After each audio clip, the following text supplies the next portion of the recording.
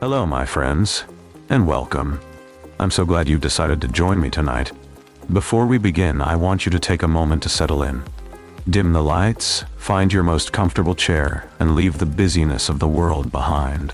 While you're getting settled, don't forget to like, subscribe, and tell me in the comments where you're listening from and what time it is. Your engagement truly helps, and the more you interact, the more these chilling tales will find their way back to your feed. Tonight, we're stepping into the shadows to share a few stories that are as true as they are unsettling. So, take a deep breath, get cozy, and let's explore the dark together.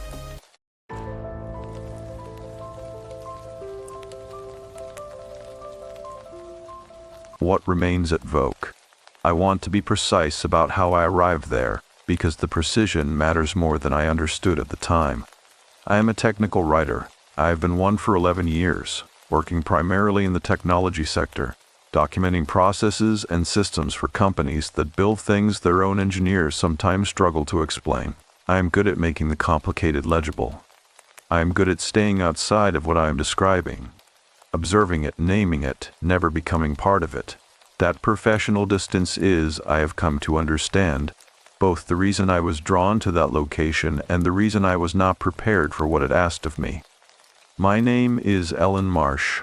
I am 38 years old. My husband Daniel died 14 months before I drove out to Bend, a cardiac event sudden and complete, in the parking lot of a grocery store on an ordinary Tuesday in November. He was 41. He had never been sick a day that I witnessed. The doctor spoke with me afterward, used the word unpredictable several times, as though repetition would make it feel less like a failure of the world's basic contract with us. It did not. I am telling you this because the story I am about to describe is not separable from that loss.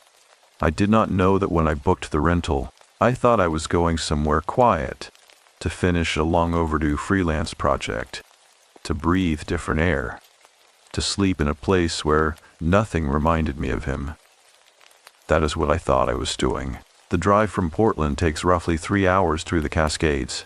I left early on a Wednesday morning in late September, before the sun had cleared the East Hills, and I remember the particular quality of that light as I crossed the pass. Thin and silver, coming through pine trees at a low angle, the kind of light that makes everything look recently placed, as though the landscape had just arrived and had not yet settled into permanence. The temperature dropped 10 degrees on the ascent and rose again as I descended into high desert country. And the smell changed completely, from wet pine and road moisture to something dry and mineral and faintly electric, juniper and basalt, and the particular dryness of air that has not seen rain in weeks. I had found the property through a specialty rental platform that lists what it calls experiential stays, places with history, places with specific character, places that are something more than a bed and a kitchen. The listing described the property as a former research facility, privately converted, set on 11 acres of high desert outside Bend, with a main house, a detached studio, and what it called a calculation room, a phrase I noticed without lingering on. The photographs showed clean mid-century architecture, concrete and glass and steel, surrounded by sage and volcanic rock. The aesthetic was spare and deliberate. It looked, honestly, like exactly the kind of place where a person could work without distraction. The road that led to it was unmarked. I followed the rental app's directions through 2 turns off the main highway and onto a gravel track that wound for nearly a mile through scrubland before the building came into view. And when it did, I sat with my foot on the brake for a moment longer than was necessary, because there was something about the appearance of it, the way it sat in the landscape, that I want to try to describe accurately. It did not look abandoned. It did not look neglected. It looked instead as though it had been waiting with the patient and specific quality of a thing that does not need to rush. The main building was long and low, 1 story of poured concrete with narrow horizontal windows running its full length. The glass in those windows had a slight blue tint that I attributed to the desert sky reflected in them, though the sky that morning was not blue, but a pale ochre at the horizon, deepening to white overhead. The grounds were not landscaped in any decorative sense. The sage and scrub simply continued up to the edges of the building, and the building accepted their proximity without comment. There's a small sign beside the entrance, modest and weather-worn, that read, VOACCH Research Station, Est 2001. The letters were clean enough that someone was maintaining them, though I could not imagine why. The facility had been decommissioned according to the listing in 2009. That was 15 years of sitting in the high desert, absorbing the silence, and yet the building looked, if not new, then somehow unmarked by time in a way that concrete buildings usually are not. I parked and sat for another moment before getting out. The silence out there was not the absence of sound, it was something more active. The sound of wind moving through sage, the distant percussion of a bird I could not identify. The particular acoustic property of open land that makes every sound feel both closer and more isolated than it should be. I noticed, stepping out of the car, that my own footsteps on the gravel seemed quieter than they ought to have been, as though the ground were absorbing them before they fully registered. The host, a man named Curtis who managed the property remotely, had left a lockbox at the entrance with the code in my confirmation email. I retrieved the key, a standard door key attached to a small rectangular fob, and let myself in. The interior was clean and cool, and entirely functional. Polished concrete floors, a long kitchen counter in pale wood, furniture that was comfortable without being decorative, books on a built-in shelf, technical manuals mostly, a few paperbacks that looked like they had been placed there without much curation. The windows at the rear looked out over the desert toward a low ridge of volcanic rock in the middle distance, and the light coming through them at that hour had the same blue-gray quality I had noticed in the exterior glass. There was a door at the far end of the main room, closed, with a small placard above it that read, in the same clean lettering as the exterior sign, Calculation Room. The door was locked. I did not have a key for it. Curtis's welcome message, which I had read on my phone during a rest stop on the highway, had mentioned it only briefly. He wrote that the room was a preserved piece of the facility's original function and was not included in the rental, but that guests were welcome to look through the narrow window set into the door. I did not go to look through it that first morning. I brought in my bags, made coffee from the supplies left on the counter, opened my laptop, and began the preliminary notes for the project I had come to finish. The work was straightforward. A documentation manual for a software company based in Redmond, and for 2 hours I did nothing but work, steadily and without distraction, which was a relief that I did not realize how badly I had needed. It was only in the early afternoon, when I stood to stretch and walked to the rear windows to look out at the desert, that I noticed the first thing I cannot fully account for. On the volcanic ridge in the middle distance, there was a figure. At that distance I could not distinguish gender or detail. Only a vertical shape, standing still on the ridgeline facing in the direction of the building. The desert air at that hour had a slight shimmer to it, the heat rising from dark rock, and I attributed the figure to that distortion at first. A trick of light and thermal movement. But thermal distortion does not hold its shape. It ripples and dissolves. This shape did not dissolve. It stood with a quality of attention, that is the only word I have for it, that made me feel for just a moment that it knew the building was occupied again. Then a cloud shifted. The shimmer on the ridge changed. When I looked again, the ridge was empty. I returned to my laptop and worked until the light outside turned amber and the shadow of the building stretched east across the scrub. I made a simple dinner, ate it standing at the counter, and sat afterward in the room's single good chair reading until my eyes grew heavy. I did not think about the figure on the ridge again that night. I did not let myself. That night I slept more deeply than I had in 14 months, and I woke at 3 a.m. to absolute silence, and the feeling, precise and unmistakable, that something in the building had just finished listening. As the high desert dark retreated and a thin gray light pressed itself against the horizontal windows, and a building held its early morning quiet with a patience that felt less like emptiness and more like breath held deliberately, I understood that something had shifted in the night, not in the room, not in any object I could point to, but in the quality of attention the place directed toward me. That is the only language I have for it. Attention, as though the facility had registered my arrival not as an intrusion but as the resolution of something long pending. I made coffee and stood at the rear windows for a long time before opening my laptop. The volcanic ridge in the distance caught the first light in layers, the uppermost edge burning a brief copper before the color drained, and the rock returned to its usual dark gray. The scrubland between the building and the ridge was still and colorless in the early hour, sage and rabbit brush holding their shapes without movement. Not a breath of wind. I watched the ridge for longer than I meant to. It was empty. Of course it was empty. I worked through the morning with the focus that had brought me to a place like this in the first place. The clean, productive silence of a location that asked nothing of me socially, that imposed no emotional texture from previous occupation. That, at least, was what I had told myself this rental would provide. A neutral space.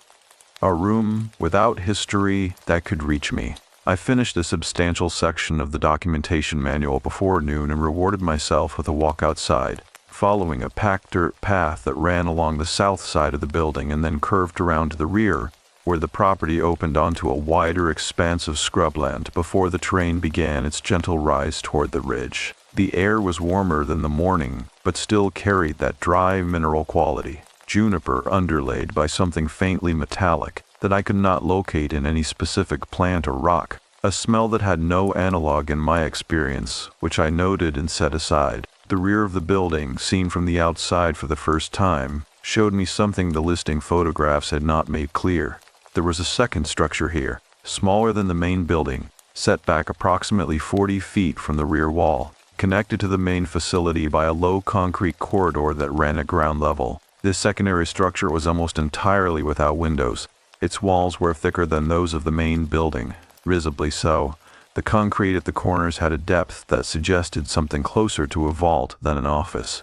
A single ventilation grate near the roof line on the south face was the only external indication that the interior had ever been intended for human occupation. This was, I understood, the calculation room. I stood looking at it for a while. The exterior door of the corridor, a steel door, painted the same gray as the concrete, fitted with a handle but no visible lock mechanism from this angle, was closed.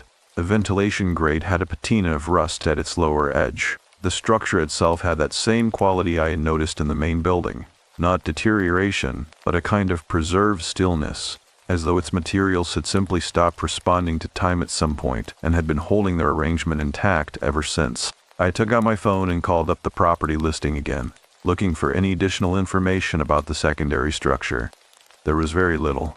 The listing mentioned only that the facility had been used for computational research in the early 2000s, that the calculation room housed original equipment from that period, and that the room was maintained as a historical element of the property. No further detail. I typed a message to Curtis asking whether there was any documentation about the facility's original function available for guests to read. His reply came within a few minutes, which surprised me, given the remoteness of the location. And it said, "There are some materials in the main house library shelf, the gray binder, second shelf from the top. Help yourself." I had not noticed a gray binder on the shelf. I went back inside and found it immediately. I had looked at the shelf the previous afternoon and registered the books as technical manuals without examining them individually. The binder was unmarked on its spine, which was why it had not distinguished itself. I brought it to the table. Inside were photocopied pages, some clearly scanned from printed documents, some apparently reproduced from typed or handwritten originals. The first section was an institutional history of the facility, dry and administrative in tone, describing the establishment of the Vacc research station in 2001 as a private computational research initiative funded through a consortium of technology investors. The acronym Vacc was not explained anywhere in the document. I noticed this and turned several pages looking for a definition. None appeared. The facility's stated purpose, according to the institutional history, was the development and testing of what the document called non-classical computational architectures, a phrase technical enough to gesture at meaning without fully conferring it. The document described the calculation room as housing a prototype system of a kind that the document characterized, in language that became noticeably more careful the closer it approached specificity, as operating through principles not yet fully characterized by existing theoretical frameworks. That sentence, I read it 3 times, not yet fully characterized, in a facility document. In a document produced by the people who built and operated the thing. I turned more pages, The middle section of the binder was largely redacted. I do not mean edited, I mean physically cut away. Sheets of paper with rectangular sections removed by scissors or a blade, so that what remained were margins and fragments. In the fragments I could make out partial sentences. One read, "Consistent across all trials, suggesting that the calculation draws on, and then nothing." Another, "The question of where the additional processing capacity originates has not been," and then the page ended at a cut line. A third, which I read 4 times and which I have not been able to stop returning to in the months since. If the system is distributing the task across what we are calling adjacent states, then the results imply that those states are accessible, not hypothetically, operationally. I set the binder down and looked out the front window at the gravel drive and the scrubland and the pale sky above it. Adjacent states. The language was careful. It was the language of people who were trained to be careful, who were documenting something in real time that their existing frameworks could not fully contain, and who were choosing their words with the awareness that the words were doing only partial work. I am a technical writer. My entire professional identity is organized around the belief that language, applied with sufficient precision, can describe any process. I know what it looks like when writers are working at the edge of what language can carry. I know the particular strain of sentences that are trying to say more than they are permitted to say. Those fragments were doing that work, every one of them. I spent the rest of the afternoon reading what remained of the binder, the unredacted sections, the partial sentences, the administrative language that strained at its own edges. By evening I had a picture that was incomplete in ways that felt deliberate, and I was aware of a particular quality of unease that I associate not with fright, but with the recognition that a system I thought I understood has been operating differently than I assumed. At 7 in the evening, I took a glass of water and walked back through the main room toward the interior door with its placard above it. The small window set into the door was approximately 6 inches by 4 inches. Reinforced glass with a wire mesh embedded in it, set at eye level. I had been avoiding it with a carefulness I had not consciously acknowledged until I stood in front of it. I looked through. The room beyond was dark. After a moment my eyes adjusted and I could make out the shapes inside. A long workbench along the far wall.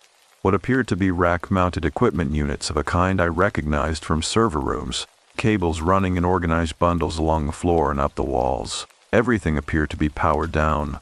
Everything appeared to be intact, which was itself strange.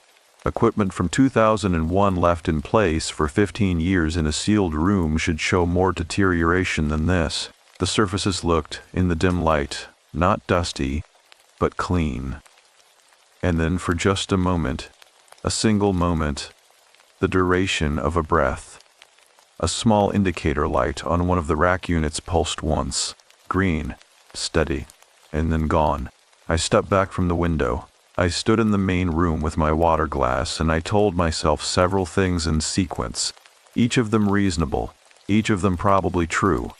Residual charge in a capacitor, a reflection from outside, an optical artifact produced by staring into a dark room after a day of reading in poor light. I told myself all of those things, and then I went to my room and sat on the edge of the bed and noticed that my hands were not quite steady. What I did not yet understand was that the light was not a malfunction and not a residual charge, and the question it was answering had been asked not by any equipment in that room, but by my arrival in the building. The very fact of me, here, at this particular time, with this particular wound still open inside me, as the indicator light's single green pulse replayed itself behind my eyes through the long hours before dawn, and the sealed room at the end of the corridor held its silence with a quality that had nothing to do with emptiness. I found myself doing what I always do when something resists my understanding. I began to build a methodology. That is not a dramatic statement. It is simply what I do. 11 years of technical writing has given me a particular relationship with the unknown, not fear of it, but a reflexive need to organize it, to create categories and sequences and testable propositions. When Daniel died, I had tried to apply the same instinct to grief and discovered, for the first time in my adult life, that there are experiences that will not be organized, that resist the container entirely, that pour through every framework you construct and pool on the floor and refuse to be named. The VLK facility was, I began to understand on that second night, something like grief in that specific way. But I did not know that yet. I was still in the methodology phase. I had slept badly and woken before 5, and by 6 I was at the table with the gray binder open again and a legal pad beside it, making notes in the careful shorthand I use when I am mapping a system I have not yet fully grasped. I wrote down the phrases that had stayed with me from the redacted sections. Adjacent states. Operationally accessible. The calculation draws on. I wrote them in a column on the left side of the page and left space beside each one for what I intended to discover.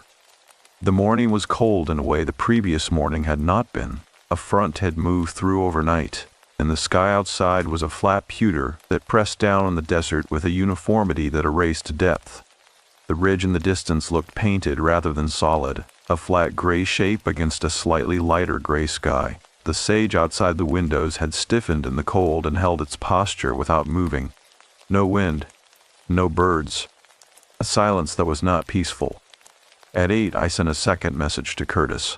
I told him I had read the binder and found it genuinely interesting and asked if he could point me to any additional materials about the facility's research program, publications, reports, anything in the public record. His reply took longer this time, nearly 40 minutes. When it came, it said only, most of what was produced there was not published in any conventional sense. There is a man in Bend who worked at the facility in his last years. His name is Raymond Odell. He sometimes speaks with guests who ask serious questions. I can give you his number if you want it. I wrote the name on my legal pad, Raymond Odell. I did not call the number immediately. I was not ready to speak with a person yet. I wanted more of my own observations first. I spent the late morning doing what I should perhaps have done on arrival, a thorough and deliberate examination of the main building's interior, not as a guest taking inventory of amenities, but as a writer cataloging a space for accurate description. I moved through each room with the legal pad, noting what I saw with the specificity my work has trained into me. The main room and kitchen held nothing that surprised me on closer inspection, though I noted that the built-in shelving had been constructed with a precision that exceeded what any rental property would require.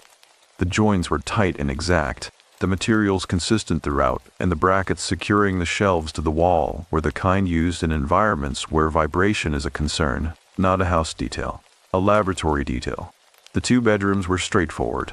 The bathroom had been retrofitted with residential fixtures at some point, but the original plumbing was visible at the connections, heavier gauge than residential code requires, the kind of pipe diameter that suggests a facility designed for continuous high-load operation. And then there was a room I had not entered yet, at the north end of the building, which I had assumed was a storage closet based on its narrow door. When I tried the handle that morning, it opened without resistance into a space approximately 10 feet by 12 feet that was not a storage closet at all. The walls of this room were covered floor to ceiling in a material I recognized after a moment as acoustic dampening foam. The dense charcoal gray panels used in recording studios and certain laboratory environments to control sound reflection. The foam had aged to a dusty matte finish, but it was intact, every panel flush against the wall, the seams tight. In the center of the room was a single chair, a standard office chair, the kind with adjustable height and a mesh back, facing a small desk. On the desk was nothing except a shallow rectangular depression in the surface, approximately the size and shape of a legal pad, as though something had sat there for a very long time and left its outline in the material. I stood in the doorway of that room for a long time. The acoustic foam meant that this room, unoccupied, would have been nearly completely silent, more silent than the surrounding desert. A person sitting in that chair would have experienced a quiet so total it would have had a physical quality, a pressure almost, and they would have been sitting facing the desk, facing that depression, facing whatever had been placed there and removed. I wrote a description of the room on my legal pad. I wrote it twice because the first version was not precise enough. In the early afternoon I drove into Bend for groceries and found myself, almost without deciding to, parked outside a coffee shop with my phone in my hand, looking at Raymond Odell's number. I called it. He answered on the 3rd ring. His voice was unhurried and careful in a way that made me think immediately of the language in the binder, precise at the edges, measured, giving nothing away before it had been considered. He was, he told me, 71 years old, and he had worked at the Vacc facility from 2006 until its closure in 2009. He listened to my introduction without interrupting and then said, "You found the binder." I told him I had. He was quiet for a moment. Then he said, "The binder was my idea. I put it there for guests who asked the right questions. Not many do." I asked him what the right questions were. He said, "You just asked one. We met at a diner on the east side of Bend, a booth near the window, and Raymond Odell was a compact and careful man with the kind of deliberate stillness that I associate with people who have spent long periods working in environments that require sustained concentration." He ordered coffee and did not look at the menu. He looked at me with an attention that was evaluating but not unkind, the way a person looks at someone they are deciding how much to tell. I asked him what Follow K stood for. He said it was the name of the lead researcher, Victor Orrin Kessler. He named the facility after himself, which tells you something about his confidence level going in.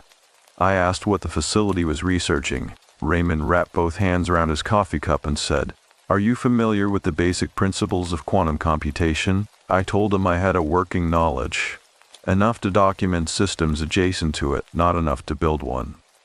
He nodded as though that was the correct answer.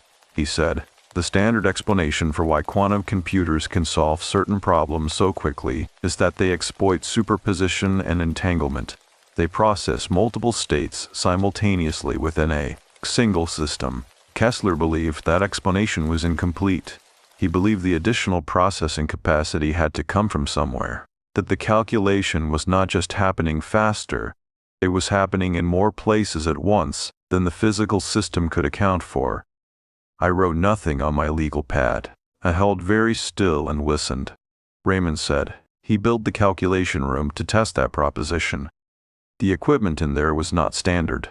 It was instrumented in ways that no commercially available system was, because Kessler was not trying to solve a computational problem.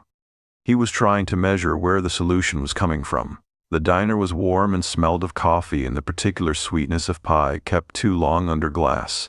And outside the window a gray Bend afternoon moved past without urgency, and I sat across from Raymond Odell and understood that the redacted fragments in the binder had been trying to say exactly this. I asked him, "What did they find?" Raymond looked at his cup. He said, "They found evidence. Not proof. Evidence.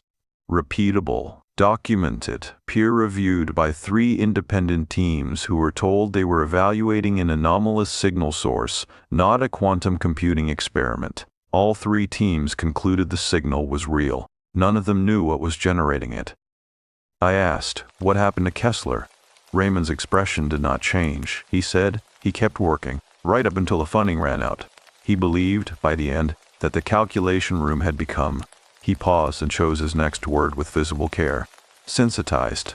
That repeated operation had made it more permeable to whatever adjacent process it was measuring. He was not frightened by this. He found it, Raymond said, extremely exciting. The word exciting in Raymond's careful mouth sounded like the most unsettling thing I had heard in years. I drove back to the facility in the late afternoon. The pewter sky had darkened toward evening, and the scrubland on either side of the gravel drive caught the headlights in brief silver flashes as I passed. I pulled up to the building and sat in the parked car for a moment before going in, through the front window of the main room. Clearly visible from where I sat, the interior light I had left on cast a warm rectangle across the concrete floor. Everything looked orderly. Everything looked precisely as I had left it, except that the door to the acoustic room at the north end of the building, the door I was certain I had closed behind me when I left, was standing open. And from where I sat in the car, at that angle, through that open door, I could see that the chair in the center of the room had been moved. It was no longer facing the desk. It was facing the doorway, facing out, facing, from the precise geometry of it, the exact spot where I was sitting. I sat in the car for a long time, and the building sat in front of me with all its patient, specific attention, and neither of us moved first. But one of us, I understood then, had been waiting considerably longer than the other. As the cold of that high desert evening settled into the car around me, and the open doorway of the acoustic room held its precise and patient geometry, I made a decision that I recognize. In retrospect, as the first genuinely irrational one I'd made since arriving. I went inside, not because I was unafraid. I was afraid in the specific low-frequency way that is less like panic and more like the body registering a change in atmospheric pressure before a storm that has not yet announced itself. But I am a person who has learned, in the 14 months since Daniel died, that avoidance is its own kind of damage. That the thing you do not look at does not diminish. It simply operates without your knowledge, which is considerably worse. So I went inside. The chair in the acoustic room was exactly as I had seen it from the car, repositioned, facing the doorway, with a deliberateness that no settling of foundations or vibration of passing traffic could account for, because there was no traffic on a gravel road a mile from the highway, and the chair had moved not an inch but a full 180 degrees. I stood in the doorway and looked at it. Then I stepped inside and moved it back to its original position, facing the desk, with the same deliberate care that someone else had used to reposition it. I do not know why that felt important. It did. I closed the door behind me when I left and noted the time on my phone. 6:47 in the evening. I checked it again at 9 p.m. The door was still closed. I checked it at 11. Still closed.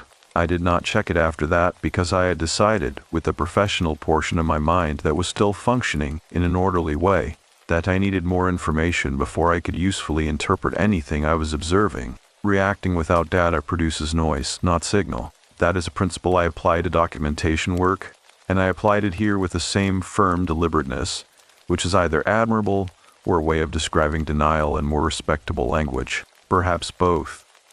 The following morning I called Raymond Odell again.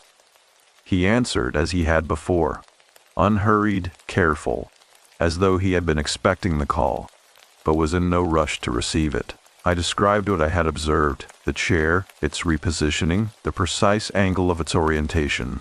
I described it in the flat specific language I use for technical documentation, without interpretation or emotional coloring, and when I finished there was a silence on the line that lasted long enough that I checked the screen to confirm the call was still connected. Then Raymond said, "Has anything else moved?"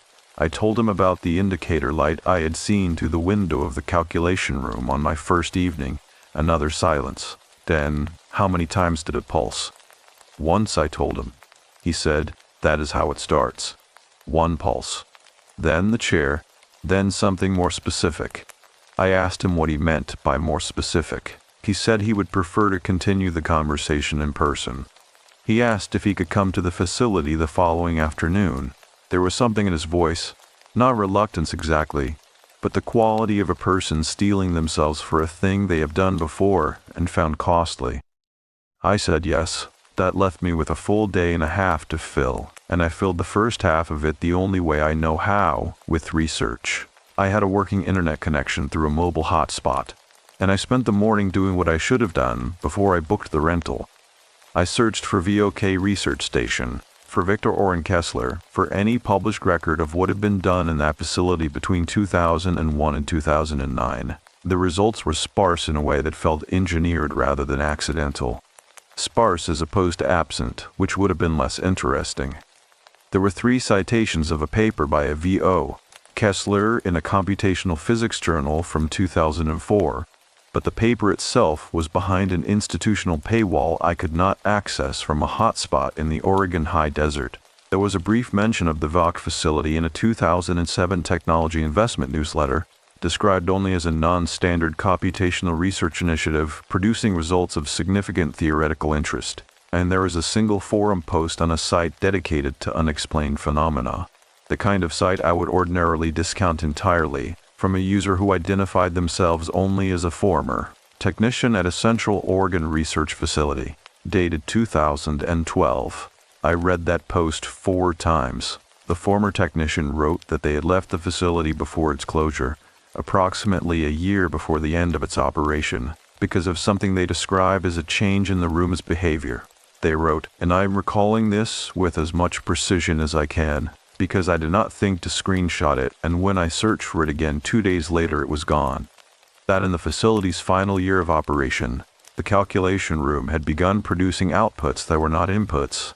That data was appearing in the system that had not been entered, in formats that matched the system's own protocols exactly, as though the process of repeated calculation had opened a channel that now operated in both directions. Both directions.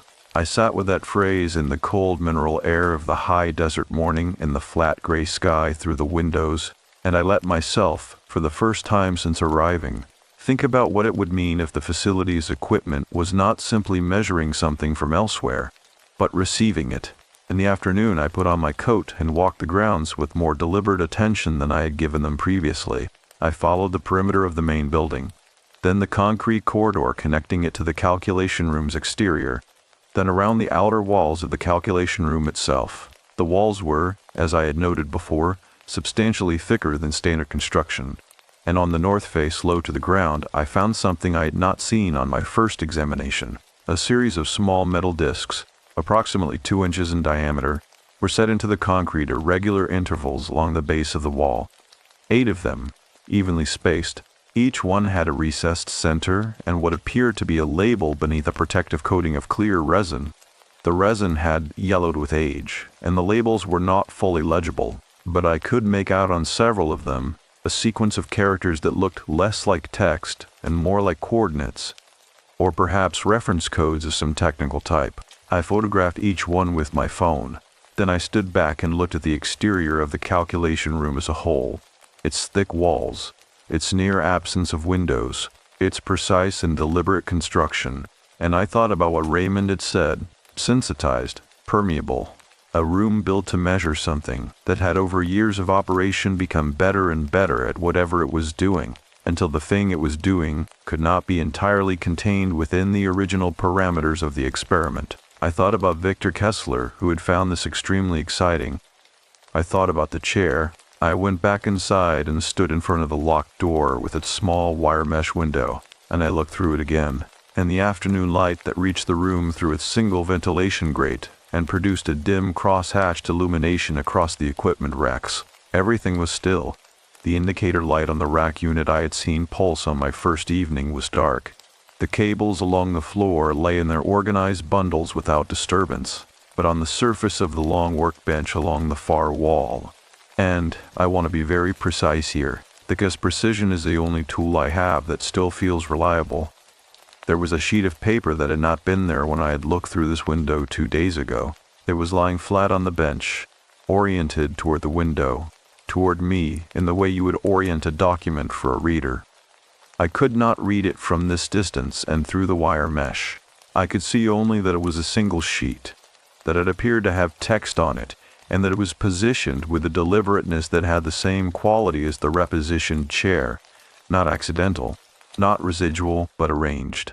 I tried the door handle, locked, as it had always been. I pressed my face to the glass and strained to read what was on the page and could not. The mesh distorted the text into illegibility at that distance. I straightened up and stood in the main room with my heart moving in a way I was trying to breathe past, and I thought about what I had read in the binder. The calculation draws on. Adjacent states, operationally accessible, a system that had been built to reach into wherever the extra processing capacity came from, that had reached and reached and reached again for 8 years until the reaching had worn something thin, until the boundary between the calculation and whatever it was calculating across had become, in Kessler's careful language, not a wall, but a membrane. And now I was on one side of a locked door, and something had placed a piece of paper on the other side of it, and the paper was facing me, and I could not read what it said. That night I did not sleep. I sat in the chair in the main room with the lamp on and the legal pad on my knee, and I wrote down everything I had observed, in sequence, every detail in its correct order, and when I was finished I read it back, and there was a coherence to it that was more frightening than any individual element, because coherence implies intention, and intention implies an agent, and the only agents I could identify in the situation were Raymond Odell, who was 3 miles away in Bend, and myself, and whatever was operating in the calculation room, which had, by every measure I could apply, been waiting for something specific. I did not yet know what it was waiting for. But by 3 in the morning, sitting alone in the lamplit room with my legal pad and the desert silence pressing against every wall, I had begun to suspect, with a certainty that arrives not like a thought, but like a temperature change, that it was not waiting for a technical writer named Ellen Marsh, It was waiting for someone Ellen Marsh was carrying with her. The suspicion that arrived in the small hours of that third night did not announce itself with any drama. It settled, the way a true thing settles, not with the force of a revelation, but with the quiet inevitability of a word you have been reaching for finally arriving in the correct place in a sentence. And once it was there, I could not rearrange the sentence to exclude it. I want to tell you about Daniel, not the facts of his death, which I have already given you, and which are not the point. I want to tell you about the specific quality of the absence he left, because that quality is what the facility recognized, and recognition requires description to be believed. Daniel was a physicist, not a quantum physicist. His field was material science, the behavior of matter under stress, the way things hold together, and the precise conditions under which they do not. He worked for a research university in Portland, and he was, by every measure his colleagues applied, exceptionally good at his work. He was also the kind of person who thought about his field the way a musician thinks about music, not as a job or even a vocation, but as a lens through which the entire world became more interesting. He would describe the molecular structure of a piece of bread at the dinner table with the same quality of attention he gave to a research paper. Everything, for Daniel, was a system worth understanding. We had been married for 9 years. We did not have children, which had been a mutual and unconflicted decision for most of those 9 years, and which became a different kind of thing in the last year of his life when we had begun, quietly and without urgency, to reconsider. We had not made any decisions. We had only opened a door that had been comfortably closed, and then he died in a parking lot on a Tuesday in November, and the door stayed open onto nothing. That open door is what I'm trying to describe when I say absence. Not his absence from the chair across the dinner table, or from the left side of the bed, or from the list of contacts I still cannot bring myself to delete from my phone. Those absences are real, but they are nameable. The open door is the one that has no name. The future that was becoming possible and then was not. The version of our life that had just barely begun to take shape before it was taken. That is the wound that does not close because it was never technically a wound. It was a potential. And you cannot grieve a potential the way you grieve a person. There is no body. There is no date. There is only the door, standing open, and the awareness that what was almost there is now nowhere at all. I am telling you this because on the morning of Raymond Odell's visit, before he arrived, I found what was on the piece of paper in the calculation room. Not because the door had opened. The door was still locked. But when I looked through the wire mesh window in the clear morning light, I could read it. It was a single line, handwritten, in a careful and deliberate script that was not mine and was not any hand I recognized from the binder's reproduced documents. The paper was positioned exactly as it had been, flat on the bench, oriented toward me, and the line it contained was this: "The calculation is not finished." I stood at that window for a long time. I looked at those words with the full attention of a person whose professional life is organized around the precise meaning of language, and I considered every interpretation available to me, a leftover document from the facility's operation, a note placed by Curtis for some property management reason I could not fathom, a printout of something generated by equipment that was not, despite appearances, fully powered down. I considered all of those things, and I did not believe any of them, because none of them accounted for the handwriting, which was not printed, but written, in the specific cursive of a person for whom cursive was natural and habitual, which placed it in a generational range. Someone who had learned to write in the 1960s or 70s by hand, before keyboards displaced the practice. Daniel had learned to write by hand. Daniel had beautiful cursive, the kind that came from a grandmother who had taught him with deliberate care, and he had used it his entire life in notebooks and on the margins of papers, and in the birthday cards he wrote every year without exception. I am not telling you that the handwriting was Daniel's. I am telling you that I looked at it and my body responded before my mind had formed a position, and the response was not fear. It was a specific and devastating recognition of something deeply familiar appearing in a place where it has no right to be. The way you might hear, in a crowded room, a laugh that belongs to someone who is no longer alive. I stepped back from the window and sat down on the floor of the main room, which I had not planned to do, and I stayed there for a while, When Raymond arrived at 2 in the afternoon, he found me at the table with the legal pad and a cup of coffee that had gone cold, and he took in the room with a single slow scan that told me he had been in this building many times and knew its particular atmosphere well. He sat across from me without being invited to, which was fine, and he looked at my face with the evaluating attention I remembered from the diner and said, "Something happened." I told him about the paper. I told him about the handwriting. I told him about Daniel. Not everything, but enough. The physicist. The material science. The open door that was not technically a wound. Raymond listened without interrupting. He had brought a thermos of coffee, and he poured 2 cups without asking, and pushed one across the table to me. And when I finished, he sat for a moment with both hands around his cup, and then said something that I have replayed more times than I can count.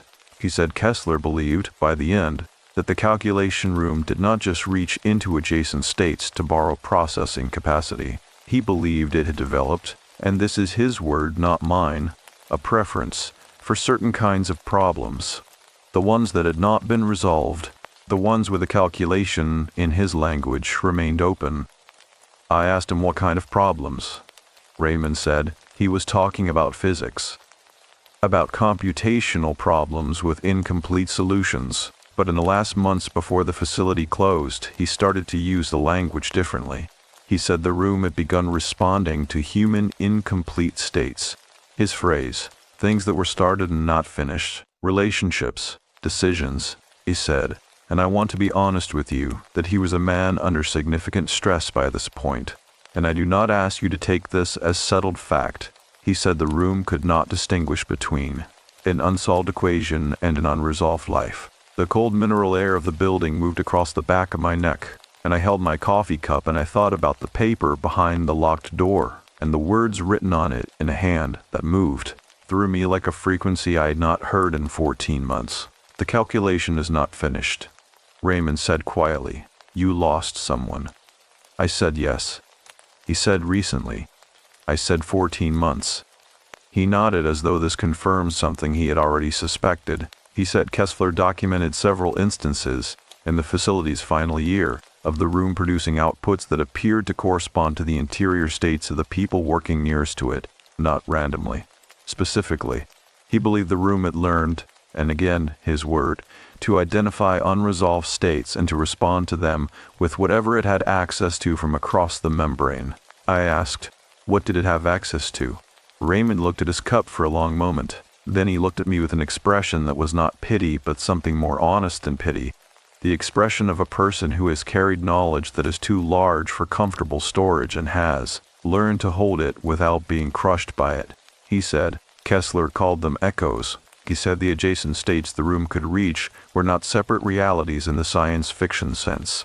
They were not alternate histories or parallel worlds where different choices had been made. They were more like... He paused, and the pause had the weight of a man finding language for something that resists it. They were more like the space where a thing continues after it has stopped here. Not heaven, he was careful about that word, never heaven.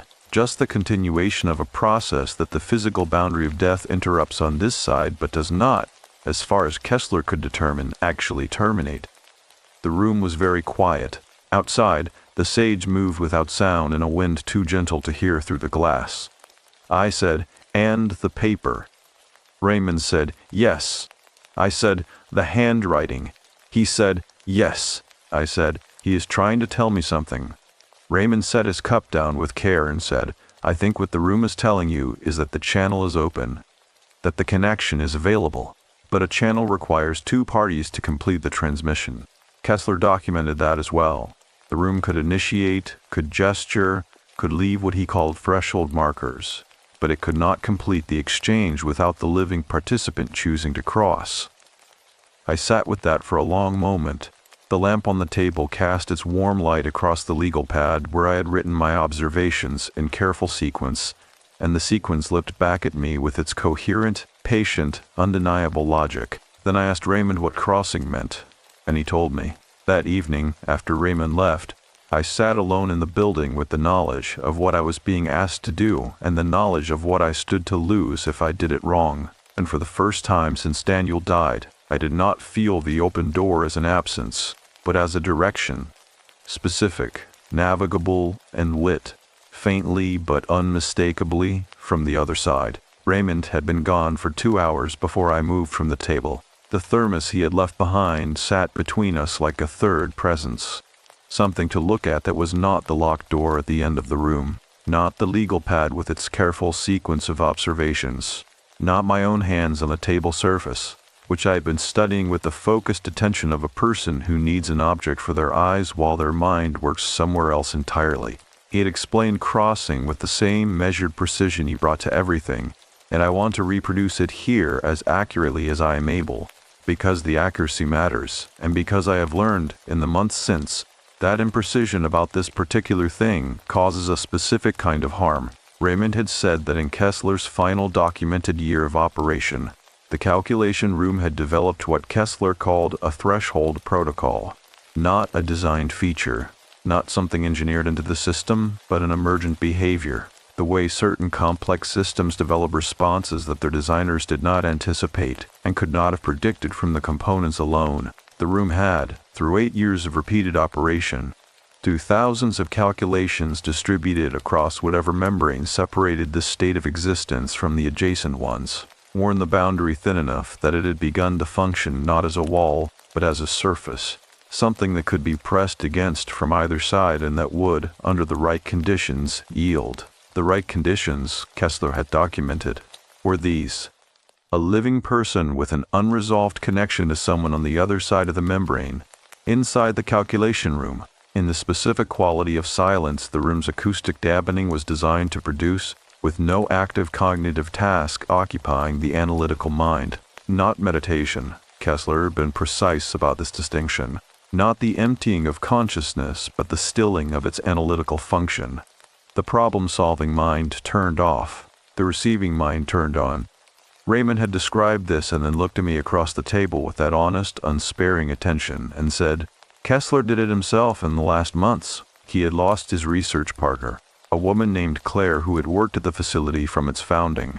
She died of an illness in 2008, and Kessler spent the remaining year of the facility's operation attempting to reach her through the room. Raymond did not tell me whether he succeeded. I asked him directly and he said, he believed he did. What he received, I cannot tell you, because he did not document it in any form I have access to.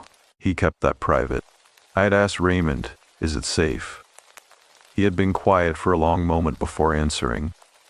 Then he said, define safe. I said, will it cause harm? He said, Kessler suffered no physical harm from the process. He was, by the end, a changed person, but changed in the way that genuine contact with something larger than yourself changes a person, not damaged, altered. He closed the facility because he felt the work was complete, not because anything had gone wrong. He decommissioned the equipment carefully, locked the room, and arranged for the property to be held in trust. Raymond paused. He said, he told me, before he died in 2015, that he left the equipment intact because he believed the room's capacity did not reside in the equipment. The equipment had catalyzed the process. The room itself had become the instrument. I asked, where is he now? Raymond had smiled then, for the first time since I had met him, a small and private smile. He said, that is, I think, a question you may be better positioned to answer than I am after tomorrow. He had given me a key, a small key on a plain ring, which he produced from his jacket pocket with the manner of a man who had been carrying it for a specific purpose and had been waiting to transfer it. He said Curtis had given it to him years ago for exactly this circumstance, a guest who asked the right questions and had the right reason. He said the key opened the corridor door from the exterior, which then connected to the calculation room itself through an interior door that was not locked, but was heavy and required deliberate effort to open. He said, go in the morning. The room is better in morning light. There is enough illumination from the ventilation grate that you are not in total darkness, which Kessler found important. He said complete darkness collapsed the process inward. You need a point of reference in the physical world to maintain the connection without losing yourself in it. I had written that down. A point of reference. Do not lose yourself in it. Now, 2 hours after Raymond's departure, I picked up the key from the table where I had placed it and held it in my palm. It was a standard key, the kind that fits a simple deadbolt with no distinguishing marks. It weighed almost nothing. I turned it over once and set it back down.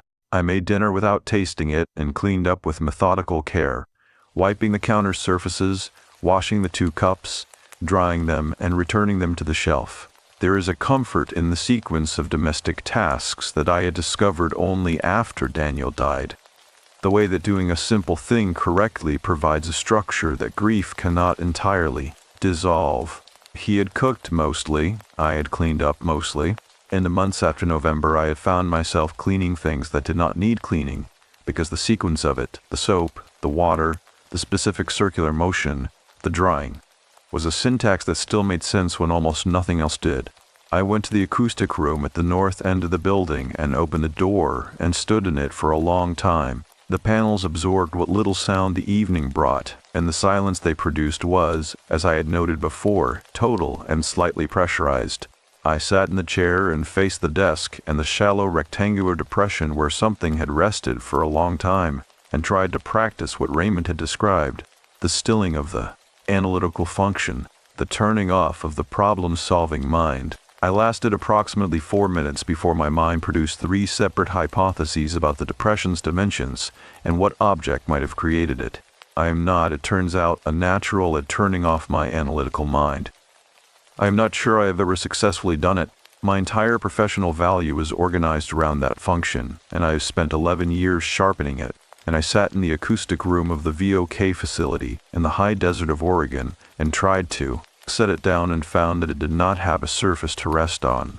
It simply kept running, quiet and relentless, producing observations and categories and testable propositions, because that is what it does, and I had never before asked it not to. I went to bed at 10 and lay in the dark and thought about Daniel the way I always think about him in the dark, not in narrative, not in memory sequences, but in texture, the specific weight of his presence in a room, the sound of his voice not saying anything in particular, just existing in the background of an evening, the way he held a book with one thumb marking 3 places at once, because he was always reading forward and back simultaneously, always in 2 moments of a text at the same time, which had driven me gently insane for 9 years and which I would have given anything, in the 14 months since, to be driven insane by again. The calculation is not finished. I lay in the dark and held those words and let them mean what they meant without organizing them into a hypothesis, which was perhaps the closest I came that night to turning off the analytical mind. Because grief, I have found, is not amenable to analysis. It simply is. It occupies space without explaining itself. And in the dark, holding those 5 words, I stopped trying to explain and simply felt the weight of what they offered and the weight of what they asked, and held both without resolving the tension between them. I was up before 5. I dressed in the dark and made no coffee and did not eat. I picked up the key from the table and went out through the front door into the pre-dawn cold of the high desert, which was absolute and clean and hit the inside of my lungs like water. The sky was a deep blue-black still, the stars as precise and deliberate as I had noted on my first night, each one holding its exact position with the patient fixity of things that have been where they are for an unimaginable time. I walked around the south side of the building in the dark, one hand trailing along the concrete wall for orientation, feeling the cold roughness of it under my fingertips, feeling the slight damp of the overnight temperature differential on its surface. I found the corridor door by touch more than sight and fitted the key into the lock, which turned without resistance, smoothly, as though it had been used recently. The corridor was narrow and dark and approximately 20 feet long, and my footsteps in it were absorbed immediately by the concrete around me, giving my movement a muffled, slightly unreal quality. At the far end was the interior door Raymond had described, heavy, unpainted steel, fitted with a bar handle. I put both hands on the bar and pushed. The door opened inward with the slow, deliberate resistance of something very well made and very precisely balanced, and the air that came through it was different from the corridor air. Older, stiller, carrying a quality I can only describe as density, as though the molecules of it had been undisturbed for long enough that they had settled into a new arrangement. I stepped through. The calculation room was not large, perhaps 20 feet by 20 feet, with the rack-mounted equipment along 3 walls and the long workbench along the 4th. The ventilation grate on the south face admitted a thin bar of pre-dawn gray that fell across the floor at a low angle, providing exactly the point of reference Raymond had described. In that dim crosslight I could see the equipment with a clarity I had not had through the wire mesh window. The organized cables, the rack units with their dark indicator panels, the bench surface with its various instruments and connections, and the piece of paper, still on the bench, still oriented toward the door, toward me. I walked to the bench and picked it up. The handwriting, seen close and without the distortion of wire mesh and distance, was not Daniel's. I want to be honest about that. It was similar in its formation, in the particular way the letters connected, in the pressure and angle of the strokes, similar enough that my body had responded to it as familiar through the window, but it was not his. It was as though someone had learned his handwriting from a description rather than from the original. A close and careful approximation made by someone who understood the structure of it without having been the hand that formed it. I set the paper back down. I pulled the single stool from beneath the bench and sat on it, facing the room, my back to the workbench and the paper, and I looked at the thin bar of gray light on the floor, and I let my hands rest open on my knees, and I tried, one more time, to turn off the part of my mind that organizes everything it touches, and this time, perhaps because I had come through the cold dark and the narrow corridor and the heavy door, perhaps because I had held those 5 words in the dark for hours, perhaps simply because I had run out of analysis, it went quiet, not empty, quiet, the way a room goes quiet when the right person walks into it, and in that quiet, something shifted in the air of the calculation room, not a sound, not a movement, not a light, but a change in the quality of the attention the room directed at me, a focusing, a drawing in, as though the walls themselves were leaning forward by a fraction that had no physical measurement but was entirely unmistakable. And I said his name, not loudly, not dramatically. The way you say a name when the person is in the next room and you want them to know you were there. The room received it, and the bar of gray light on the floor brightened by a degree that had nothing to do with the sun, which had not yet risen, and I sat very still, in the most complete silence I have ever inhabited, and waited for whatever the calculation, across all its years and all its distances, had been working toward. The brightness in that bar of gray light did not intensify further. It simply held, steady, specific, occupying its exact position on the concrete floor with a quality that was different from illumination in the way that a held breath is different from ordinary breathing. Not more or less, just deliberate, just chosen. I did not move. I had learned in the preceding days that this place responded to stillness the way a wild thing responds to stillness, not with approach exactly, but with a reduction in the distance between.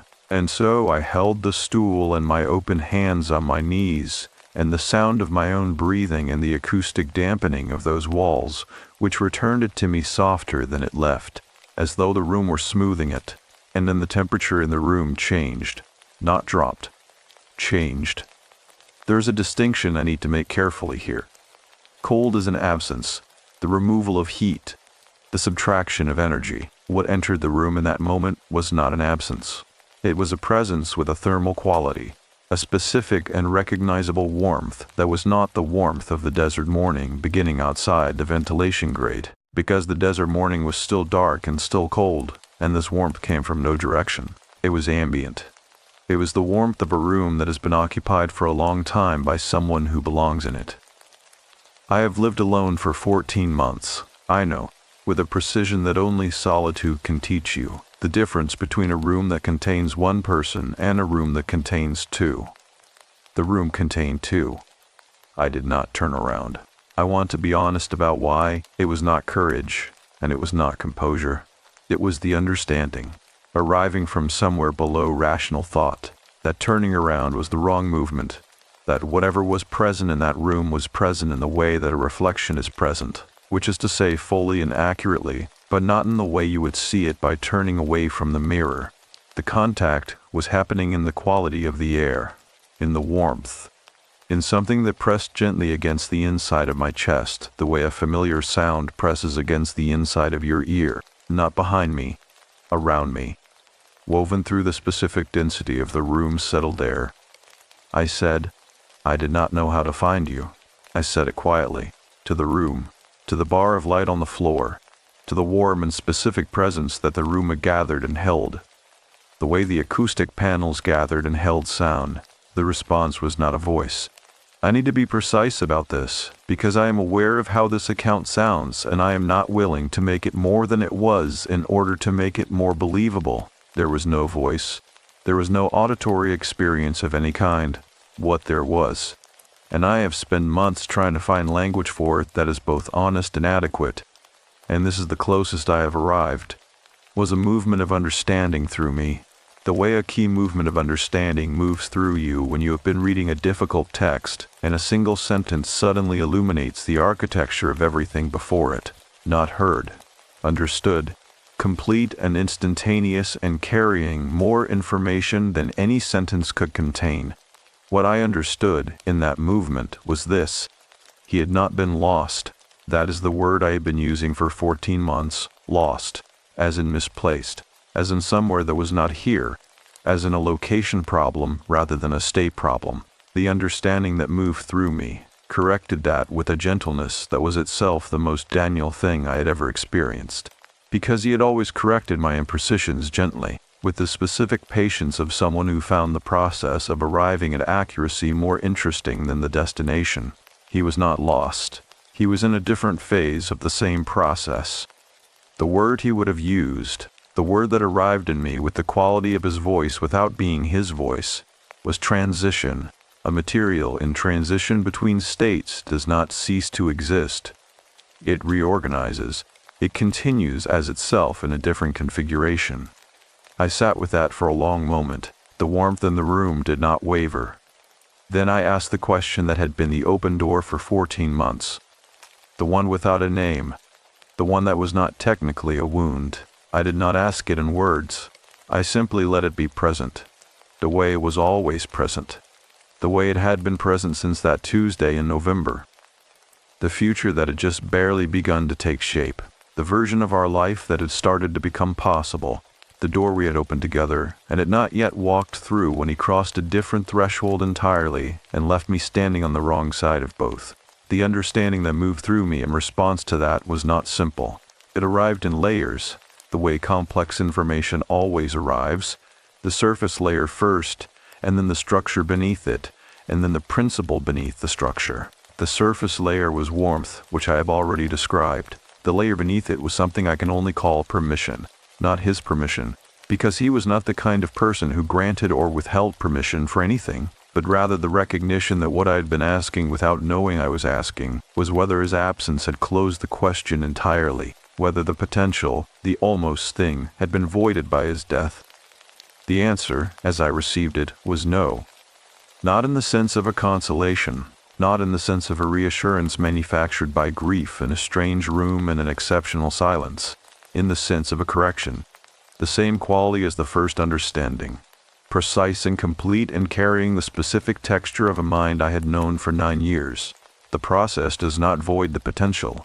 The potential exists in the person who is still in the phase where choices can be made. He had made his choices. The continuation of what we had opened together lived in me, not in the question of whether he was present to pursue it. The door was not open onto nothing. The door was open onto my life. I am a person who does not cry easily. I was not raised in a family that treated tears as a natural form of communication, and I have spent my adult life with the habit of processing emotion inward, converting it into something more manageable before it reaches the surface. In 14 months of grief I had cried perhaps 4 times, each time in the car, where no one could see me, with the radio on, in the calculation room of the Vacc facility, in the high desert of Oregon, in the early morning before the sun had cleared the volcanic ridge. I cried without any of those conditions being met, not dramatically. The way rain comes to a place that has been dry for a very long time, not a storm, not a performance, just water arriving where it was needed, doing what it does, quietly and without apology. The warmth in the room held through it. It did not fluctuate or diminish. It held with the steady, undemonstrative quality of a person sitting next to you in a difficult moment without speaking, because speaking would be the lesser form of presence, and he had always known the difference. I do not know how long I sat there. The bar of light on the floor had shifted position by the time I became aware of it again. The sun had risen outside, and the angle of the ventilation grate's admittance had moved approximately 30 degrees, which told me at least an hour had passed, possibly more. My hands were still open on my knees. My back was not stiff. The stool was not uncomfortable. I had the sensation of a person who has been held very carefully by something very large and has been set down again with equal care. The warmth in the room was beginning to change, not dissipate, change, thinning at the edges while remaining at the center, the way a transmission ends not with a cutoff but with a natural diminishment, the signal completing itself rather than being interrupted. I said, "I know you have to go." The movement of understanding that came in response to that was different from the others, lighter, briefer, carrying a quality that in a person's voice would have been described as warmth with humor underneath it, which was so precisely and specifically him that I made a sound I cannot fully characterize, somewhere between a laugh and something that had no name. He had always found my tendency to state the obvious affectionately ridiculous. Then the warmth was gone, not suddenly, with the same slow deliberateness as everything else in that room, everything else in that place, which had never done anything suddenly, which had always operated at the pace of something that had all the time available to it, and saw no reason to hurry. The room was one person again. I sat in it for a while longer, in the silence that the acoustic panels held so perfectly, in the light that now came through the ventilation grate at a full morning angle, and illuminated the equipment racks with their organized cables and their dark panels. The indicator light on the rack unit that I had seen pulse in my first evening was on, steadily on, not pulsing. A small and constant green, the color of something that has completed a long task and is at rest. I stood. I straightened the stool. I looked at the piece of paper on the bench. The calculation is not finished. And I picked it up and folded it once and put it in the pocket of my coat. Then I walked back through the heavy steel door and the narrow corridor and out into the high desert morning, which had arrived fully while I was inside, and was extraordinary.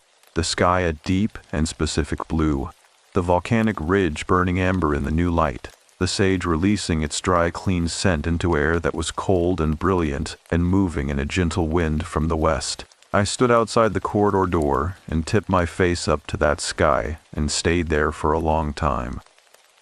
The building behind me was quiet, not the waiting quiet of the days before, a different quality. The quiet of a room after a long and important conversation has ended, and both people have said what they needed to say, and the silence left behind is not empty, but full.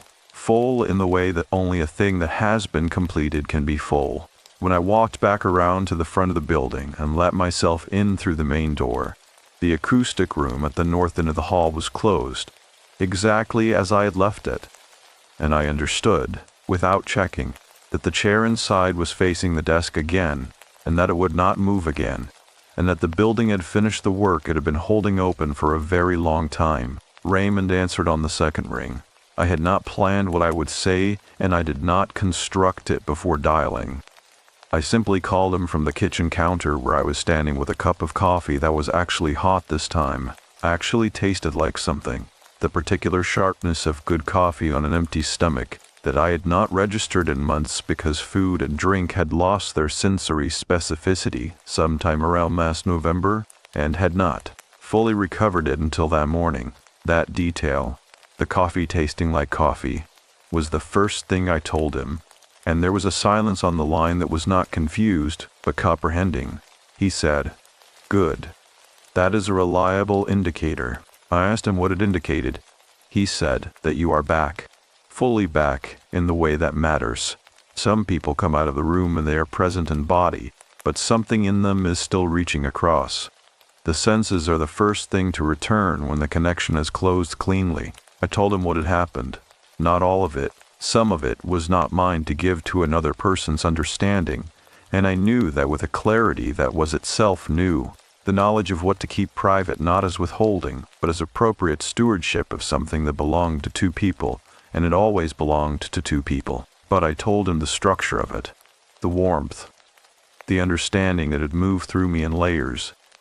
The completion. Raymond listened in the way he always listened, without interruption, without the small affirmative sounds that most people produce to signal their attention, simply receiving what I said with the full and steady attention of someone for whom listening is a practice skill rather than a social obligation. When I finished, he said, Kessler would have wanted to know this.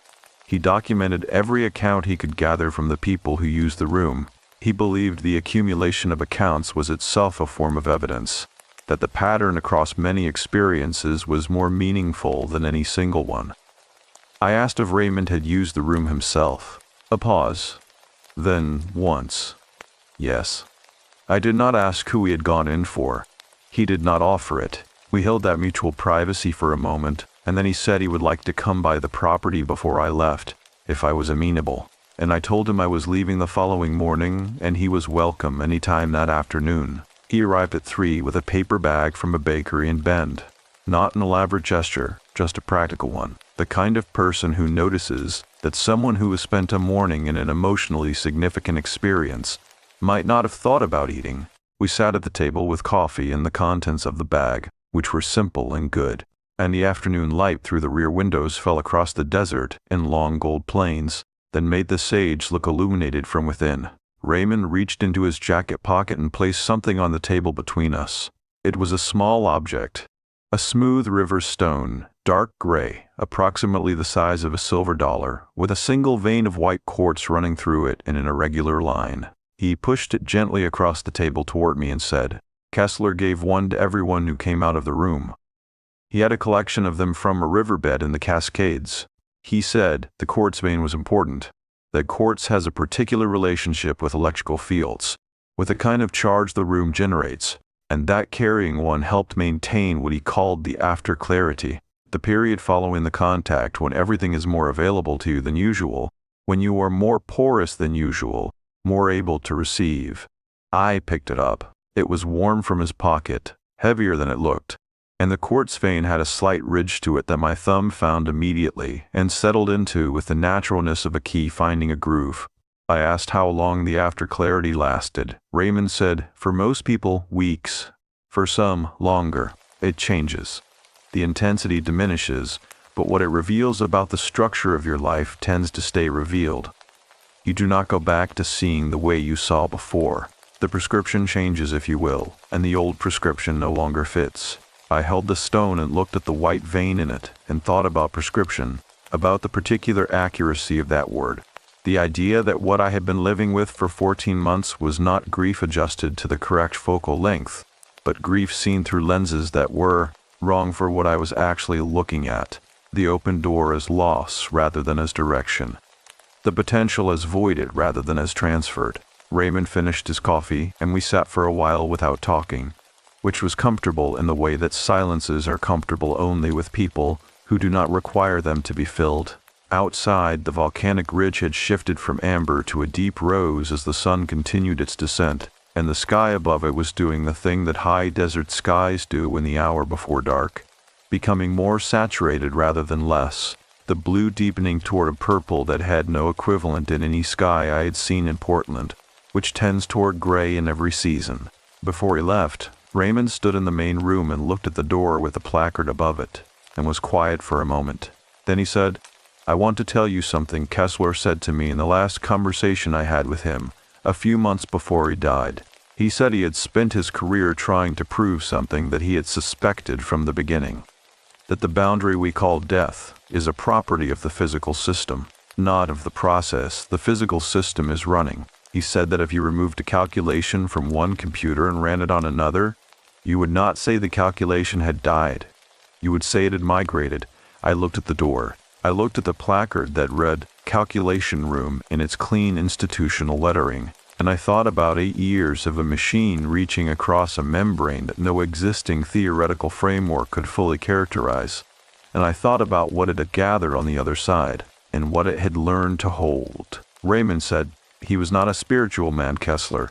He found spiritual language imprecise, but at the end he said the only honest thing he could tell anyone about what the room had shown him was this, that the universe does not waste its computations.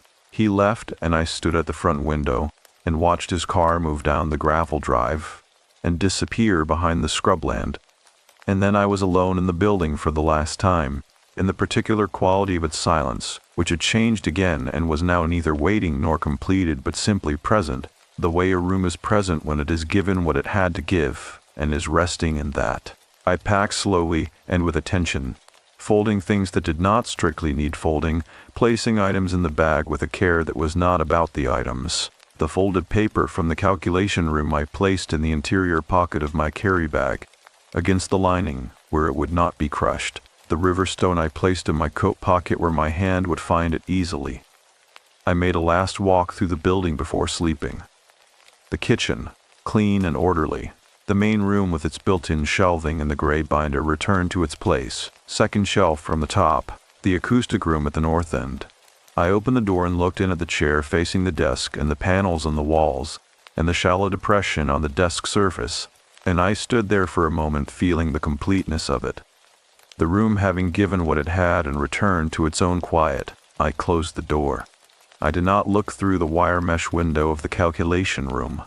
There was no need. I drove out the following morning before 7, before the sun had fully cleared the ridge, in a light that was thin and silver and very clean. The gravel road gave way to the highway, and the highway opened toward the Cascades, and I drove with the river stone in my right hand on the wheel, and the coffee from a gas station in Bend in a Brie, cup holder and the radio off. Somewhere on the ascent through the pass, in the pine trees and the particular quality of that mountain light, I became aware of something that I want to describe as precisely as I can, because precision, still, is the tool I trust most. I was not happy. I want to be clear about that because happiness is the wrong category, too light and too simple for what had actually happened, but something in the structure of the weight I had been carrying had changed. The weight itself was still there. Grief does not resolve like an equation, does not reach a solution and cease. It continues. But the quality of it had shifted, the way Raymond had described the prescription changing, the way the same amount of water in a different container takes a different shape. The weight of Daniel's absence was the same weight, but I was no longer carrying it as a door standing open onto nothing. I was carrying it as evidence of a process that had not terminated, as a calculation that was, in the only sense that ultimately mattered, still running. I stopped at a rest area on the western slope of the Cascades and sat on a wooden bench in the cold pine air, and I called my sister, who I had not spoken to in 3 weeks because I had not had the interior resources to be present in a phone call in the way she deserved.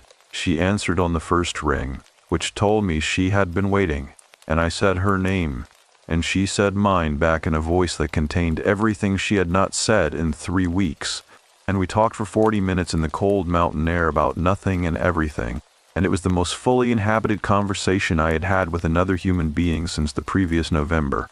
And when we hung up, I sat for a moment with the stone in my palm and the quartz vein under my thumb and the pine forest around me in its own enormous and indifferent silence. And I thought, there it is. There is what he meant by the after clarity. Not the grand things. The available ones. I drove the rest of the way to Portland in the early afternoon light, watching the landscape change from alpine to valley, from volcanic gray to the particular green of the western slope, and I did not feel myself going home so much as going forward, which is a distinction that would have seemed meaningless to me a week ago, and that now seemed like the only distinction worth making. The stone sat on the windowsill above my desk for the weeks that followed, and every morning when the light touched the quartz vein and made it briefly luminous, I would hold it for just a moment before beginning work, and in that moment the room always felt, quietly and without drama, like it contained the right number of people. 3 months passed before I wrote any of this down. That is not procrastination, and it is not avoidance. I want to be precise about the distinction, because I spent enough of the 14 months before Oregon confusing the two. Avoidance is the refusal to approach a thing because of what approaching it will cost. What I was doing in those 3 months was different. I was waiting for the experience to finish settling, the way you wait for silt to fall through water before you look at what is on the bottom. Writing too soon would have produced a document organized around the intensity of what had happened rather than around its meaning. And intensity without meaning is just noise. I had produced enough noise in my professional life to know the difference. So 3 months, December, January, February, the wettest winter Portland had seen in a decade. The kind of rain that does not fall so much as occupy. A gray and patient saturation that suited the interior work I was doing without my having chosen it consciously.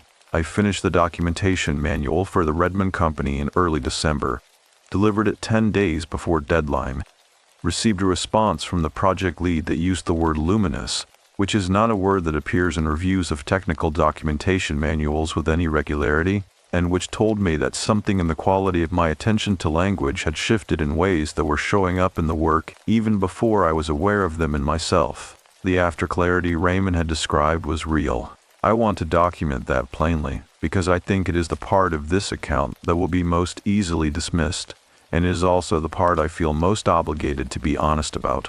It was not a sustained altered state. It was not a spiritual experience in the conventional sense of that phrase. It was, as he had described it, a change in prescription. The world seen with a different focal length. Certain things that had been blurry now sharp. Certain things I had been straining to see now visible without effort. The specific changes were small. That is also important to record, because the smallness is the most credible thing about them, and credibility matters to me more now than it ever did.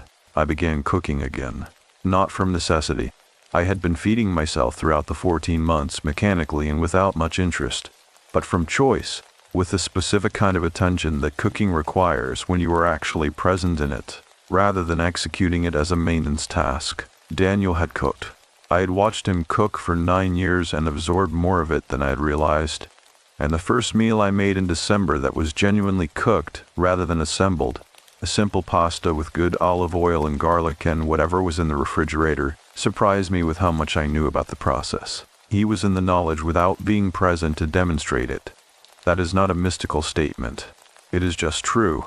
I began sleeping through the night, which I had not done consistently since November of the previous year. Not every night. Grief is not a condition that resolves on a schedule. But most nights. And the nights I did not sleep through I spent reading rather than lying in the particular agony of 3 a.m. wakefulness that had characterized so many months of the preceding year. I read, in those months, more than I had read in years. Physics mostly, because Daniel had left behind a shelf of books in his field, and I had never had the interior resources to open them before. And now I did. I read about material science, about phase transitions, about the behavior of matter at the boundary between states. I read about quantum computation in the limited way that a non-specialist can read about it and still derive meaning. I read about the theoretical frameworks that surrounded Kessler's work without ever becoming Kessler's work, and in the reading I felt something I can only describe as companionship. The sense of moving through a landscape that someone I loved had moved through before me, following a path I could not see but could feel in the quality of the ground underfoot. My sister came to visit in January and stayed for a week. We had always been close in the way of siblings who were genuinely fond of each other, but who had, in the months of my deepest grief, been separated by my inability to be present enough for the closeness to function. She stayed in Daniel's study, which I had not changed and had not been able to enter without cost since November of the previous year, and which she occupied with a naturalness that was itself a gift. The room becoming again a room where a person slept and read and left the coffee cup on the desk, rather than a preserved monument. We talked in the way we had talked before, in the long, unstructured way of people who trust each other with the unfinished and the uncertain. And one evening she said, not as an observation about my grief, but as a genuine question about my life, "What do you think comes next?" And I had an answer. Not a complete answer, not a plan, but an orientation. A sense of direction that had been absent for 14 months and was now present with the quiet certainty of a compass that has found north. I told her I thought I wanted to write something that was not technical documentation, that I had been carrying an account inside me for 3 months that needed a form, and that I had been waiting to understand what form before I began. She listened in the way she always listens, fully and without agenda. And then she said, "So begin." I began in February. The first week was almost entirely preparatory. Notes on my legal pad. The same legal pad from the facility, which I had kept and which still had my sequence of observations from those days in Oregon. The careful shorthand of a person mapping a system she did not yet understand. I read through those notes with the distance that 3 months provides, and was struck by how accurate they were, and how incomplete. Accurate in the factual record of what I had observed, incomplete in everything that the observation had missed, which was almost everything that mattered. I called Raymond in the second week of February. He answered as he always did, unhurried and careful, and I told him I was writing the account and asked if there was anything he wanted me to know before I committed it to a document. He was quiet for a moment and then said, Kessler always said the account was part of the process, not a record of what happened, a continuation of it. He believed that putting the experience into precise language was itself a form of transmission, that the person who read an honest account was receiving a version of the contact that the writer had had. Attenuated, he said, but real. I thought about that for a long time after we hung up. I thought about all the people who might read this in the dark with headphones on, in the specific privacy of a late-night hour when the ordinary world has quieted and the interior one becomes more available. I thought about what it would mean if Kessler was right, if the honest account was itself a channel, if the transmission continued not just between living and whatever lies adjacent to the state, but between one living person and another, across the distance of a story told in the dark. I thought about Daniel, who had believed that understanding was the primary human activity, and that sharing understanding was the primary human responsibility, who had explained the molecular structure of bread at the dinner table not to demonstrate knowledge, but because he genuinely believed that knowing how a thing worked made it more beautiful rather than less, and that beauty was a resource that should be distributed as widely as possible. I wrote in the mornings, which had always been my best working hours, at the desk by the window that looked onto the courtyard of my Portland apartment building, a small courtyard with a single large maple that was bare through December and January, and began in February to show the first cautious suggestion of buds, tiny and dark red against the gray winter sky. The riverstone from Raymond sat on the windowsill to my left, and I reached for it often while writing, not as a talisman, not with any mystical intention, but because the weight and the specific surface of it under my thumb were associated in my hands with the quality of attention I was trying to maintain in the writing, a physical anchor for a particular interior state. A point of reference, the way Raymond had said you needed a point of reference in the calculation room, something in the physical world to hold on to while the other part of you went somewhere else. The title arrived on a Thursday morning in mid-February, unbidden, the way good titles always arrive, not constructed but discovered, already present in the material, waiting to be noticed. I was rereading a section I had written about the calculation room, and the phrase surfaced cleanly, and I wrote it at the top of the document, and it was correct in the immediate and unambiguous way that correct things are correct, without requiring defense or adjustment. I will not record it here because you have already seen it. It was there before this account began, doing its quiet orienting work, and it needs no repetition. By the end of February, the account was complete in its first form, not finished in the sense of polished, but finished in the sense of whole. Every necessary element present, the shape of it clear. I read it through in a single sitting on a Sunday afternoon, with the maple outside just beginning to blur with the first true green of early spring. And what I felt reading it was not satisfaction exactly, but something closer to recognition. The feeling of a true thing that has been given its accurate form.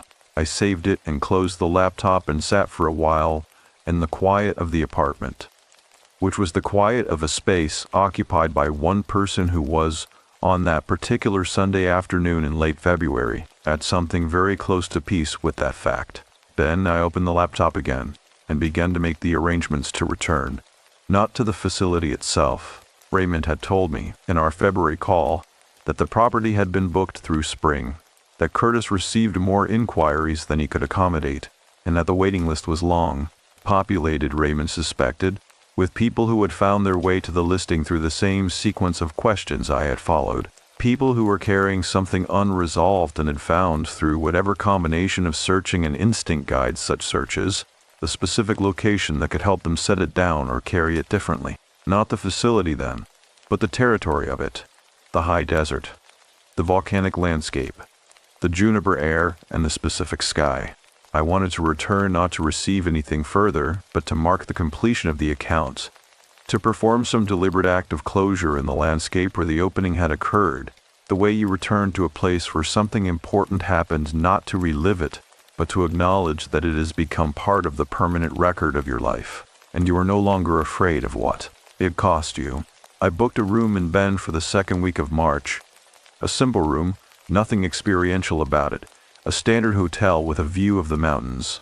I texted my sister to tell her where I was going, and she replied with a single word that was exactly right: good. On the last evening of February, I stood at the window with the river stone in my palm and watched the maple and the courtyard hold its new green against the last of the winter dark. And I thought about calculations that do not terminate, and about processes that continue in different configurations, and about the specific and ordinary miracle of a life that is still open, still running, still computing, still capable of outputs that have not yet been determined.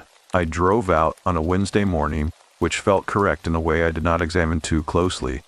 Daniel had died on a Tuesday, which had made Tuesdays difficult for 14 months. And there was something in choosing the day immediately after, the day that follows, that felt like the right grammar for what I was going to do. The drive through the Cascades was different from the September crossing in the specific way that the same road is always different in a different season. The pass held a late snow that had come in, overnight, not heavy, just a dusting that clung to the pine branches on the upper slopes and made the forest look precise and temporary, each tree distinct against the white. The light was the particular sharp light of early March at elevation, without warmth but with an extraordinary clarity, the kind of light that makes objects look more fully themselves, as though the softening haze of warmer months had been removed, and what remained was the essential structure of things. I descended into high desert country, and the snow fell away behind me, and the landscape opened into its familiar mineral austerity, the sage and the volcanic rock and the flat blue sky that had no softness in it, and the particular smell coming through the slightly open window that I had not been able to name on my first arrival, and that I recognize now the way you recognize a person you have met once in a significant context, immediately, completely, and with the full weight of what the meeting meant. I checked into the hotel in Bend and left my bag and drove east without stopping, toward the territory of the facility without approaching the facility itself. The gravel road that branched from the highway was visible from the main road. I could see its beginning, the point where the pavement ended and the pale track curved into the scrubland, and I slowed as I passed it but did not turn. I drove another 2 miles and pulled off the highway onto a rutted shoulder where the land opened wide to the south, facing the volcanic ridge that I had watched from the facility's rear windows through all those September days. The ridge looked different from this angle, and at this distance, larger, more articulated, the individual formations of dark basalt visible in the morning light as distinct shapes rather than a single dark mass. There was no shimmer today, no thermal distortion. The air was too cold and too still for that, and the ridge stood in it with a sharpness that made every surface legible. I stood outside the car with the river stone in my coat pocket and my hand around it, and I looked at the ridge for a long time. There was no figure on it. Of course there was no figure. The figure I had seen on my first afternoon, that vertical shape holding its quality of attention on the building, had been, I understood now, the first gesture of a contact that had needed 5 more days to complete itself. A threshold marker, in Kessler's language, a signal sent ahead to announce that the channel was available, that something on the other side of the membrane had registered my arrival and was preparing to receive. I had been afraid of it, naturally, instinctively. I had looked at an empty ridge and felt watched, and the feeling had been correct, and I had turned away from it, and the calculation had waited, because calculation does not have the option of impatience. It simply continues until the conditions for completion are met. I left the car and walked south into the scrubland, following no path, moving between the sage with the unhurried attention I had learned in those September days. The attention of a person who has stopped trying to organize what they are observing and has started simply receiving it. The ground was cold and firm under my feet, and the sage released its dry resinous scent as I moved through it, not strongly but consistently, a thread of it in every breath, and the volcanic rock that surfaced at intervals through the sandy soil was a dark reddish gray that caught the light at certain angles and seemed, briefly, lit from within. I walked for perhaps 20 minutes before I found the place I was looking for. I did not know I was looking for a specific place until I arrived at it.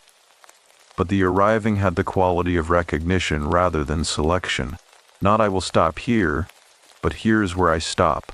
It was a slight depression in the terrain, sheltered on the north side by a low outcropping of basalt, open to the south toward the ridge. The sage was dense here, taller than average, and it formed a natural enclosure that was not quite a room, but was not entirely unlike one. A space with walls and an orientation, facing the ridge, facing the territory of the facility, facing the direction of what had happened. I sat on the basalt outcropping and took the river stone from my pocket. I had thought, in the weeks of preparation before this trip, that I would say something formal when I reached this moment, something composed, something with the weight of a deliberate utterance. I had considered and rejected several formulations, each of them too literary, too constructed, too much the work of the technical writer who cannot resist shaping language into its most precise form, even when precision is not what the moment needs. What I said instead was nothing I had prepared. I said, I finished it. To the ridge, to the cold March air, to the sage in the basalt and the specific blue of the high desert sky, to whatever the calculation room had been able to reach and hold and return, however briefly, to something I could receive, to the process that continued in a different configuration, running on different hardware, producing outputs I could not directly access, but whose existence I no longer doubted with the particular anguish of the previous 14 months. I said, I finished it, and it is honest, and I think you would find it accurate. And I think the accuracy would matter to you more than anything else about it, which is why I worked on it as long as I did.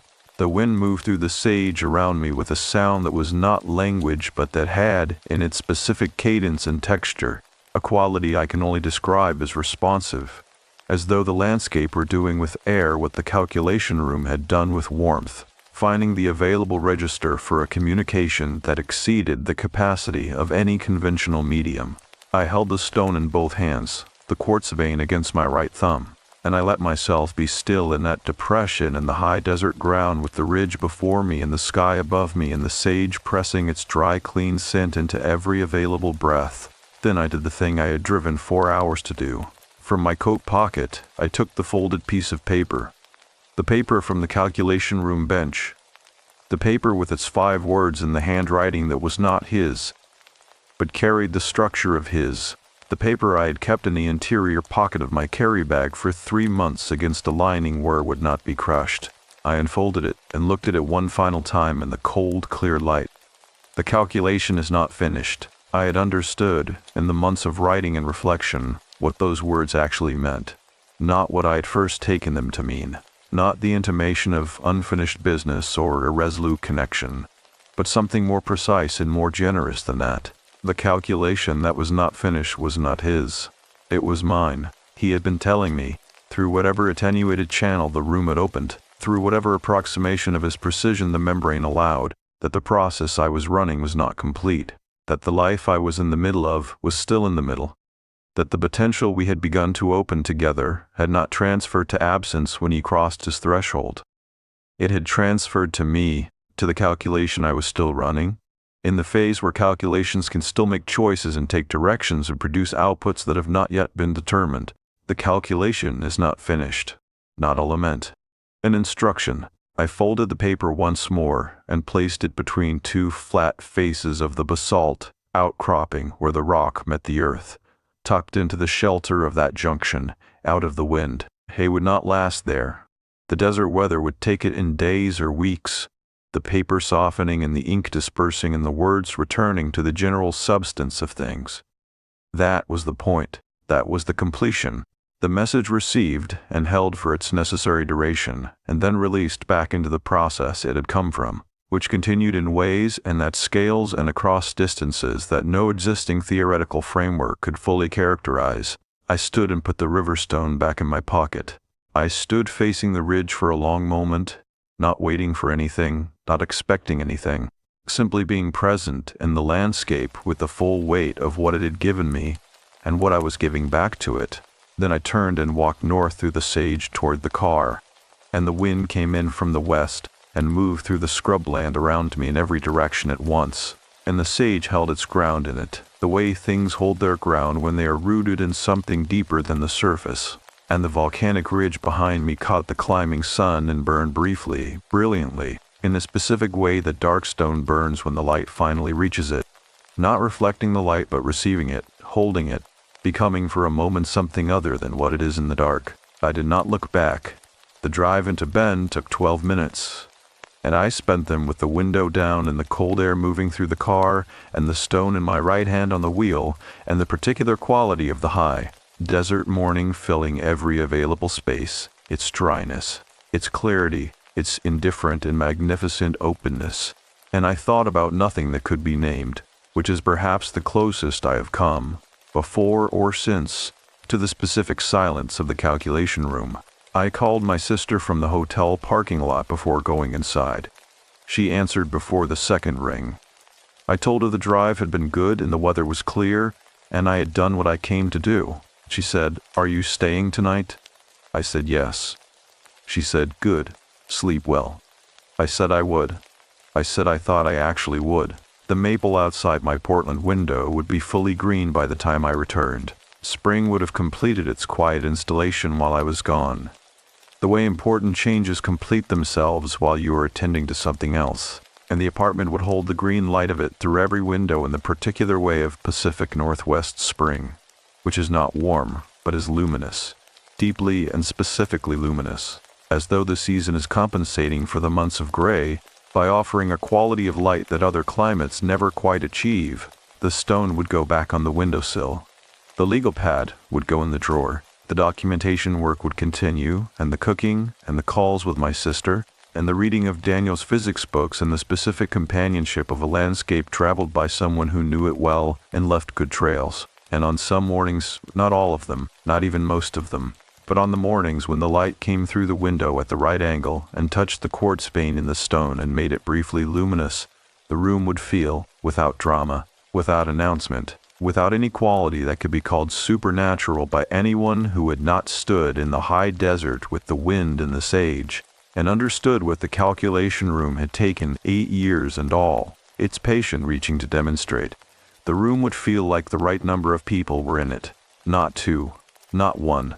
The right number, which is whatever number allows the work that needs doing to be done, and the life that needs living to move forward, and the door that was open together to remain open, not onto absence, not onto nothing, but onto the continuing and unfinished and extraordinarily ordinary business of being still here.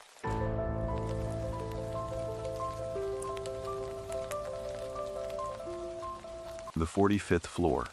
There are buildings in Chicago that the city has decided to forget, not tear down, not repurpose, not landmark designate with a bronze plaque and a paragraph of sanitized history. Simply forget, the way a person forgets a room in their childhood home that something bad happened in. Not because they have lost the memory, but because the memory has become too large to live beside and still function. The Harlan Tower was one of those buildings. I found it the way I find most things. By accident, by following a thread that was not supposed to lead anywhere meaningful, and then standing in front of something that made the thread suddenly feel less like coincidence and more like gravity. My name is Marcus Delaney. I am 38 years old. I am a documentary researcher, which is the polite way of saying I spend my working life in the basements of county courthouses and the back corners of local libraries, building the factual scaffolding that other people use to construct films and podcasts and long-form pieces that win awards, and my name appears somewhere in the credits between the gaffer and the key grip, if it appears at all. I've researched serial killers, corrupt municipalities, environmental disasters, and a 3-part series on the history of the American freight railway that I found deeply moving and that achieved, I am told, moderate streaming numbers. I do not do horror stories.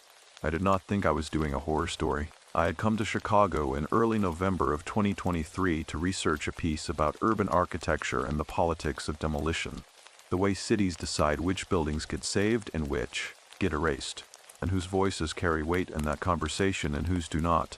The Harlan Tower was one of 6 structures on my list. It was, on paper, the least interesting of the 6. I drove in from Columbus the morning of the 8th, which I mention only because the date would later acquire a weight I could not have anticipated.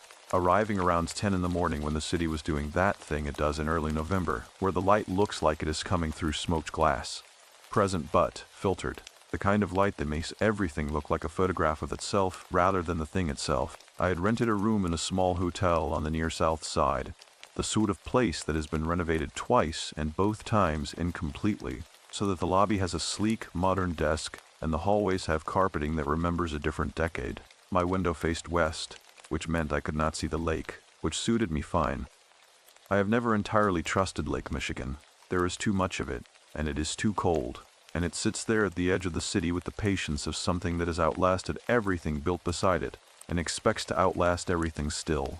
I unpacked efficiently. I have researched enough locations to know that unpacking properly is a form of psychological anchoring, a way of telling your nervous system that you are here, you are staying, this is temporary, but it is yours. And then I ate lunch at a counter place 2 blocks from the hotel where the coffee came in a mug the size of a small bucket, and the woman behind the counter called me hone with the absolute sincerity of someone who had called every person who sat in that seat hon for the last 30 years and meant it each time. I had a Polish sausage on a toasted roll with mustard and a side of fries that I ate half of. And I read through my notes on the Harlan Tower while I ate, and the notes were what notes always are at that stage of research. A collection of facts that have not yet found their shape. The Harlan Tower was completed in 1978. 62 stories, designed as luxury residential, which is a phrase that in 1978 in that part of Chicago meant something slightly different than it would mean today, though the aspiration was the same, a vertical address, a view, the particular status that comes from living higher than your neighbors. It had operated as residential until the early 2000s, then partially converted to mixed use, then largely vacated during the financial crisis of 2008, then purchased by a development consortium in 2019 that had since done nothing with it except allow it to sit. The building was not legally accessible. The ground floor entrances were sealed with corrugated steel panels bolted from the outside. The parking structure on the building's south face had been blocked with jersey barriers. A single security firm held the contract, which by all available evidence meant a single guard in a heated booth at the main entrance from 8 p.m. to 4 a.m. on weekdays, and apparently nothing at all on weekends. The consortium had permits for demolition. The demolition had been delayed 3 times by community appeals. None of this was unusual. None of this was interesting beyond the standard rhythm of urban bureaucracy, which grinds slowly and in circles and eventually arrives somewhere that satisfies no one completely. What caught my attention, the thread I was not supposed to follow into something meaningful, was a single line in a blog post from a Chicago architecture enthusiast that I had found during preliminary research. The post was about the Harlan Tower's construction history, dry and thorough in the way enthusiast writing tends to be, and it contained this sentence in the 3rd paragraph, unremarked upon, offered with no additional context. The building became briefly notable in November of 2017, when a man died on the 45th floor terrace under circumstances the city declined to fully investigate. I sat with that sentence for a moment. I wrote it in my notebook by hand, which is something I do when a sentence feels load-bearing, when it has more weight in it than its surface suggests. The city declined to fully investigate. That is not a sentence about an accident. That is a sentence about a decision. I finished my coffee. I paid. I walked out into the November afternoon and turned south toward where I knew the Harlan Tower stood, 8 blocks away. And as I walked, the wind came in off the lake from the east, and found the spaces between the buildings and moved through them with the cold efficiency of something that has been doing this for a very long time and does not need to hurry. I saw the tower from 4 blocks away.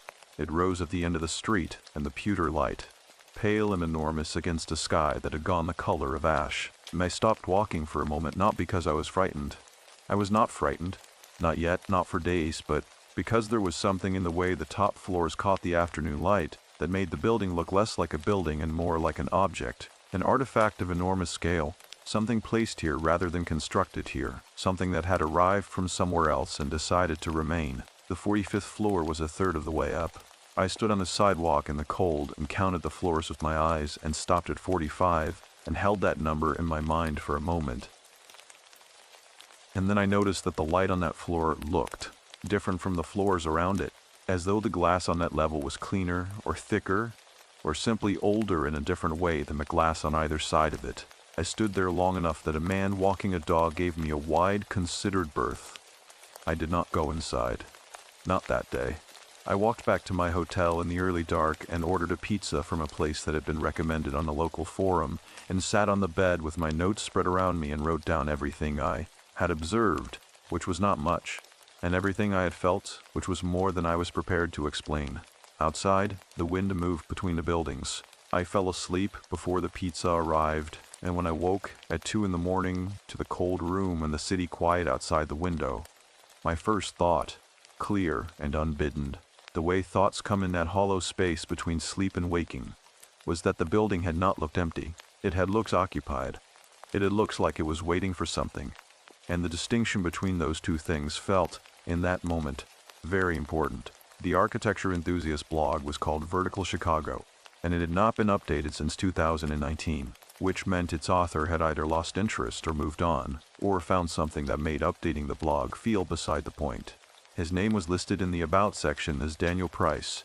There was no photograph. I found the post again the next morning over coffee in my room. Real coffee this time, from a paper cup I had picked up at a gas station convenience store on the corner because the hotel's lobby machine produced something that tasted like hot brown disappointment, and I read the full thing carefully, the way I had not read it the first time, when I had been skimming. Daniel Price knew the Harlan Tower the way people know buildings they have formed an attachment to, not the way architects know buildings, clinically and in section drawings, but the way you know a place you have returned to many times for reasons you have never fully articulated. He wrote about its lobby ceiling, the way the original terrazzo had cracked and been inexpertly patched. He wrote about the mechanical floor on level 22, which had a window that opened outward and which Price had apparently stood at during one of his visits, looking out at the city at what he described as 4 in the afternoon on a January day when the cold was structural, when it was part of the city's architecture, when it was doing the same load-bearing work as the steel inside the walls. I liked that. I wrote it in my notebook. The sentence about the November death appeared in the section about the building's most recent decade, and I read it 3 times now, and each time it gave me the same sensation. Not dread, not exactly, but something adjacent to it. A mild pressure behind the sternum. The feeling of standing on a floor you are not entirely certain will hold. The city declined to fully investigate. I pulled the Cook County public records I had access to through the Research Consortium's database and searched for incident reports filed at or around the Harlan Tower address in November of 2017. The database was incomplete in the way public databases always are, full of gaps and misfiled entries and records that existed somewhere in a physical archive and had never been digitized. But I found 2 things. The first was a brief incident report, 3 lines, filed November 9th. It documented the recovery of a body from the 45th floor terrace of the Harlan Tower. The deceased was identified as a male in his mid-20s. Cause of death listed as blunt force trauma consistent with a fall from height. Case status, closed. Medical examiner reference number attached. The second was a complaint filed by a resident of the building directly north of the Harlan Tower, also dated November 9th, citing the presence of emergency vehicles on the street the previous night and requesting clarification about the safety of the area. The response to that complaint, filed November 22nd, said, "Thank you for your concern. The incident has been resolved. There is no ongoing safety issue. The Harlan Tower is a secured private structure." That was all. I sat with those 2 documents for a long time. What they did not contain was as significant as what they did. There was no follow-up investigation. There was no inquiry into how a person had gained access to a secured building. There was no name. The medical examiner reference number, when I searched it, returned a record that was marked restricted, which in Cook County Public Records means it is available through a formal FOIA request, with a documented journalistic purpose and a waiting period of 45 to 90 business days. I filed the request. I did not expect to hear back before I left Chicago. I filed it anyway because research is mostly the practice of doing thorough work in the present that pays off at some undetermined future moment, and because something about the absence of a name in that incident report bothered me in a way I could not immediately articulate. A man had died. His name should be somewhere in a public record.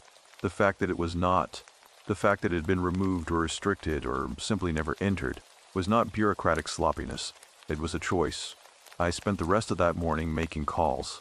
I reached 2 former residents of the Harlan Tower through a tenants association that had been active during the building's mixed-use years. The first, a woman named Patricia, told me she had heard about the November incident and that the building management had sent a letter asking residents to avoid discussing it with the press, which she found peculiar because there was no press. The second, a retired postal worker named Gene, told me something more specific. He said that the man who died had been a stuntman, not a working stuntman in the professional sense, not someone with union credentials and a SAG card and a rate sheet, but someone who had done stunt work on the fringes of the industry, the kind of work that did not appear in credits, the kind of work that was arranged through intermediaries and paid in cash, and existed in the informal space between performance and transaction. Gene said the man had been hired by someone to film a rooftop stunt on the building. He said the money involved was significant. Gene used the phrase life-changing, which is the phrase people use when they mean an amount that feels impossible from the inside of the life you are currently living. He said the stuntman had a reason for needing money that badly. I asked what the reason was. Gene was quiet for a moment. His girl, he said, and his mother, both of them needed something from him at the same time. You know how that goes. I said I understood. He should not have been in that building, Gene said. And the way he said it was not accusatory. It was careful, like someone selecting words the way you select footing on uncertain ground. Nobody should have been in that building at night. There is something in the upper floors of that building that has no business being there, and everyone in this neighborhood knows it. And nobody says it out loud, because saying it out loud does not help anyone, and the building is coming down eventually anyway. I asked him what he meant by that. What he meant by something. He said he had to go. He said he hoped my research went well. He said the Polish place on Wolbosch had the best lunch counter in the neighborhood if I was looking for somewhere to eat. He hung up. I wrote down everything he had said, including the pauses, including the way his voice had shifted register on that word. Something, moving from the matter-of-fact tone of a man recounting events to something quieter, something that had the texture of a thing long since accepted and set down. I ate at the Polish place on Wabash. Gene was right about the lunch counter. I had a cup of beet soup, deep red, sweet and earthy, served with a small bread roll that was still warm, and I sat at a stool facing the window and watched the street and thought about a man who had needed money badly enough to climb 62 stories. In the dark, I thought about what Gene had said, his girl and his mother. I thought about the stuntman's hands on the building's exterior in the dark of a November night, and the specific quality of that cold, and whether the view from the 45th floor had been beautiful and the moment before whatever went wrong. I thought it probably had been. That afternoon I walked back to the Harlan Tower, this time all the way around its perimeter. I took photographs. The sealed ground floor entrances, the Jersey barriers, the security booth on the main face that was empty in the middle of the day. I photographed the building's south terrace, the recessed architectural detail on the 45th floor that Gene had described, a wide ledge of poured concrete bordered by a low parapet wall, designed originally as a communal outdoor space for residents, long since sealed off. From the sidewalk 45 floors up, the ledge looked narrow. From 45 floors up, in the dark, in November, it would have looked like the edge of the world. I stood at the building's base and looked straight up, and the gray facade of it went away from me into the sky, and the perspective compressed, and the upper floors seemed to lean inward very slightly, the way tall buildings always seem to lean when you look up at them from directly below. And I had the distinct and sourceless sense that the building was looking back at me with the same attention I was giving it. I took a photograph of the 45th floor terrace from below. When I reviewed it later in my hotel room, enlarged on my laptop screen, I noticed something in the image that I had not noticed while standing on the sidewalk. The parapet wall on the 45th floor terrace had something resting against the inside of it, visible from below as a small dark shape pressed against the concrete, indistinct at this resolution, but clearly present, clearly there, something that the security company's claim of a fully secured building made difficult to account for. I looked at the photograph for a long time. I told myself it was debris. I told myself it was shadow pooling in a depression in the concrete. I told myself there were 100 explanations for a small dark shape on a ledge, 45 floors above a Chicago sidewalk, and every one of them was more reasonable than the one my mind kept returning to without my permission. I closed the laptop. The room was very quiet. What I could not close was the question of why, out of every building on my research list, the Harlan Tower was the one I kept thinking about in the hours between waking and sleep. Not with dread, not yet, but with the specific and persistent attention you give to a thing that you understand, on some level beneath articulation, is not finished with you yet. The photograph stayed open on my laptop for most of the following morning. Not because I was studying it, I had studied it, methodically, enlarging different quadrants, adjusting the contrast, doing the things a researcher does when a piece of evidence refuses to yield a clean answer. I had done all of that, and arrived at the same place I had started. A small, dark shape against the inside of the parapet wall, 45 floors above the sidewalk, in a building that had been sealed and secured and declared empty for the better part of 6 years. It stayed open because closing it felt like a decision I was not ready to make. I ordered breakfast to the room. Scrambled eggs and wheat toast and a second paper cup of gas station coffee that I had retrieved at 6 a.m. when I could not sleep. And I ate at the small desk beside the window and looked at the photograph and looked at the street below and thought about what Jean had said with that careful, deliberate weight. There is something in the upper floors of that building. I am a researcher. My professional relationship with that kind of statement is adversarial by training. I hear it, I note it. I file it under the category of local belief and cultural mythology, which is a real and serious category. It tells you something true about a community and a place, even when its literal content is unprovable. And I keep moving. I do not dwell. I do not let the unverifiable slow the verifiable. That morning, for the first time in a career spent in the basements of county courthouses, the adversarial relationship failed me. I called Daniel Price. Finding his contact information had taken about 40 minutes the night before, a comment thread on a Chicago Urbex forum, a linked profile, an email address that appeared to still be active based on a reply he had posted to a forum question 8 months prior. I sent him a message at 11 p.m. explaining who I was and what I was researching and asking if he would be willing to speak. I told him I had read his post about the Harlan Tower carefully, and that I had a specific question about the sentence concerning the November 2017 incident. He called me back at 7:45 in the morning, which told me two things. He had been awake when the message arrived, and he had been deciding whether to respond for the better part of 9 hours. His voice was careful in a way that was different from Jean's careful. Jean's careful had been the caution of someone who had accepted something and was choosing how much of it to share.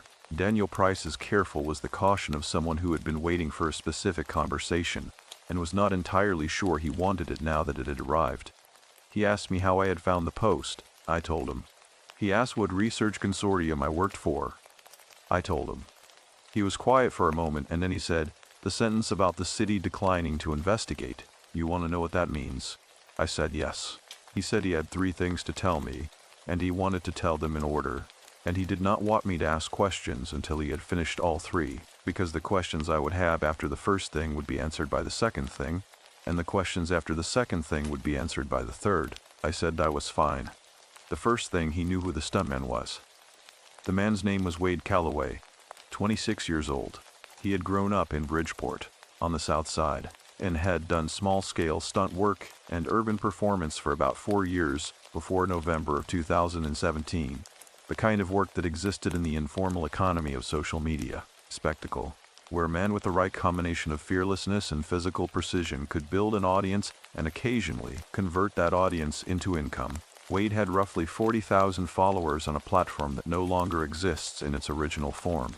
His content was rooftop work, climbing to the tops of buildings, filming the city from heights and angles that required bypassing every reasonable safety measure, posting the footage with a kind of calm that his followers found either inspiring or terrifying depending on their own relationship with height and consequence. The second thing, Wade Calloway had not been hired by someone to film a rooftop stunt. That detail, which had apparently circulated in the neighborhood, was either a simplification or a deliberate misdirection. What had actually happened, as best as Daniel Price had been able to reconstruct it from sources he declined to name, was that Wade had arranged the climb himself, had filmed himself before, had a specific reason for needing to complete this particular building, the Harlan Tower, before the end of that week.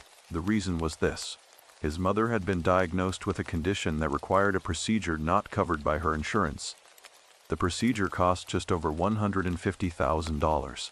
Wade had been in contact with a private content broker, a person who paid large sums for extraordinary footage to sell to platforms and media companies that operated in the gray space between journalism and spectacle. The broker had offered Wade $155,000 for footage of a successful rooftop hang from the Harlan Tower's exterior, specifically the 45th floor parapet. because the 45th floor was the last accessible level before a keycard barrier restricted elevator access to the upper floors, and because from the 45th floor parapet the drop to the ground was exactly the kind of vertiginous, geometrically perfect shot that the broker's buyers required. Wade had been going to use the money for two things: his mother's procedure and a ring. He had intended to propose to his girlfriend the following day. Daniel Price stopped there for a moment. I did not ask a question. I had said I would not, and I kept that. The third thing was shorter than the first two, and it arrived in a different register. Quieter, stripped of the documentary cadence that had characterized the first two items. Spoken the way you speak something you have had to decide to say. Daniel Price said that he had been inside the Harlan Tower multiple times, over multiple years, the way urban explorers do, carefully, methodically, always before the current security contract, always with the specific photographer's attention to what a building holds in its atmosphere, the way certain spaces retain something of what has happened in them, the way old wood retains heat. He said that before November of 2017, the 45th floor terrace had been like every other floor in the building, cold, silent, the specific suspension of a place awaiting its own ending. He said he had gone back once after. Once was enough. I asked what he found. He said it is not something you find. It is something you walk into, like stepping from one kind of air into another kind. The terrace itself is just concrete. But there is a weight on that floor that was not there before. Not a ghost. I do not believe in ghosts, and I am not telling you to believe in them either. A weight. A presence. The way a room holds the shape of a conversation that ended badly, the 45th floor holds something of what that man wanted, what he needed, how much he needed it, and it has not gone anywhere. He said he would not go back. He said he thought someone should, eventually. He said he thought the building sensed that too. He said he realized how that sounded, and he said it anyway. We stayed on the line for a moment after that, without either of us speaking. Then he asked me if I was planning to go inside. I told him I had not decided. He said, "You have decided. You just have not admitted it to yourself yet. People who have not decided do not call me at 7 in the morning." He hung up. I sat at the desk for a long time after that. The eggs had gone cold. The coffee was doing the things cold coffee does, developing a film across its surface and pulling back from the sides of the cup and becoming a record of its own cooling. I opened a new document and typed Wade Calloway's name at the top and sat looking at it. 26 years old, 40,000 followers, a mother with a medical bill the size of a small mortgage, a girlfriend he intended to ask a question of the following day. He had climbed 62 stories in the dark on the 8th of November 2017. He had reached the 40th floor by elevator before the keycard barrier stopped him. He had climbed the remaining 22 floors by a route that Daniel Price had described to me in enough detail that I could trace it in my mind with uncomfortable precision. A maintenance stairwell, accessible through a door on 40 that had never properly latched. A series of mechanical floors where the interior temperature dropped steadily with each level gained, and then the 45th floor, and the terrace door that opened outward rather than in, and the cold. He had been getting into position when something went wrong. The footage, if it existed, had never surfaced publicly. The content broker had never been identified or approached. The case had been closed in 3 lines and a reference number marked restricted. The city declined to fully investigate. I looked up Wade Calloway's former social media presence through archived versions of the platform and found 11 videos still cached in a third-party archive. I watched all 11. In each of them, he moved with a precision that was almost architectural. Each hand placement deliberate, each foot placement tested before weighted, his body performing the calculation of trust between human mass and vertical surface with the fluency of someone who had done this long enough that the calculation had become instinct. In the last video filmed 3 weeks before his death, he stood on the roof of a 12-story building in Pilsen and looked out at the city and was quiet for a long moment before he said, without looking at the camera, "There is a version of this where everything works out." He sounded like he believed it. I closed the laptop. The room felt different after that. Not colder, not darker, but altered in some way I lacked a precise vocabulary to describe, as though the air had acquired a faint new weight, the way a room acquires weight when you bring news into it that changes the character of the space. I stood at the window and looked south toward where the Harlan Tower was, invisible from this angle, present nonetheless. Outside, the wind had died completely, and in a city where the wind never fully dies, where it is as constant and structural as the lake itself. That absence was the first thing that day that felt genuinely, specifically wrong. I went back to the building that afternoon. Not inside, not yet, but I circled it again with the specific attention of someone who has stopped pretending they are conducting general research and has started admitting they are conducting this research. About this building, about a man named Wade Calloway who needed $155,000 and climbed 22 floors in the dark to get it, and did not come back down the way he went up. The wind had returned by the time I reached the block, but it was different from the day before. Less lateral, less the organized movement of air between buildings, and more a kind of vertical disturbance, as though the air around the Harlan Tower was doing something slightly irregular, pulled upward along the facade and then released, cycling in a pattern that made the grid on the sidewalk move in small arcs rather than straight lines. I stood at the southeast corner for a long time and looked at the building's face and thought about what Daniel Price had said. Not a ghost. A wait. The shape of a conversation that ended badly. I have a brother named Thomas. He is 4 years younger than me, and he lives in Portland, and we speak every few months in the way that brothers who are not estranged, but are not close speak, reliably, warmly, without depth. The way you maintain a road you are not currently using but want to keep passable. Thomas has a wife and 2 daughters and a mortgage and a job in logistics that he is good at and does not love. And when I call him on his birthday, he answers in the second ring and asks about my work, and I ask about the girls. And we are both telling the truth, and neither of us is saying anything.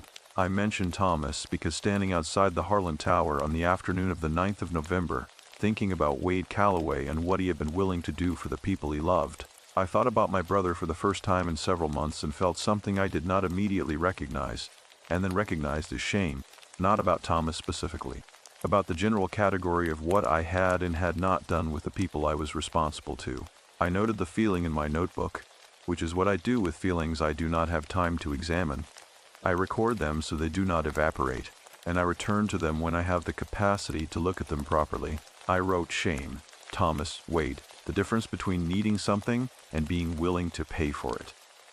Then I went back to doing what I was there to do. The building's service entrance was on the north face, partially concealed behind a surviving section of the original parking structure's exterior wall. I had noticed it on my first perimeter walk, but had dismissed it as sealed in the same manner as the other entrances. On closer inspection that afternoon, I found that the corrugated steel panel covering it was attached at the top and right side, but had come free at the lower left corner, pulling away from the frame by about 8 inches, enough to see that the door behind it was a standard commercial steel door with a push bar, and that the push bar had not been secured with a hasp or padlock, the way the other doors had been.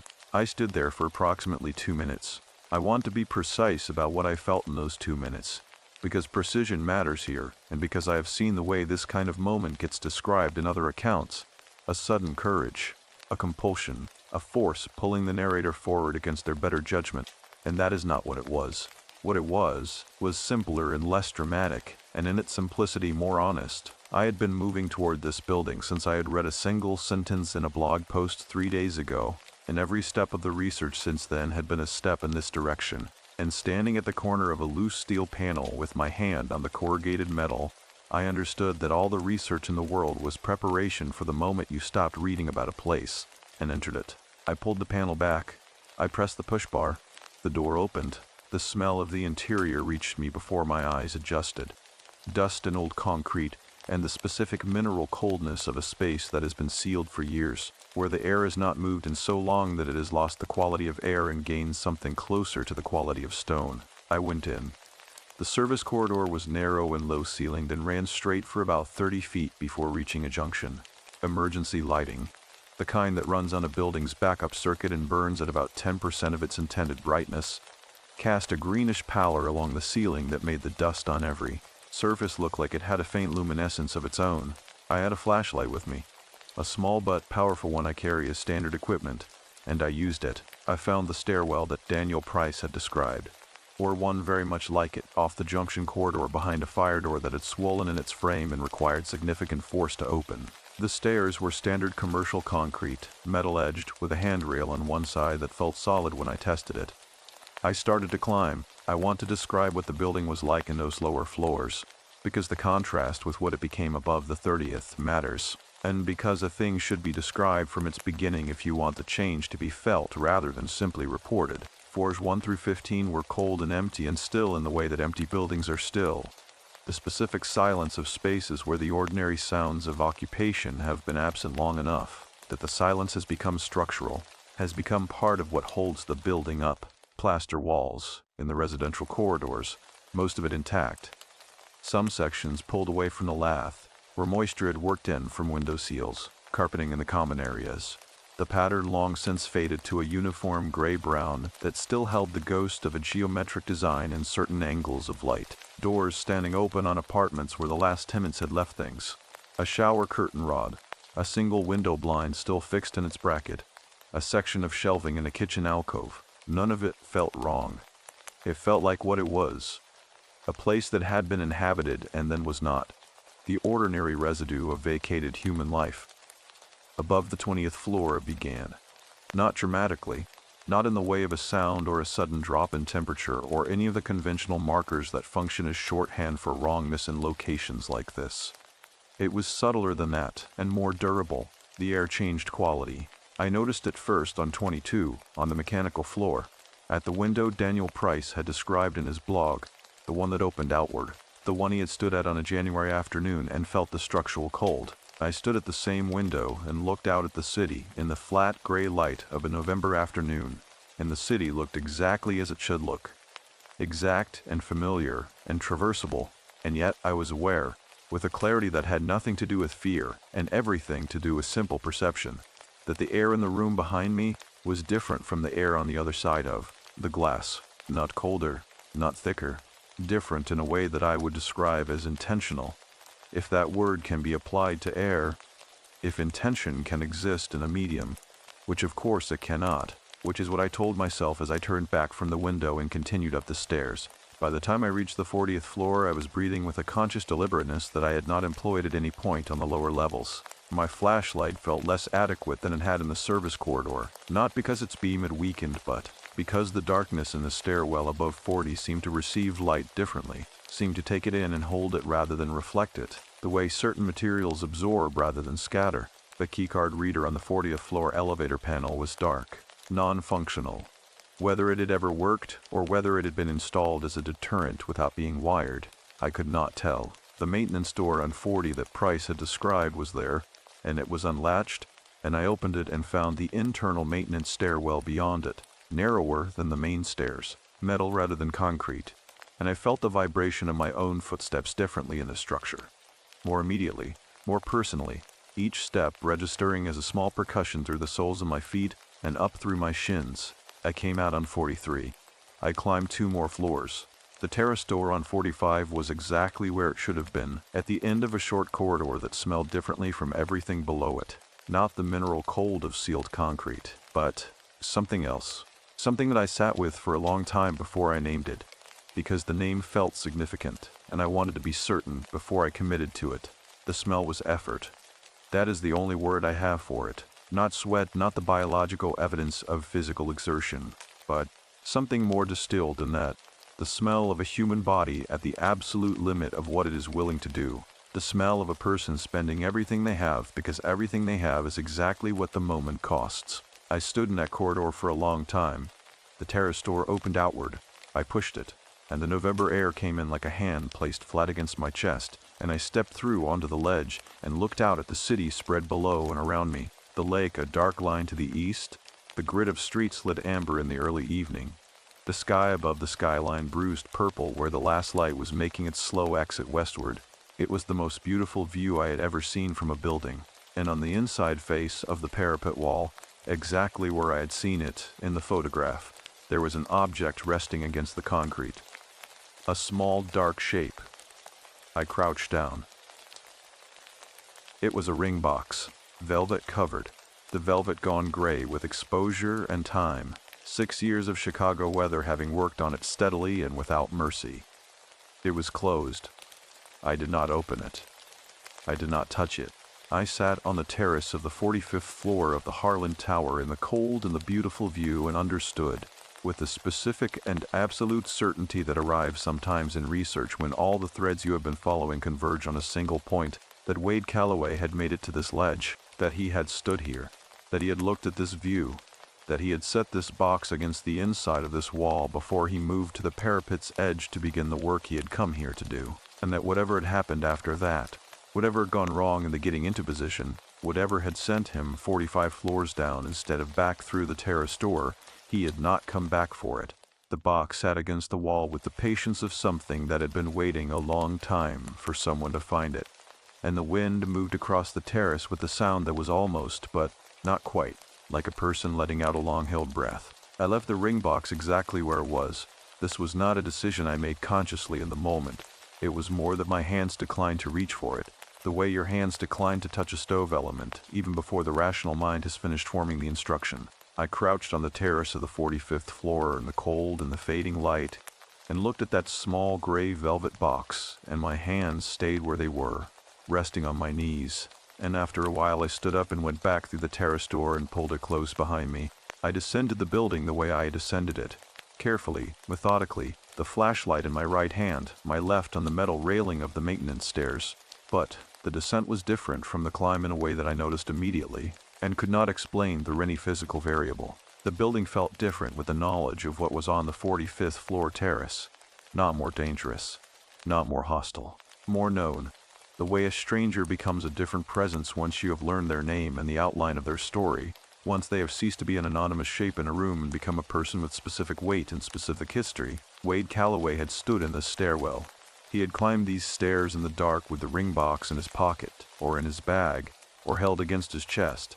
I did not know how he had carried it, only that he had carried it, that he had brought it with him to the highest point he could reach before the thing he came here to do, and that he had set it down in a place where the view was extraordinary and where it could wait for him while he worked. He had been 26 years old. I came out of the service entrance into the November dark and pulled the corrugated panel back into position and stood on the sidewalk for a moment, breathing the outside air, which smelled of exhaust and cold concrete and the distant mineral edge of the lake, and I felt the difference between the inside air and the outside air as a kind of decompression. The specific relief of a pressure you had not fully registered until it was gone. I walked back to the hotel. I did not eat dinner. I sat at the desk with my notebook and wrote for 2 hours. Everything I had observed, everything I had heard, everything I had smelled and felt and could not explain. And when I was done, I had 14 pages of notes and one question written at the top of the first page, in letters larger than my normal handwriting. Whose was the ring for? I knew, of course.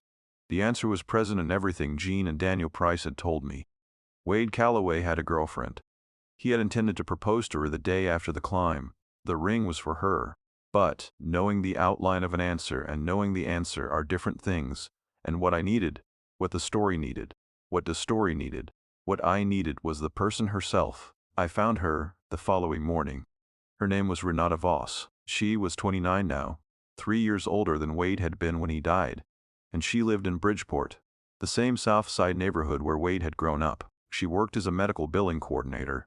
The particular irony of that occupation in the context of this story settled on me like something heavy when I first read it. At a clinic on Halsted, she had no significant public social media presence, which told me either that she had never been particularly active, or that she had removed herself deliberately after 2017, which in the context of Wade's public profile and the manner of his death seemed more likely. I found her through a mutual connection, a woman named Darcy who had been a friend of both Wade and Renata, and who ran an urban community garden in Pilsen that I had read about in an unrelated context. Darcy was the kind of person who was skeptical of strangers by default and generous to them by character, and those two qualities existed in a productive tension in our phone conversation. She asked me direct questions about my intentions, and I answered them directly. And after about 20 minutes she said she would pass my contact information to Renata, and that it would be Renata's decision entirely. Renata called me that evening. Her voice was composed in a way that felt practiced, the composure of someone who has spent years fielding questions they did not want to answer, and has built the necessary architecture to do so without significant visible cost. She asked what I was researching. I told her, fully and honestly, the way I had told Darcy. I told her about the blog post and the incident report and the restricted medical examiner file. I told her about Jean and Daniel Price. I told her what I had found on the 45th floor terrace, and I described it precisely. The velvet ring box, gray with 6 years of weather, resting against the inside of the parapet wall exactly where the photograph had shown it. There was a silence on the line after I described the box that lasted long enough that I checked my phone to confirm the call was still connected. Then she said, "I knew it was still there." I asked how she knew. She said, "Because he would not have left it anywhere else. That was the whole point. He was going to get the footage and come back down through the terrace door and pick it up and come find me. That was the whole plan." The box was she stopped. It was a placeholder for the version of the night where everything worked. I recognized that phrase. Wade had used it in his last video, standing on a Pilsen rooftop 3 weeks before his death. There is a version of this where everything works out. I told her that. I told her I had watched the video. She was quiet again. Then she said, "He said that a lot.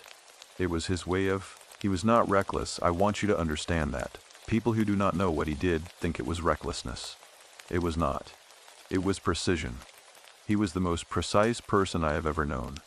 Every move planned, every variable accounted for. He always believed there was a version where the plan worked because there always was a version.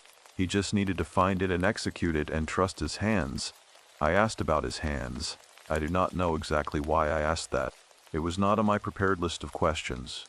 And it is not the kind of question a researcher typically asks, but it came out with the natural momentum of a conversation that has found its honest register. She said, "He had the most careful hands of anyone I have ever known. He could place them on any surface, any angle, any texture, and they would find what was solid and hold to it. I watched him climb things that should not have been climbable. I watched him do things that made my stomach drop and come back down and say, 'What did you think?' Like it was nothing, like it was just a Tuesday." She stopped. "He was showing off," she said. "For me. He was always showing off for me, even when I was not there. Every climb, the footage was for the money, but the climbing was. It was for me. He wanted me to see what he could do, what he was willing to do." I sat with that for a moment. "The mother," I said carefully. "His mother's procedure." "Yes," she said. "That too. Both things at the same time. He was trying to solve two problems at once with one act, and that is," she paused, "that is the most Wade thing there is. He could not do a small thing when a large thing was available." I asked if she knew about the ring. She said she had known he was going to propose. She had not known when. She had not known about the ring specifically, its existence, its location on the 40th floor, until the day after his death, when she had gone to the building and stood outside it and understood from the shape of the news and the shape of what she knew about him, that he had taken it with him. I asked why she had not gone to retrieve it. The silence this time was shorter. "Because," she said, and her voice changed quality on that word, moved from the practiced composure into something underneath it, something that had the texture of 6 years of being asked to be all right about something she was not all right about. "It is the last place he was, the last place he was whole and certain and about to do the thing he had planned. If I go up there and take it..." She stopped again. "It breaks the version where everything worked out," I said. She did not respond immediately. When she did, her voice was very quiet. "Yes," she said. "That is exactly right. You understand." I did understand. That was the problem. I had understood it from the moment I crouched on the terrace, and my hands declined to reach for the box. Because the box in its position against the parapet wall was not an abandoned object. It was not lost property or forgotten evidence or a relic waiting to be catalogued. It was an act of faith, preserved exactly as it had been placed, and to move it without the proper authority, without the consent of the person it was meant for, would have been a violation of something I did not have a clean academic name for, could feel with complete certainty. The ring box had been placed there by a man who believed in a version of the night where he came back for it. It had been waiting, in the cold and the wind and the 6 Chicago winters that had worked on its velvet surface, for the person it was always meant to reach. And I was not that person. I told Renata I would not disturb it. I told her it was exactly as it had been. I told her I thought she should know it was there, not because I thought she needed to do anything about it, but because a thing that belongs to you should not exist in the world without your knowledge, regardless of what you decide to do with that knowledge. She thanked me. Then she said something I did not expect. She said, "The building will not let it go easily. I want you to know that. There is a woman in Bridgeport who has told me things about that building, about what it holds and why. And she said the same thing both times I spoke to her. She said the building is not keeping him. She said the building is keeping his wanting, his need, and need that large, attached to a place that witnessed it, does not release on its own. I asked about the woman. Renata said her name was Estelle Marsh. She said Estelle had lived 3 blocks from the Harlan Tower for 40 years, and that she knew the building the way certain people know certain places, not from study, not from documentation, but from the long accumulated understanding of proximity and attention. She said Estelle had been the one who told her what was on the 45th floor without ever having been inside. I wrote the name in my notebook. I asked if Renata thought Estelle would speak to me. She will speak to you, Renata said. She has been waiting for someone to ask the right questions. Whether you are asking the right questions. A pause. And in the pause something that might, in different circumstances, have been a very faint warmth. Call her. She will tell you whether you are. I sat with the phone in my hand long after the call ended, and outside the window the city went about its business in the dark, and somewhere to the south, the Harlan Tower rose above its block, with its 45th floor terrace, and its patient, weather-worn box, and its 6 years of accumulated wanting. And I understood for the first time that I had not come to Chicago to research the politics of demolition, and I had not come to research Wade Calloway, and I had not come to write anything at all. I had come because something in me recognized something in the story before I had any reason to recognize it, and the recognition was the kind that only happens when the story and the person the story needs have been moving toward each other for longer than either of them knew. Estelle Marsh lived in a 2-flat on Aberdeen Street, 3 blocks southwest of the Harlan Tower, in a section of the neighborhood where the housing stock had survived the last 40 years. Through a combination of structural stubbornness and a particular care of people who understood that building, like a relationship, requires deliberate maintenance or it will find its own way to deteriorate. Her unit was on the ground floor. The front steps were swept clean. There was a clay pot beside the door that held a dormant plant, something that had been substantial in warmer months and was now reduced to a dry brown architecture of stems, but which had clearly been tended, clearly been watered through the season, clearly not been abandoned to the cold. I noticed the pot because it told me something about the person inside before the door opened. Renata had called ahead. Estelle had agreed to see me at 10 in the morning, and she opened the door at precisely 10, which told me something else. She was in her late 60s. A black woman with close-cut gray hair and the particular physical stillness of someone who has spent decades in deliberate relationship with their own body and its movements. A stillness that was, not inactivity, but, its opposite, the stillness of someone who does not waste motion. She wore a dark green cardigan over a collared shirt, and she looked at me for a moment before she stepped back to let me in, and the look was the kind that takes inventory without performing the act of taking inventory. "Marcus," she said. Not a question. "Yes," I said. "Thank you for seeing me." "Come in out of that wind," she said. "It is behaving badly today." The inside of her home was warm and smelled of coffee and something beneath the coffee cedar, I thought, or something in the cedar family, dry and faintly resinous. The front room had 2 armchairs facing each other across a low table, and the walls held photographs and a small number of framed objects that I did not examine closely because she was already moving toward the kitchen, and I followed. She poured coffee into 2 mugs without asking if I wanted any, which I appreciated, and set them on the kitchen table and sat down and looked at me with the same inventory look. "Renata told me what you found," she said. "Yes. And what you did not do." "I did not touch it," I said. She nodded slowly, the nod of someone confirming a suspicion rather than receiving new information. "Good," she said. "That was the correct ding. Sit down." I sat. She wrapped both hands around her mug and looked at it for a moment, and I had the sense that she was arranging something, not her thoughts, because her thoughts were already arranged, but the order in which she would deliver them, the sequence that would allow me to understand each piece before the next piece arrived. "How much do you know about the building?" she said. "The Harlan Tower. Its history before 2017. I told her what I knew, the construction date, the residential years, the mixed-use conversion, the vacancy, the development consortium. She nodded through all of it. "And before 1978, she said. I told her I knew nothing about the site before construction. "Most people do not," she said, without judgment. "That site held 2 previous structures. The first was a warehouse built in 1912, demolished in 1951. Before that, and this is the part that matters, it was a rooming house, built in 1894. It burned in 1910.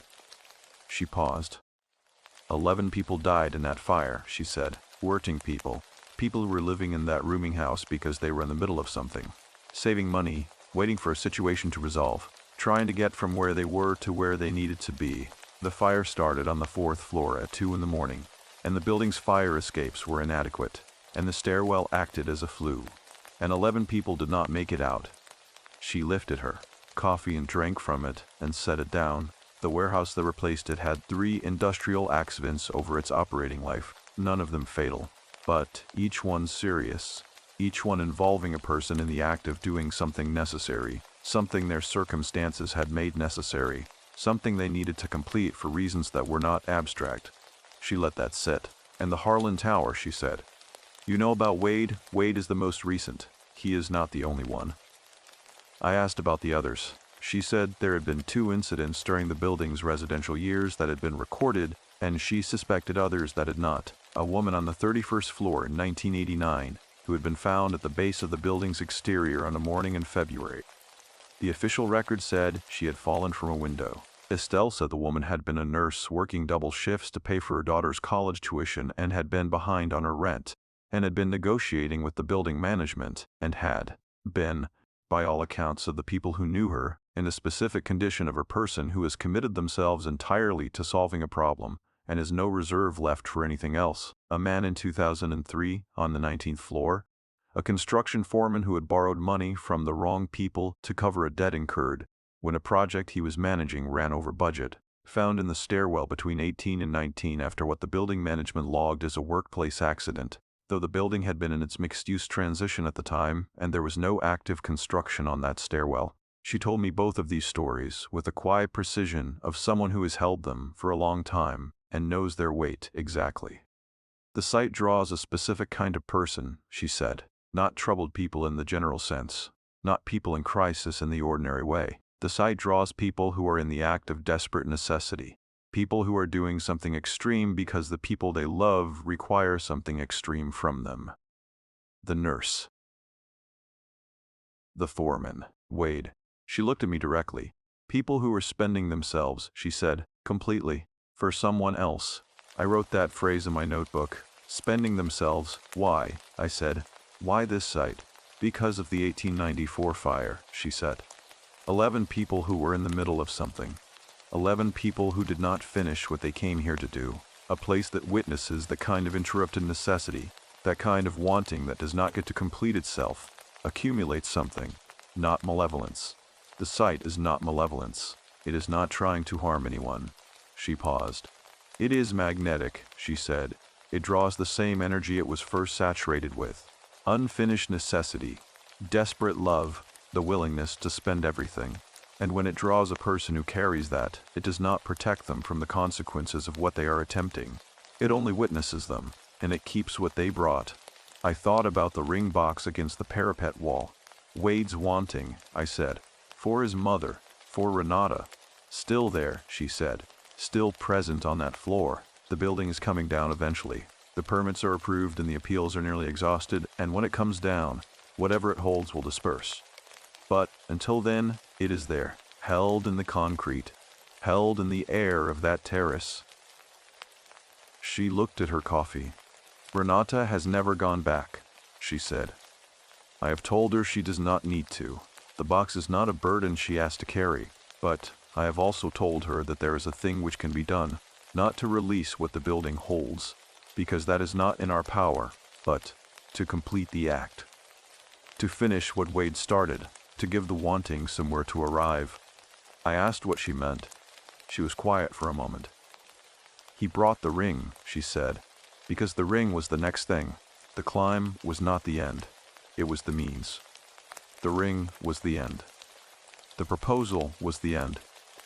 The thing he was spending himself for was not the footage, and it was not the money. Those were instruments. The end was Renata. The end was asking her the question and hearing the answer. She looked at me. The box has been on that ledge for 6 years, she said. The question has never been asked. The act has never been completed. And a thing that was carried that far, with that much at stake, toward a specific person, it deserves to be completed. Not because of what the building holds. Because of what Wade intended. I sat with that. You think someone should bring it to her, I said. I think, Estelle said carefully, that someone should bring it to her in the right way. Not as an object, not as evidence or artifact or research material. As what it is. A question that was meant for her, carried to the highest reachable point by a man who believed in the version of the night where he came back down and found her. She wrapped her hands around her mug again. The building will resist, she said, and she said it with the matter-of-fact tone she had used for everything else, the tone of someone describing a property of a material, its tensile strength, its thermal conductivity, its resistance to force, not violently, not dramatically. The building holds what it holds with the same energy it was given, need, want, the refusal to let go of an unfinished thing. When you go back up to that floor and reach for that box, you will feel that resistance. It will feel like the air has weight. It will feel like the floor wants to keep you there. She looked at me directly, and her eyes were steady and clear and held something in them that I would describe, if pressed, as the specific compassion of someone who can see exactly what a thing is going to cost and has decided to tell you honestly rather than spare you. Go in the morning, she said, before the light changes. Take only what you came for. Do not stay on that floor any longer than the task requires. And when you come down, come all the way down without stopping. Do not pause on any floor between 45 and the ground. The building will give you reasons to pause. Do not. She stood and refilled my coffee without being asked and sat back down. There is one more thing, she said. I waited. You came here for a research project about demolition politics, she said. You did not come here for this. No, I said. And yet here you are, she said. In my kitchen. Having found the ring box. Having spoken to Renata. Having climbed to that floor before you had any reason to climb it except that something in you recognized something in this story and followed it without entirely understanding why. She looked at me, with the inventory look again, and this time I understood that the inventory had been completed, and she was about to tell me what she had found. You were spending yourself for something too, she said. Something unfinished, something you have been carrying to the highest reachable point for a long time, and have not yet set down in the right place. I did not respond. You do not have to tell me what it is, she said, but I think you know, and I think this building found you because of it. The site draws people who are in the act of desperate necessity. You are in that act. You have been for some time. She lifted her coffee. Go in the morning, she said again. Bring it down. Give it to Renata. And then go do the other thing. The thing you have been not doing. The building will show you which one it is, if you are paying attention. She said it the way you say a thing that is both instruction and release. And I walked back to my hotel in the afternoon cold with my notebook full and my chest full of something heavier and more necessary than anything I had written in it. Behind me, 3 blocks northeast, the Harlan Tower caught the last of the afternoon light on its upper floors, and held it there longer than the surrounding buildings held theirs, as though it were not yet ready to let the day go, as though it were practicing the act of release and finding it, even now, genuinely difficult. I set my alarm for 5:30, but I was awake at 4:45, sitting up in the dark hotel room with the full and immediate consciousness of someone whose sleep has been doing work rather than providing rest. The city outside the window was not silent. Chicago at 5 in the morning is never silent. There is always the low-frequency rumble of the infrastructure, the distant compression of traffic on the expressways, the occasional compression of a truck over a bridge expansion joint that arrives like a single muffled note from a very large instrument. But it was as close to quiet as the city gets. And in that near quiet, I lay in the dark and thought about what Estelle had said. You are spending yourself for something too. I had not told her about Thomas. I had not told her about the phone calls every few months, the birthday answers on the second ring, the conversations that were warm and hollow simultaneously, the years of maintaining a road I was not using. I had not told her about our father's death 4 years ago, which Thomas had managed alone because I had been in the middle of a research project in rural Montana, and had told myself the timing was what it was, and had sent flowers and had called and had not come home, and had not come home, and had lived with the weight of that not coming home with the same practiced efficiency with which I lived with most things that were too large to examine directly. Thomas had managed it alone. He had sorted the house, arranged the service, dealt with the estate, fielded the calls from people who had known our father in the decades before we were old enough to know him ourselves. He had done all of it, and he had not asked me to come back, and I had not offered. And that silence between us, the silence of a thing neither of us had named, had been the actual substance of every phone call since. I had been carrying it to the highest reachable point for 4 years. I had not set it down anywhere. I got up at 5 and showered and dressed and drank the last of the previous day's gas station coffee cold from the cup, and left the hotel at 5:50 with my flashlight and my notebook and the specific physical feeling of someone who has made a decision so completely that the body has already moved into the execution of it before the mind has finished reviewing the reasons. The streets were empty in the way that pre-dawn streets in a major city are empty. Not abandoned, but suspended.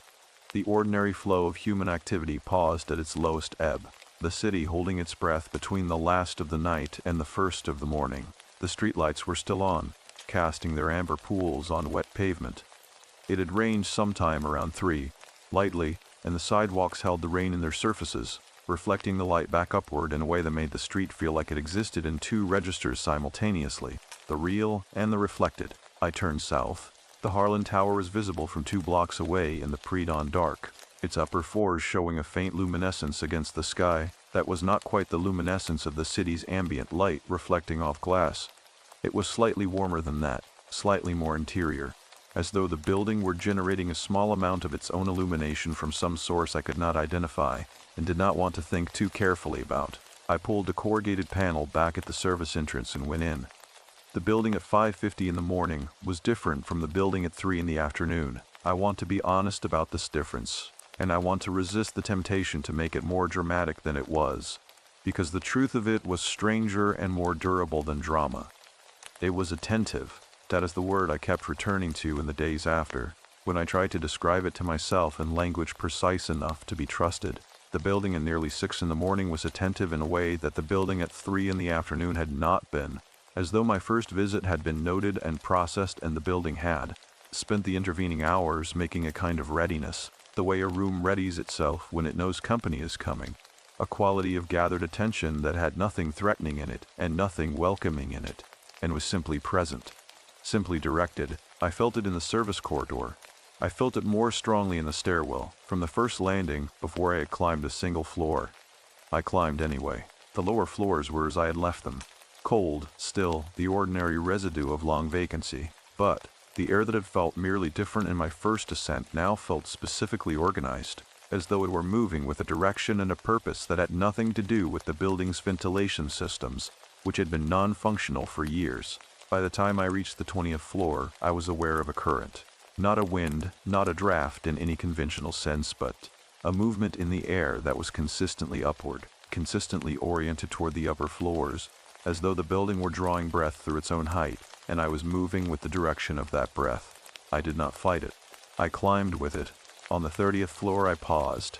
Not because Estelle had said to stop, she had said the opposite, but because something in the stairwell on that floor produced a sound that I had not heard on my first visit, and that I stood with for a full 30 seconds before I could identify it.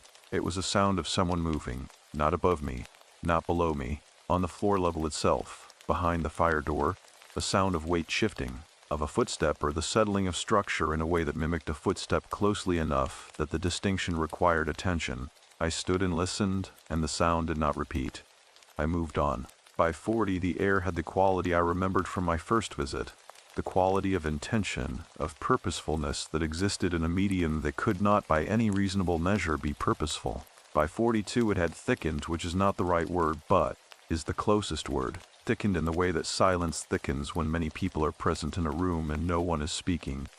A density that was not atmospheric but was felt as atmosphere, pressing gently against the skin of my face and hands. The maintenance stairwell above 40 received me differently this time. In my first ascent, I had felt the vibration of my own footsteps through the metal structure as something immediate and personal. Now I felt, in addition to my own footsteps, a second rhythm in the metal. Not a sound, not a vibration with a distinct source, but a pulse, regular and slow, that seemed to come from the structure itself, from the steel and the concrete and the decades of weather that had worked on both.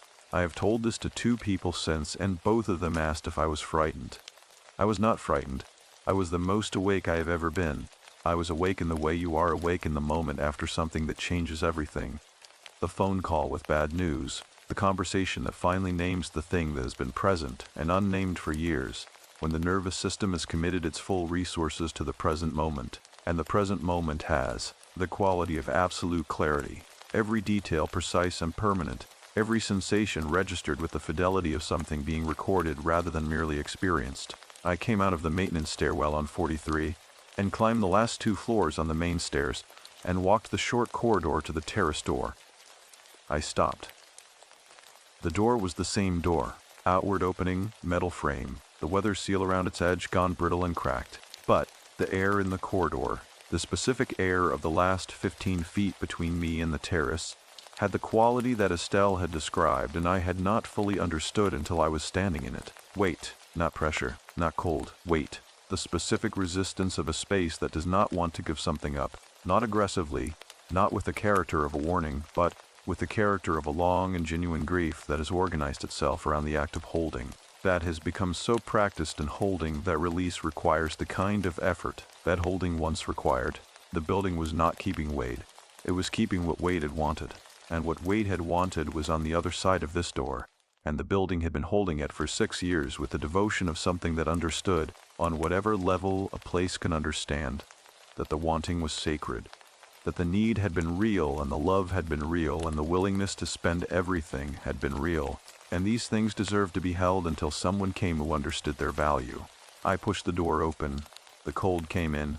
The terrace was gray in the pre-dawn light, the parapet wall a darker line against the sky. The city spread below in its amber and dark geometry, the lake invisible to the east but present in the smell of the air. Cold iron and distance and the faint salt mineral edge of water that has been still all night. I walked to the parapet wall. I crouched down. The ring box was there. Gray velvet, 6 years of weather in its surface, closed. I reached for it. The weight in the air increased in the moment my fingers made contact with the velvet.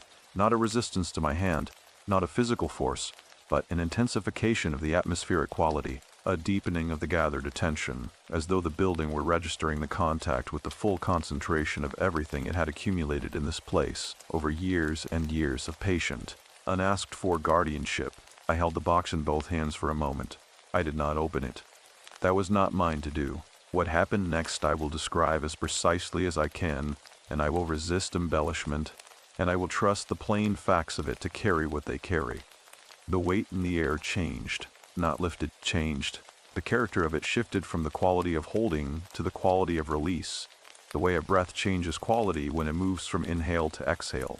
The same fundamental act, but moving in the opposite direction, the body's long-held capacity suddenly flowing outward rather than drawing inward. I felt it in my hands, first. The box became, or seemed to become, lighter. Not physically. The physical weight of it was unchanged, but the felt weight of it, the weight of what it represented, what it carried, and what it had been waiting to complete, that weight moved, not into me, through the contact point of my hands, and out into the morning air of the terrace, dispersing into the cold the way breath disperses in cold air. Visible for a moment, and then not. Present for a moment, and enjoined with everything else. I stood up.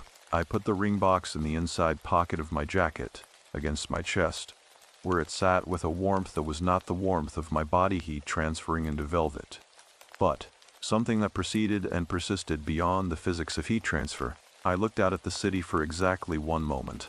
The sky to the east had begun to lighten. Not dawn yet, but the intimation of dawn.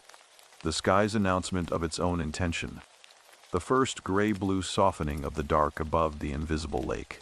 Then I turned and went back through the terrace door, and I did not look back, and I did not stop on any floor between 45 and the ground, though on the 32nd floor the quality of the air thickened briefly, and on the 28th I heard again that sound of weight shifting behind the fire door, and on the 19th the pulse in the metal stairwell was more pronounced, more insistent, less like structure settling, and more like something that had not finished making its case. I kept moving. I came out into the pre-dawn cold of the street with the ring box against my chest, and the sky showing its first pale intention above the roof lines to the east, and I stood on the sidewalk and breathed the outside air and felt the decompression again, sharper than before, more complete, as though something that had been pressing on the inside of my ribs had been given a direction to move in and had taken it. I looked back at the building once.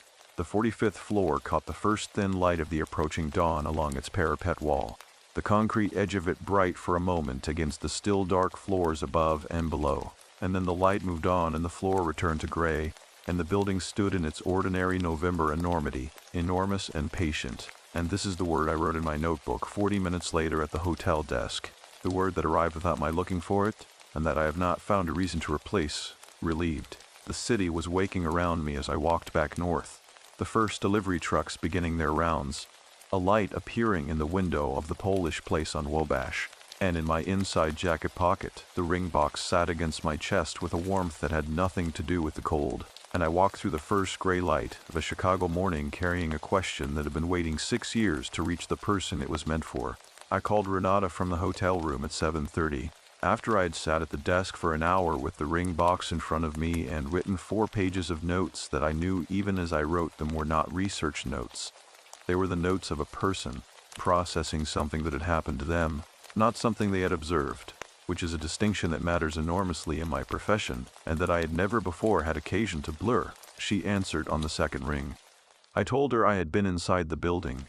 I told her I had the box. I told her it was undamaged, that 6 wingers had worked on the velvet exterior, but that the box itself was structurally intact, closed, exactly as it had been placed. There was a silence on the line that had a different quality from the silences in our previous conversation. The earlier silences had been the silences of someone managing their own response. Careful, architectural, built to hold weight. This silence was different. This was the silence of someone who has been braced for a long time against something they expected, and has felt the bracing become suddenly unnecessary, and does not yet know what to do with their own posture. Today, she said. Whenever you are ready, I said. There is no urgency. The box is here and it is safe and it will wait as long as you need. She was quiet again. Today, she said. This afternoon, can you come to Bridgeport? I said I could. She gave me an address on Loomis Street, 4 blocks from where Darcy's community garden was, and told me 2 o'clock, and I said I would be there. And we ended the call with the particular economy of 2 people who have said what needs to be said, and understand that the rest of it will happen in person. I spent the morning doing the ordinary work of a researcher, reviewing my notes from the previous days, cross-referencing dates, sending a follow-up message to the Cook County Records Office about the FOIA request. I did these things with a competent automaticity of long professional habit, while a separate part of my attention stayed with the ring box on the desk, aware of it, the way you're aware of a presence in a room without looking directly at it. Around 11 I called Thomas. I had not planned to call him. I had been thinking about what Estelle had said. Go do the other thing, the thing you have been not doing. And I had been telling myself I would do it when I was back in Columbus, when I had the proper time and the proper setting, when I had thought through what I wanted to say with the thoroughness I brought to everything I considered important. And then I understood that the waiting for the proper conditions was the same as not doing it. And had always been the same as not doing it, and that I had been using the preparation for the act as a substitute for the act itself for 4 years, which is a thing I am apparently capable of without noticing I am doing it. He answered on the second ring. Marcus? He said. Everything okay? Yes, I said. I am in Chicago. I wanted to call. A brief pause. It is not my birthday, he said with the careful lightness of someone testing whether humor is appropriate. I know, I said. I wanted to call anyway. I stopped. In 4 years I had prepared and discarded dozens of versions of this conversation, and none of them began the way I needed this one to begin, which was honestly, without architecture, without the careful construction that I bring to everything that frightens me. I should have come home, I said. When Dad died, I should have come home and I did not, and I have been carrying that. The silence on Thomas's end was longer than any silence I had heard from him in years of phone calls, and in its length I felt the shape of 4 years of unanswered wait. Marcus, he said. His voice had changed register entirely. It had lost a careful lightness and become something simpler and more fundamental. The voice of a brother, specifically, which is a sound unlike any other, which carries in it the entire accumulated history of knowing someone from the beginning of their life. I know, he said. I know you should have. And I know why you did not. A pause. I was not waiting for an apology. I was waiting for you to be able to say it. I am saying it, I said. I know, he said. I hear you. We talked for 40 minutes, not about the logistics of the estate, Not about our father's effects or the house's sale or any of the practical matters that had been handled and resolved. We talked about our father himself, the actual person, the specific man, the things he had done that had shaped us and the things he had failed to do that had shaped us differently, and the way those two categories overlapped and informed each other in the complicated manner of all parental legacies. We had not talked about him like that since the year he got sick, and even then not often. And the conversation had the quality of a room being opened that has been shut for a long time. The initial resistance of the door, the stale air of the first moment, and then the light coming in, and the room turning out to be smaller than you remembered and more manageable, and full of things you had been glad to own before you forgot you owned them.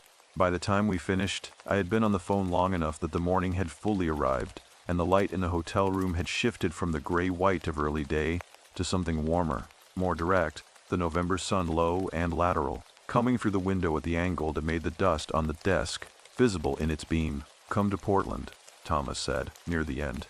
"After the holidays. Bring whatever project you are working on if you need to. I know you always need to. But, come." "I will come," I said. "I will hold you to that," he said. I told him I was counting on it. I put the phone down and sat for a moment, in the warm lateral light, and felt the specific quality of a thing that has been set down. The muscle memory of carrying it still present in the body, the absence of its weight not yet entirely believed, but the hand open, the hand empty, the carrying done. I picked up the ring box and put it in my jacket pocket and went to Bridgeport. Renata's apartment was on the second floor of a well-maintained 3-flat, the kind of building where someone takes care of the shared spaces with the same attention they give their own. The hallway clean, the stairwell light working, the mailboxes labeled in consistent handwriting. She opened the door before I knocked, which meant she had heard me on the stairs, which meant she had been listening for me, which told me something about the state of the 2 hours since our phone call. She was 30 now. I had miscalculated her age earlier, and the correction arrived in the specificity of her face, which had the quality of someone who has done the work of grief properly and come through it into a steadier country, not unmarked, but not defined by the marking. She was wearing a dark sweater, and her hair was pulled back, and she looked at me with an attention that was not quite the inventory look Estelle had used, but was in the same family of it. She looked in my jacket pocket. "Come in," she said. Her apartment was warm and smelled of coffee and something cooking slowly, something with garlic and tomato, a Sunday afternoon smell that made the visit feel less like a transaction and more like what it actually was, which was a human being receiving something that had always been meant for them. We sat at her kitchen table. She had coffee ready and she poured it, and we sat for a moment without speaking, and the ring box was on the table between us where I had placed it, and we both looked at it. The velvet was gray and worn. The box held its shape. The small brass-toned latch on its front was intact. "He bought it 3 weeks before," she said. "I did not know that until after. His friend Marcus." She paused and a faint look crossed her face at the coincidence of the name, and I felt it too. "His friend told me. He had saved for it for 8 months, on top of everything else he was saving for. He had been putting money aside every month since February." She looked at the box. "He did everything in parallel," she said. "He could not do one thing at a time. He would have thought doing one thing at a time was wasteful." She reached across the table and picked up the box. She held it in both hands for a moment, the way I had held it on the terrace, and I watched her face move through something that I will not describe in detail because it was entirely hers, and I was present only as a witness, which is the correct role, and some things witnessed should be reported only in their outline and not their interior. She opened it. Inside was a ring, a modest, carefully chosen ring, a single stone in a simple setting, the kind of ring that represents a significant sacrifice from a certain income and an absolute confidence in the person it is meant for, the kind of ring that says, "I know you, and I know what you would want, and I chose this because I chose you, specifically, and not a version of you." She looked at it for a long time.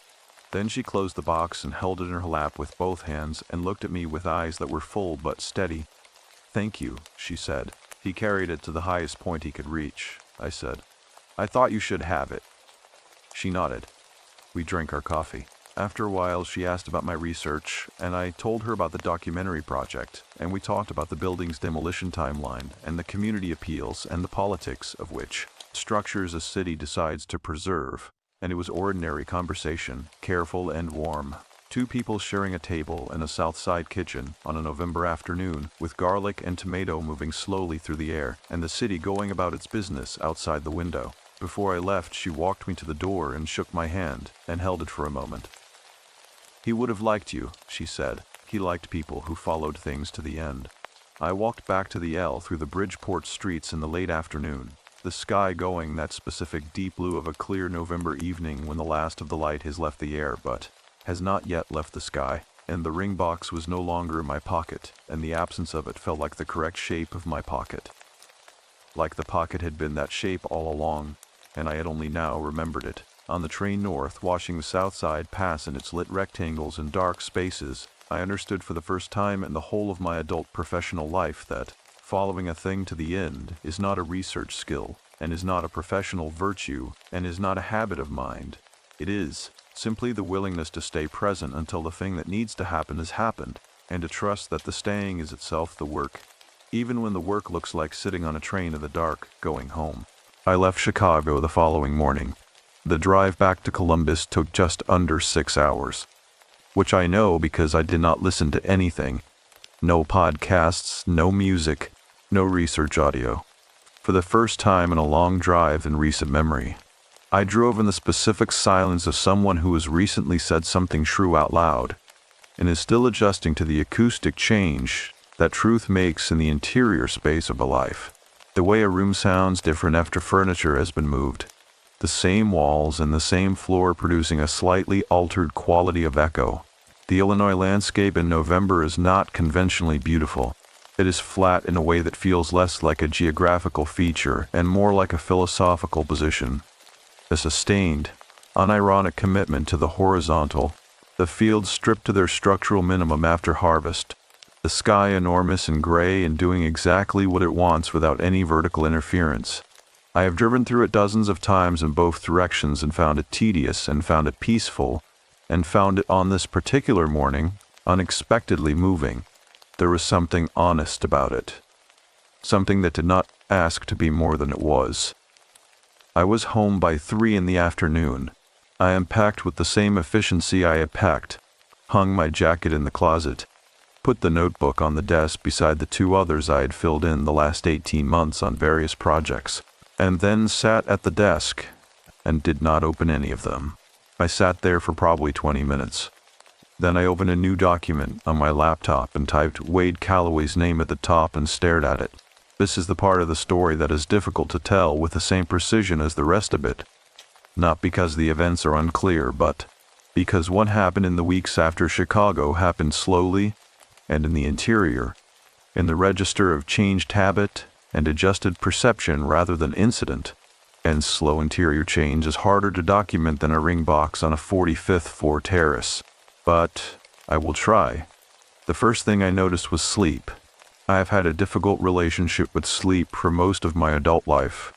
Not insomnia in the clinical sense. Not the inability to fall asleep, but the quality of it. The specific restlessness of a person who carries unprocessed material into the night and finds that the night returns it in amplified form. I wake at 2 or 3 in the morning with the sensation of incompletion, of something left unfinished, which is both occupationally accurate and personally symbolic in a way I had never examined directly. In the 2 weeks after Chicago, I slept through the night 6 times. In the month after that, 9 more times. This is not a dramatic number. It would not constitute evidence of anything in a clinical context.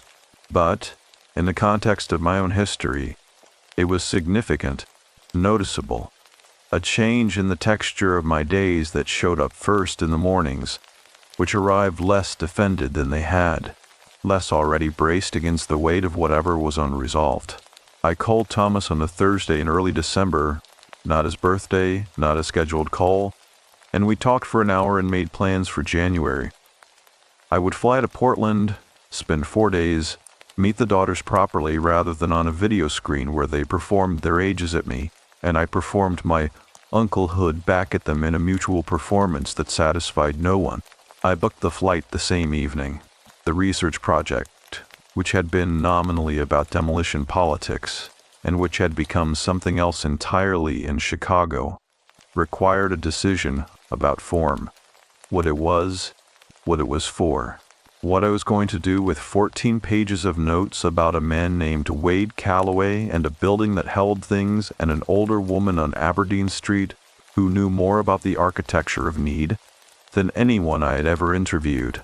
I spent several weeks not making that decision, which is its own kind of decision, and which I have learned to recognize as the period a thing requires before it knows what shape it wants to take. The shape arrived on a Tuesday morning in mid-December when I was eating breakfast at my own kitchen table. Oatmeal, coffee, the ordinary furniture of a weekday morning, and I understood without preamble that the story was not a documentary research piece, and was not journalism, and was not the kind of long-form narrative I had built scaffolding for other people to inhabit. It was this: the account itself. First person, unhurried, honest about what I had observed and what I had felt, and where the two categories had become difficult to separate. I opened the document with Wade's name at the top and I began. I wrote for 3 hours that first morning and did not look at the clock. And when I did look at the clock, I was surprised by how much time had passed, which is the specific surprise of work that is going correctly, work that has found its own momentum and does not require the constant manual effort of pushing it forward. I wrote every morning for the following 3 weeks, usually 2 to 3 hours, occasionally more. I am a fast writer when I know what I am writing, and I knew what I was writing with a clarity I had not felt in years. Not the clarity of expertise, not the confidence of professional competence, but the clarity of a person writing towards something true and feeling the truth of it as a navigational signal. A constant low-frequency confirmation that the direction is correct. Partway through the 3rd week, I called Renata to ask a question about a detail I had gotten imprecise, a date I wanted to confirm. She answered on the 3rd ring and confirmed the date, and then asked how the writing was going, which surprised me because I had not told her I was writing. I had told her I was writing, which was true at the time and was no longer entirely accurate. I told her I was writing an account. I told her what it contained and what it was trying to do and asked her permission to include the parts that were hers. She was quiet for a moment. "Include them," she said. He deserved to have the story told correctly. Most of what has been said about him, the little that has been said, has been about the stunt, about the risk, about the failure of the attempt. She paused. "It was not a failure," she said. He got to the highest point he could reach. He placed the ring where it would wait for him. He trusted his hands and his plan and the version of the night where it worked. The thing that went wrong was not a failure of preparation or nerve or precision. It was, she stopped. "It was just the thing that went wrong," I said. "Yes," she said. "That is all it was. And the story should say that." I told her the story would say that. I called Estelle the following day. She answered on the 1st ring, which did not surprise me. I told her about the writing. I told her about Thomas, about the call and the planned visit, and the 4 days in Portland that were now 2 weeks away. I told her that something in the texture of my mornings had changed in a way I was still understanding. She listened without interrupting, which is a rarer quality than it sounds, and which in Estelle had the character of a deliberate gift. Her full attention, offered without reservation. When I finished, she said, "Good." Just that. One word, carrying the specific weight of a person who's been waiting for news from a direction they were not certain would produce it, and has received the news, and finds it adequate to the waiting. "How is the building?" I said. A brief pause. "Quieter," she said. "I noticed it the morning after you came to see me, before I knew what you had done. There was something different in the quality of the neighborhood that morning. Not dramatic, not a silence where there had been sound, but a quality of ease that had not been there before, like a room after the source of a low constant hum has been switched off. You did not know the hum was there until it stopped, and then the absence of it is the most noticeable thing in the room." She paused again. "The building is still standing," she said. "The demolition has been delayed again, another community appeal, the 3rd one, so it will stand through at least another winter. But what it was holding, She paused. What it was holding has somewhere to be now. That is different from being released. The wanting is still real. The love is still real. Those things do not go away because they have been witnessed and honored. But they have been witnessed and honored. And that changes what they do in a place. I wrote that down as she said it. I told her the account was nearly finished. I told her I was thinking of returning to Chicago before the demolition. Whenever that finally came, not to the building, but to the neighborhood, the block, to stand in the place where the building stood and be present for some final version of what I was still understanding. You should, she said. Not before the writing is done. After. Completion requires sequence. Finish the account, then return. I told her I would. We talked for a few more minutes about smaller things. The community garden that Darcy ran. A new development proposal in the neighborhood that Estelle was monitoring with the alert skepticism of someone who has watched developers make promises for 40 years. The particular quality of a Chicago December, that even people who have endured it many times find freshly improbable in its intensity. Before we ended the call, she said, "What is the title?" I told her I did not have one yet. "You will," she said. "It will arrive after the last sentence. Titles come from completion, not intention. Right to the end, and a title will be there waiting." She was right. I wrote the last sentence on a Thursday morning in the third week of December, in my kitchen, with coffee going cold beside the laptop and the Columbus winter doing its moderate, undramatic work outside the window. Nothing like Chicago, nothing with that structural commitment to cold. Just the ordinary gray persistence of an Ohio December, which has its own integrity. The last sentence arrived and I read it back and I sat for a moment in the specific stillness of a finished thing. And then I looked at the top of the document where Wade's name had been sitting for 3 weeks. And I replaced it with the title that had been waiting there, which was not a title I had planned or considered or arrived at through any deliberate process, which was simply the thing the story turned out to be called, obvious in retrospect the way true titles always are. The way a name for something feels inevitable once it has been spoken, even though it was absent and unmissable before. I did not write it down anywhere else.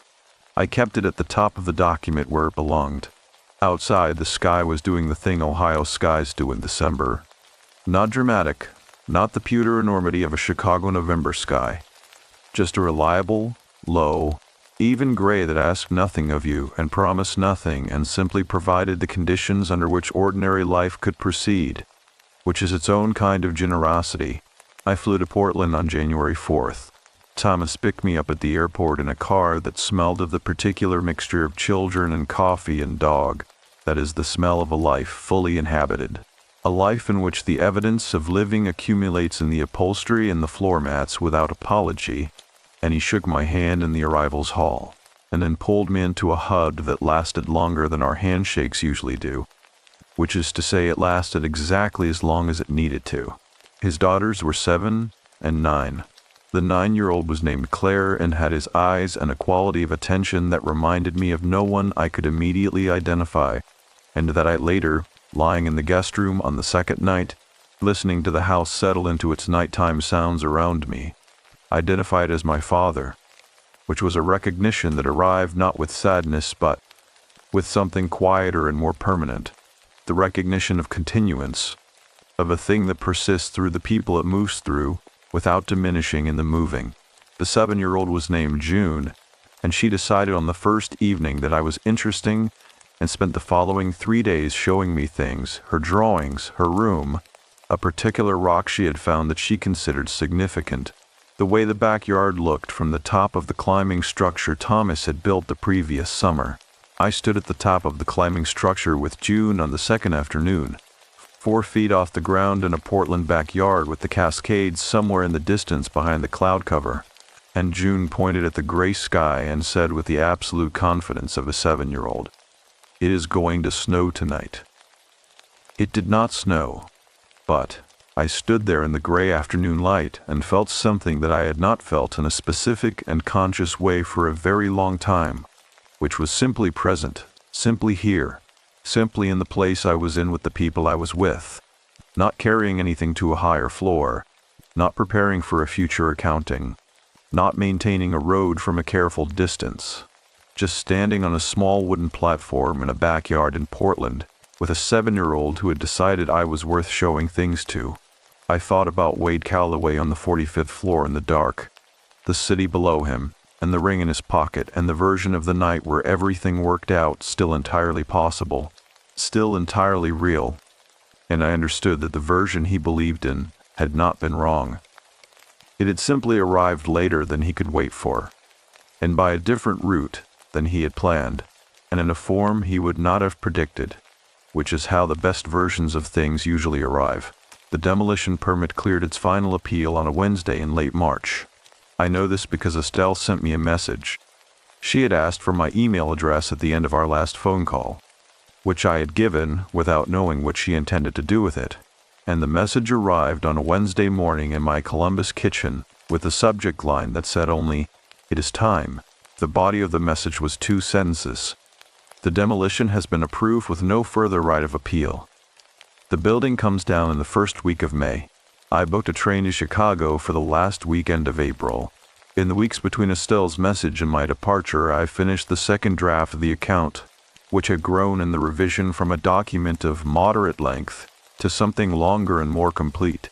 Not because I had added to the events were what they were, but because the revision had shown me places where I had moved past something true too quickly, where the researcher's instinct for forward momentum had overridden the writer's obligation to stay with the moment until the moment had given up everything it held.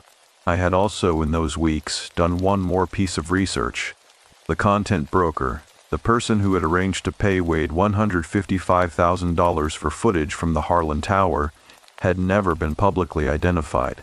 I had filed a second FOIA request in January and received a partial response in March that confirmed the existence of an investigation that had been opened and closed in 2018, without charges filed. The broker's name was in the restricted portion of the file. I did not pursue it further. Some things are not mine to finish. The restricted medical examiner file had also responded to my original request. Finally, after 5 months, the delayed bureaucratic machinery of Cook County having completed its rotation, the file confirmed what I already knew and added one detail I had not known. Wade Calloway had been found on the 45th floor terrace, not on the ground below the building. He had fallen, but not the full distance. He had fallen from his position on the parapet to the terrace itself. 45 feet had been the figure in Jean's account, which I had misunderstood as the drop to the street below. The fall had been from the parapet edge to the terrace floor, 15 feet, approximately. Unsurvivable at the angle and velocity involved, the medical examiner's language said, with the specific clinical kindness of language that is trying to be precise without being cruel. He had not fallen from the building. He had fallen within it. He had died on the same floor where he had placed the ring box. I sat with that for a long time. I thought about the ring box, resting against the inside of the parapet wall, and Wade's position on the outside of that wall, and the distance between them. 15 feet of November air. And I thought about the word that Estelle had used for the site's quality, its magnetic character, the way it drew unfinished necessity toward itself and kept it. And I thought that perhaps the site had done one thing right in the middle of everything that had gone wrong. It had kept him close to what he had brought. It had not let him fall any further than it had to. I do not know what to do with that thought. I have written it here because it arrived and because I have tried in this account to write down the things that arrive without filtering them through the question of whether they are defensible, which is a different standard than the one I applied in my professional work, and which I have come to believe is the correct standard for this kind of account. I arrived in Chicago on a Friday evening in late April. The city was different in late April than it had been in November. Not unrecognizably different. The bones of it were the same. The grit and the smell of a lake, and the particular quality of light off the glass facades of the taller buildings. But the season had changed everything that the season changes, which is more than you remember between visits. The trees along the residential streets were in the first serious leaf. The specific yellow-green of new growth that exists for about 2 weeks in late April were deepening into summer's darker register, and the air had lost its structural cold and replaced it with something that still had an edge in the evenings but was fundamentally different in character. Alive rather than preserving. The air of things beginning rather than the air of things held in suspension. I stayed in the same hotel on the near south side. I did not go to the Harlan Tower that evening. I ate at the counter place 2 blocks from the hotel. The same woman, the same Han, the same coffee in the oversized mug, and I walked afterward in the mild April evening and let the city move around me without directing my own movement, without going toward anything or away from anything, simply occupying the space of the evening the way you occupy the last pages of a book you are not quite ready to finish. I met Renata for coffee on the Saturday morning, at a place she chose in Bridgeport, a narrow room with good light and the kind of background noise that permits private conversation. She was well. She looked like someone in whom something has settled, not resolved. Settling is different from resolving. Settling is the long process by which a thing that has been held in suspension finds its appropriate level and rests there, and it takes as long as it takes and cannot be accelerated by will. She had the ring. She wore it on her right hand, which she had decided on her own, and which I found, when she told me, exactly correct. Not the hand of a promise waiting to be kept, but the hand of a thing that had been completed in the way it could be completed, honored in the form in which it had arrived. She asked about Portland. I told her about June and the climbing structure and the snow that did not come. She laughed. A real laugh, short and warm. The laugh of someone who has recovered the capacity for it, which is not a small thing and should not be described as though it is. We talked for an hour. Before we parted, she said, "Are you going today?" I told her I was going that afternoon. She nodded. "Not inside," she said. It was not a question. "No," I said. "Not inside." She looked at me for a moment with an expression I recognized from our first meeting, the composed attention, the assessment of a person who has learned to take the measure of what others intend before she invests in the intention. "Good," she said. "It has already given you what it has to give. You do not need to go back in." We shook hands on the sidewalk outside the coffee place, and she walked south toward Bridgeport, and I walked north toward the near south side. And the sky above the city was the clear, pale blue of a late April morning, the kind of blue that feels like a gift after a Chicago winter, the kind of blue that the city accepts with the slightly stunned gratitude of a place that has endured something long and difficult and is only now beginning to believe it is over. I reached the Harlan Tower at 2 in the afternoon. It stood as it had always stood, enormous, pale, the grid of its windows reflecting the April sky in a way that made the building look less solid than it was, look almost permeable, as though the sky were passing through it rather than being reflected by it. The corrugated steel panels were all in place. The Jersey barriers were still on the south face. The security booth was empty in the middle of the afternoon. In 3 weeks it would begin to come down. I stood on the sidewalk on the building's east face in the April sun and looked up. I counted the floors. I stopped at 45. The terrace parapet was visible from the street as a horizontal line against the sky, the concrete edge of it bright in the afternoon sun, and I stood looking at it for a long time and thought about everything that had happened on that ledge, and everything that had happened because of that ledge, and everything that had happened in me in Resane. The months since I first read a single sentence in a blog post and followed it to a place I had not known I needed to go. I had brought something with me. It was not an object of great significance. I want to be clear about that. I do not want to impose a drama on a gesture that was not dramatic, but was genuine, which is better than dramatic. It was a photograph printed on standard paper of Wade's last posted video, a still from the footage, the frame where he stood on the Pilsen rooftop and looked out at the city with his back to the camera, The city spread below him and the sky above him, and his whole posture carrying the quality of a person who is exactly where they have decided to be. I had written on the back of it, in my ordinary handwriting, he got to the highest point he could reach. That is the whole of it. That is enough. I had also written Thomas's address in Portland, which I include here not because it is relevant to the building or to Wade, but because Estelle had said the building would show me which unfinished thing was mine, and it had, and the two gestures belonged together in a way I could not have predicted and did not need to explain. There was a construction hoarding along the building's base on the north face, installed in anticipation of the demolition, plywood panels painted green, the kind that appear around buildings being worked on and create a temporary boundary between the active process of a structure's change and the ordinary movement of the street. In the gap between two panels, where they had not been perfectly joined, there was a narrow vertical space perhaps 2 inches wide, and I folded the photograph once and pressed it into that gap, between the hoarding and the building's base, where the concrete met the plywood and the April wind moved in a narrow channel between them. It was not visible from the street. It would come down with the building. That was correct. I stepped back. I looked up one more time at the 45th floor parapet in the afternoon sun, and the light on it was the same light that had been on it when I descended 5 months ago. Warm, direct, holding the edge of the concrete in a brightness that the floors above and below did not quite share. And I stood in it for a moment and let it be what it was. Then I turned and walked north. I walked for a long time without particular destination, through the south side streets in an April afternoon, through the neighborhoods doing their weekend business around me.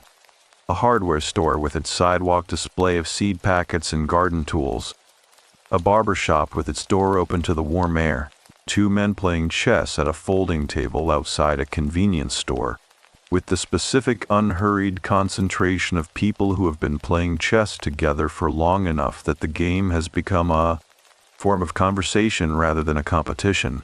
I walked until the light began its late afternoon shift from direct to lateral, from the hard clarity of midday to the softer, more complex illumination of a sun moving toward the horizon, and the city acquired the specific quality it acquires in that light. More itself, somehow, more fully present, every surface and shadow doing its most honest work. I found a bench in a small park on the near south side, and I sat down and I did not take out my notebook. I thought about Wade Calloway, who had believed in the version of the night where everything worked out, and had been right to believe in it, and had simply not lived to see which form it would take and how long it would require. I thought about Renata's right hand. I thought about June pointing at the gray Portland sky. I thought about my father and Thomas, and the accumulated weight of a thing set down, and the muscle memory of having carried it still present in the body even now, even in an April park in Chicago, even 5 months later, and how the carrying and the setting down are both part of the same act and neither is complete without the other. The sun went down behind the city's west side, and the sky performed its nightly transition through the registers of orange and rose and deep blue, and the streetlights came on, one by one, in the way streetlights do, not all at once, but in a sequence that looks almost considered, almost deliberate, as though the city were making a series of small, quiet decisions about where the light was needed most. I sat there until the park was fully dark and the evening had settled into itself, and the city was doing the ordinary work of a Saturday night around me. Then I stood up. I thought, there is a version of this where everything works out, and for the first time in longer than I could honestly account for, I believed it. Not as consolation, not as the determined optimism of someone who has talked themselves into hope, but as a simple statement of observable fact. The kind of fact that a researcher notes and records and trusts, the kind that does not require defense because the evidence is present and the evidence is sufficient. I walked back to the hotel through the lit Chicago streets, and behind me the Harlan Tower stood in the dark at the end of its last April, holding whatever it still held, patient and enormous and already, in some way that the city had not yet officially acknowledged, already in the process of becoming the thing that comes after. The building comes down in May. What it carried, will go into the air. And the air, in this city, goes everywhere.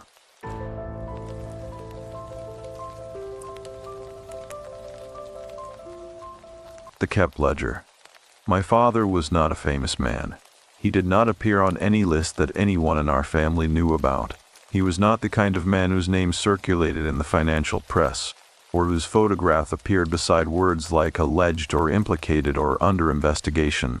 He wore the same gray cardigan to every Sunday dinner for 11 years. He kept a vegetable garden in the side yard of the house on Prytania Street that produced tomatoes he was genuinely proud of. And he drove a 9-year-old Volvo that he refused to replace because it still ran, and there was no point throwing money at something that still worked.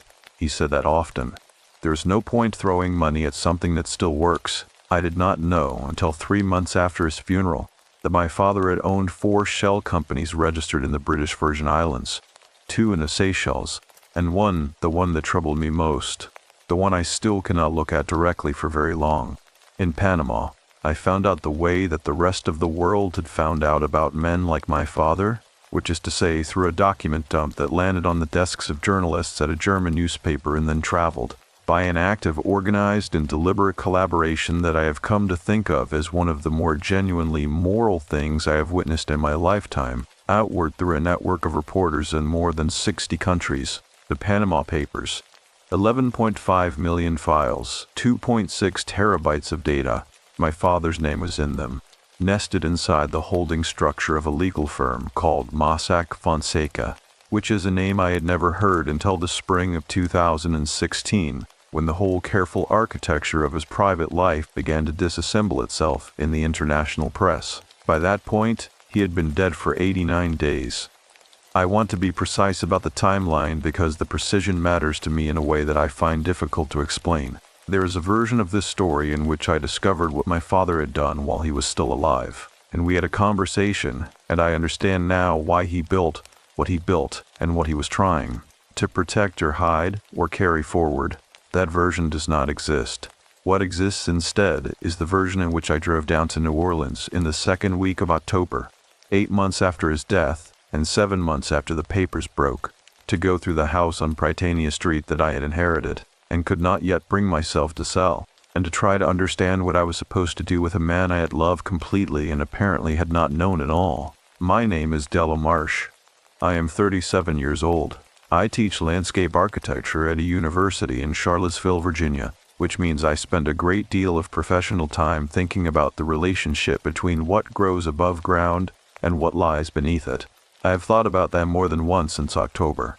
The irony is not lost on me. I left Charlottesville on a Wednesday mornings, the kind of October morning in the Virginia Piedmont where the air is clean and cold, and the maples along the highway are burning orange and red, and you can see a long way in every direction, and everything looks honest. I drove south through the kind of landscape that changes gradually, the way temperature changes when you walk from a cool room into a warm one. You cannot name the exact moment of transition, only the fact of arrival.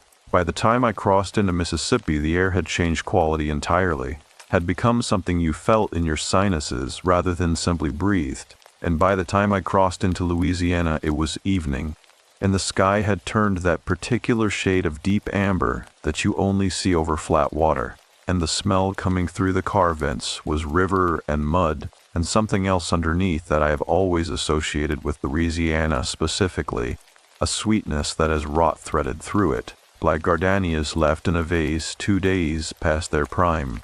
I stopped for gas outside Hammond at a station that sold boiled peanuts in a slow cooker on the counter, which is not a thing you encounter north of the Louisiana-Mississippi line, and which I had not tasted since the last time I had driven this road with my father, which was nearly 4 years before his death. I bought a small paper cup of them and ate them standing beside my car in the warm October dark and thought about him.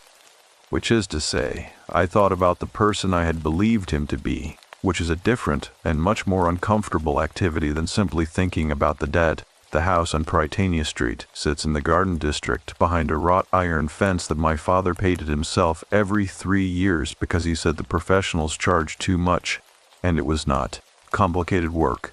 There are live oaks along the sidewalk in front of it, whose roots have broken the pavement into a series of raised and tilted gray slabs that the city never repaired. And the branches of these oaks reach across the street and touch the branches of the oaks on the opposite side, and form a canopy overhead that at night, when the street lights are lit, produces a pattern of shadow and amber light on the pavement below that is genuinely beautiful and slightly disorienting, as if the street has been decorated by someone with both excellent taste and an unclear purpose. I let myself in through the front gate at just past 9 in the evening. The house was dark. It was the first time I had been back since the reception after the funeral, when it had been full of people who loved my father and had known him well, and who said, repeatedly and with genuine warmth, that they simply could not believe he was gone. I turned on the porch light and unlocked the door and stepped into the front hall, and the smell of the house came to me immediately. Old wood and the particular dusty sweetness of rooms that have been closed for months, and beneath that, faint but unmistakable, my father's aftershave, which was an old-fashioned bay rum that he ordered by mail from a company in Vermont, and which I would have recognized in total darkness from 50 feet away. I stood in the hall for a long time. There was nothing wrong with anything I was sensing. The house was as it had been. The smell was the smell of a house that had belonged to my father and still held him in its walls, the way old houses hold everyone who has ever lived in them fully and for a long time. There was nothing to account for the feeling that settled over me in that hallway, which I would describe not as fear and not as grief, but as the very specific discomfort of standing in a room where a question has been written on every surface in a language you cannot quite read. I went to the kitchen and put the kettle on and sat down at the table where I had eaten 1,000 meals. On the table, where I had left it the last time I was here, was a slim manila envelope. My father's attorney had sent it several weeks after the estate was settled. It contained a single page, the registration documents for a company called Marsh Capital Advisors Limited, incorporated in Panama in 2008, with my father listed as the sole beneficial owner. I had not opened it since the day it arrived. I had brought it here from Charlottesville without knowing why, and placed it on the table, and now it sat there in the quiet kitchen of my father's house in the warm October dark of New Orleans, and the kettle began its slow approach toward boiling, and somewhere in the neighborhood a dog barked once and then stopped. I did not open the envelope that night, but I noticed, as I was going upstairs to the bedroom I had slept in as a child, that the hallway mirror, a long, oval-framed piece of beveled glass that had hung in that spot since before I was born, was turned slightly on its nail, so that it reflected not the staircase behind me but a narrow slice of the study door at the far end of the hall, and the study door was open, and the study was dark, and I could see nothing inside it at all. My father never left that door open. In 37 years, I could not remember once finding it open when he was not inside. I told myself the latch had given. Old houses do that. I went upstairs and did not go back down. The study had been his room entirely, and I had never had reason to go into it alone. And in the morning, when the October light came through the live oak branches and lay in long slats across the floor of the upstairs hall, I thought about what the open door meant, and found that I could not convince myself that it meant nothing.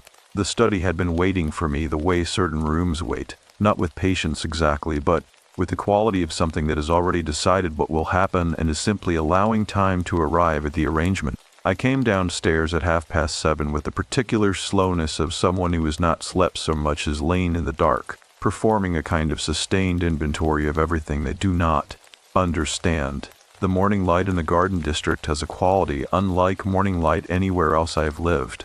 It comes through the live oak canopy already filtered and softened, already having passed through several layers of Spanish moss and leaf shadow before it reaches the windows, so that it arrives inside the house, golden and slightly diffuse, the way light behaves in old photographs, as if the present moment is already in the process of becoming a memory of itself. I made coffee in my father's kitchen using the same drip machine he had used for at least 15 years, which still sat on the same square of tile beside the window that looked out onto the side yard where the vegetable garden had gone unattended since his death, and was now a tangle of dead tomato cages, and the dried and papery remains of whatever he had planted last spring. still threaded through the wire in the shapes of their living selves. I drank my coffee standing at that window for a long time. The study door was still open. I had not touched it the night before, and I had not heard anything in the night. No draft, no settling, no sound of any kind that would explain a latch giving and a door swinging wide of its own slow mechanics. It was open at the same angle at which I had found it, neither fully wide nor barely ajar, but open at that precise degree that makes a room look less like an invitation and more like a question. I brought my coffee to the door and stood in it. My father's study was a small room at the end of the first floor hall, walled on three sides by shelves he had built himself from reclaimed cypress boards that he had sourced from a salvage yard on Magazine Street. The boards were unfinished, sanded smooth, but not stained, and over the decades they had darkened from handling and from the light that came through the single east-facing window, until they were the color of old honey. The shelves held books, of course, but also the accumulated artifacts of a life organized by a particular kind of careful mind. A brass compass in a leather case, a wooden box of drafting pencils that he had never thrown away even after drafting became a digital profession, a small framed photograph of his own father standing in front of a building I did not recognize, his desk calendar still open to the last week of February. The last week he had been in this room. I had not moved anything since the funeral. I had come into this room 3 times in the 8 months since his death. Once with the attorney to locate the will, once alone for reasons I could not articulate, and once with my cousin Thomas, who had helped me carry boxes of files to the attorney's office. Each time I had felt the same thing standing inside it, which was the very specific vertigo of being in a room where someone's inner life has been organized into physical form, and the person is no longer present to explain the organizing principles. What I noticed this morning, that I had not noticed before, was the filing cabinet. It stood in the far left corner of the room, a 2-drawer lateral cabinet in a dark steel finish that had always been there, that had always been locked, and that I had not thought about in any particular way because it was so thoroughly part of the room's furniture that it registered as background rather than object. The attorney had the key. We had gone through its contents in the weeks after the death, and I had received copies of the relevant documents, and the originals had gone where originals go when estates are settled. The cabinet itself was empty now. The attorney had confirmed that, specifically, everything removed and accounted for. The top drawer was open by several inches, not fully, not dramatically, not in the way of something that has been thrown open with force. It was open the way a drawer opens when someone pulls it to look inside and then, distracted, does not quite push it fully shut before leaving the room. That specific degree of open, that implies recent, interrupted intention. I stood in the door of the study for a long time. I did not go to the drawer immediately. I want to be accurate about that, because I think it matters to the particular quality of that morning, which was a morning in which I was still making very deliberate decisions about how much to let myself know at any given moment. I went back to the kitchen and refilled my coffee. I looked at the manila envelope on the table, which I also had not opened. I went back to the study, and this time I walked the cabinet and I looked into the open drawer. It was empty, as the attorney had said. The interior was bare gray metal with the faint ghost marks of hanging file folders, the wear patterns of decades of use pressed into the bottom of the drawer in a series of parallel lines. There was nothing inside it, except, at the very back of the drawer, pushed against the rear wall, a single index card. Plain white, the standard size, unlined. On it, in my father's handwriting, which I would know anywhere, which is a small, precise, forward-leaning cursive that I spent years as a child trying to imitate, were 2 words and a street address. The 2 words were, "Find Renata." The address was on Bourbon Street, which is a street in the French Quarter that runs through one of the most visited and loudest corridors of the city, a street famous for a very specific kind of noise and spectacle that my father had always, in my hearing, described as everything that was wrong with the way the city sold itself to people who would never understand what it actually was. He had not been a man who went to that street willingly or often. The handwriting was recent. I could not have explained precisely how I knew that, but I did. The ink had not faded. The card had not yellowed. It had the look of something written recently and placed there for a specific person to find. The specific person, I understood without needing to reason through it, was me. I put the card in the pocket of my cardigan and went back to the kitchen and sat down at the table and looked at the manila envelope for a long time. Outside, a mockingbird was cycling through its repertoire in the live oaks, each borrowed song dropping and rising in the warm morning air with a precision that seemed almost deliberate, as if it too was making its way through a list of things that needed to be addressed. I was not frightened. I want to be clear about that, because the word frightened implies a quality of immediate physical alarm that is not what I am describing. What I felt sitting at that kitchen table was something older and less specific than fear. It was the sensation of standing at the edge of a body of water you cannot see the bottom of, knowing that you have already decided to go in and that the deciding happened before you consciously arrived at the shore. I opened the manila envelope. The registration documents for Marsh Capital Advisors Limited were what they appeared to be. 4 pages of legal formation language in English, dense and formatted and utterly without personality, with my father's signature at the bottom of the final page in that same small precise cursive, incorporated in the Republic of Panama on the 14th of March, 2008. Registered agent, Mossack Fonseca and Coleman. Nominal director, a name I did not recognize. An individual signing authority for a man who did not want his name on the page, which is precisely what the journalist Katrin had explained in the coverage I had read. What all of them had explained. The architecture of these arrangements was designed for one purpose, which was to ensure that the real owner of anything never appeared on any document as the owner of that thing. Someone else's name signed the papers. Someone else formally conducted the business. The man behind it remained invisible, legitimate on the surface of every public record, his money moving through structures that existed in jurisdictions chosen specifically because their laws had been bent by firms like Mossack Fonseca to accommodate exactly this kind of arrangement. My father had known what he was doing. That was the sentence I had been carrying for 7 months without being willing to set it down and look at it directly, and I set it down now and looked at it, there at the kitchen table in the morning light of his house on Prytania Street, and it did not change shape when I looked at it. It remained exactly what it was. The 4th page of the document had something my father had added himself, written in the margin in that small cursive, something the attorney had not mentioned and that I had not seen in my earlier, brief examination of the envelope's contents. It was a single line. It read, "She will know what the ledger kept."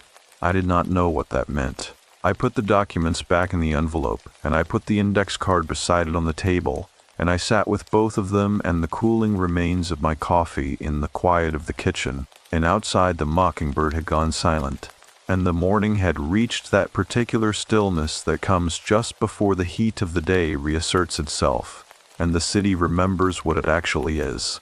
There was a name written in my father's hand, and an address on a street he had always avoided, and a line about a ledger that something had kept, and I understood by the end of that morning that the house was not going to let me leave without following at least one of these threads into whatever it connected to. The address on Bourbon Street turned out to belong to a doorway I had walked past a dozen times over the years without ever registering as a doorway at all. It sat between a praline shop and a bar whose sign I had never paid attention to, recessed perhaps 3 feet from the street front behind a pair of tall wooden shutters painted a dark green that had faded unevenly to something closer to the color of old moss. There was no number visible from the sidewalk, which on a Tuesday afternoon in October was still carrying its usual current of people. Tourists with plastic cups, a man selling flavored shaved ice from a cart, 2 women in matching t-shirts consulting a paper map.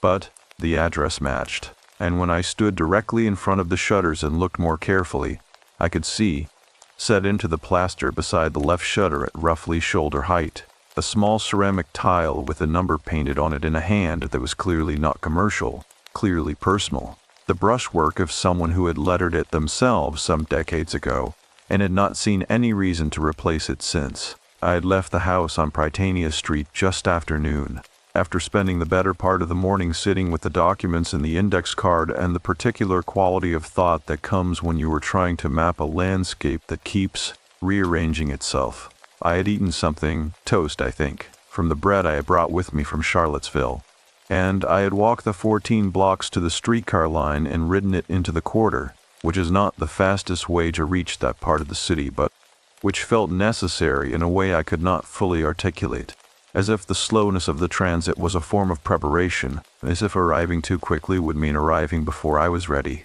The streetcar moves through the Garden District with a sound that is one of the more specific and honest sounds in American civic life. A low metallic rhythm, slightly irregular, the overhead wire humming at a frequency you feel more than hear, the car itself swaying gently on tracks worn smooth by 100 years of the same passage. I sat by the window and watched the streets go by, the old houses behind their iron fences, the magnolias with their waxy leaves. And I thought about my father riding this same line, which he had done regularly, which he had taken me on as a child, specifically to teach me that a city this old had to be moved through slowly to be understood at all. He had not been a dishonest man in any of the ways I had known him. That is the fact I kept returning to, the one that made the architecture of the Panama documents so difficult to place against the person I remembered. He had been precise, he had been careful, he had been genuinely and specifically kind in the way that people who have thought seriously about the world are kind, which is to say not carelessly and not performatively, but with attention to what the person in front of them actually needed. He had been fair in every dealing I had ever witnessed. He had, on at least 3 occasions that I knew of, refused business that would have been profitable specifically because something about the arrangement sat wrong with him.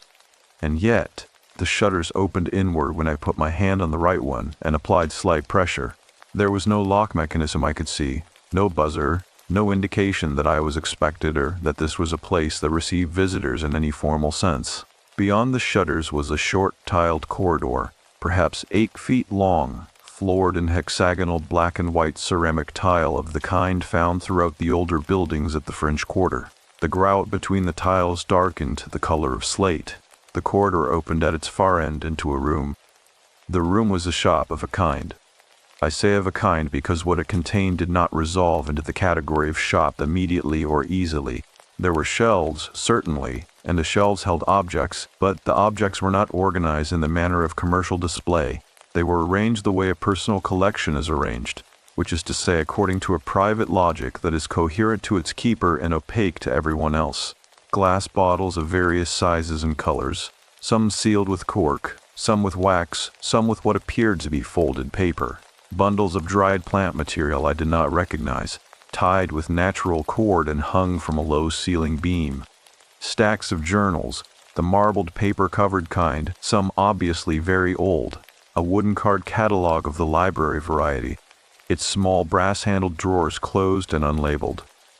Several framed documents in languages I could not immediately identify, a scale of the old balance type, its 2 pans empty and level, sitting on a low table near the room's single window, which looked out onto a narrow courtyard where a fig tree grew in a large terracotta pot, its October leaves still green and dense. Behind a counter, made from what appeared to be an old church pew, stood a woman who I understood, before she had said a word to me, was Renata. She was older, I would estimate somewhere in her late 60s, though she had the quality of certain people whose age is present in their bearing rather than their features, and who therefore resist precise placement on any timeline. She was slight, with close-cropped silver hair and the kind of stillness that is not passivity but its opposite, the stillness of someone who has learned over a long period of time that most things reveal themselves more completely when you do not move toward them. She wore a plain dark dress and no visible jewelry. She was writing something in a journal when I came in, and she finished the sentence she was writing before she looked up. When she looked up, she did not look surprised. "You are the daughter," she said. It was not a question. Her voice had a quality I associated with the city itself, which is to say it carried traces of several different origins without belonging fully to any of them. A New Orleans accent threaded with something older and further south, the vowels shaped by a history longer than any single place. I told her that I was. I told her my name. She nodded once, as if confirming something she had already written down. "He said you would come in October," she said. He was not sure if you would come the 1st October or the 2nd, but he said October. I asked her how she had known my father. She set down her pen and looked at me with a kind of directness that is not unfriendly, but that does not offer any softness as a substitute for honesty. He came to me in 2009, she said. He had done something he could not undo, and he needed to understand what he had agreed to. I told her I had seen the documents. I told her about Mossack Fonseca, about the registration date of 2008, about the name I did not recognize on the director line. She was quiet for a moment. Then she said, "The documents are not what he came about." I asked her what he had come about. She moved from behind the counter without hurry and went to one of the shelves and retrieved one of the glass bottles, a small one sealed with dark wax, holding it up briefly toward the window light before setting it on the counter between us. The liquid inside was the color of river water, neither brown nor green, but some combination of both, and it held a quality of density that made it look less like a fluid and more like something in the process of deciding what state to occupy. "There is an old understanding in this city," she said, "that goes back further than the city itself. It concerns what happens when a man builds his fortune on a foundation he knows to be false, not ignorance. There are many men who profit from wrong things without knowing they are wrong, and whatever happens to them is its own matter. The understanding concerns the man who knows, the man who constructs the architecture deliberately, who chooses the hidden account, the false director, the jurisdiction whose laws have been purchased to look away. That man does not only owe the money, he owes something else, something that does not transfer through legal settlement or estate law." She paused. A cart passed on the street outside, its wheel on the old pavement producing a sound that moved through the walls of the room as a vibration, more than a noise. "He came to ask me what that something was," she said, and I told him. "And he spent the years between 2009 and his death trying to find a way to pay it." I asked her if he had. She looked at me for a long time. The balance scale on the low table near the window sat between us and my peripheral vision, its two pans still and level. "No," she said, "that is why you are here." I stood very still. Outside in the narrow courtyard the fig tree moved in a draft. I could not feel from inside the room, its heavy leaves turning once against each other with a sound that was almost like a page turning, almost like someone finding their place before beginning to read. "The ledger does not close on its own," Renata said. "It did not close with him. It requires someone who carries his name, someone who understands what was hidden and can speak to it plainly." She looked at me with that steady, non-urgent directness. "He believed that would be you. He was not certain you would agree." I asked her what speaking to it plainly meant exactly, in practice, in terms of what she was actually describing. She considered the question as if it deserved the full weight of consideration it was asking for. "Come back tomorrow morning," she said, "before the street wakes. There are things I will show you, and they are better shown in the early light than explained in the afternoon." She returned the glass bottle to its shelf, unhurried, and went back behind the counter and picked up her pen. And I understood that the conversation was over, in the way that conversations are over when the person conducting them has said exactly what needed to be said and will not add to it unnecessarily. I walked back out through the tiled corridor and onto Bourbon Street, which was louder now than when I had entered, the afternoon having deepened toward the early evening hour, when the street remembers its loudest purpose and commits to it fully. The noise washed over me, and I stood in it and felt, with a clarity that was almost physical, the enormous distance between the room I had just left and everything surrounding me on that sidewalk. My father had known. He had built the structure deliberately, and he had known what he had agreed to, and he had spent years trying to find a way to address what the knowing had cost him. And he had died without completing that address, and he had left an index card in an empty drawer with 2 words on it in his own handwriting, and I was the person he had left it for. I walked back toward the streetcar stop through streets I had known since childhood, and they felt, in the failing October light, like streets in a city I was understanding for the first time.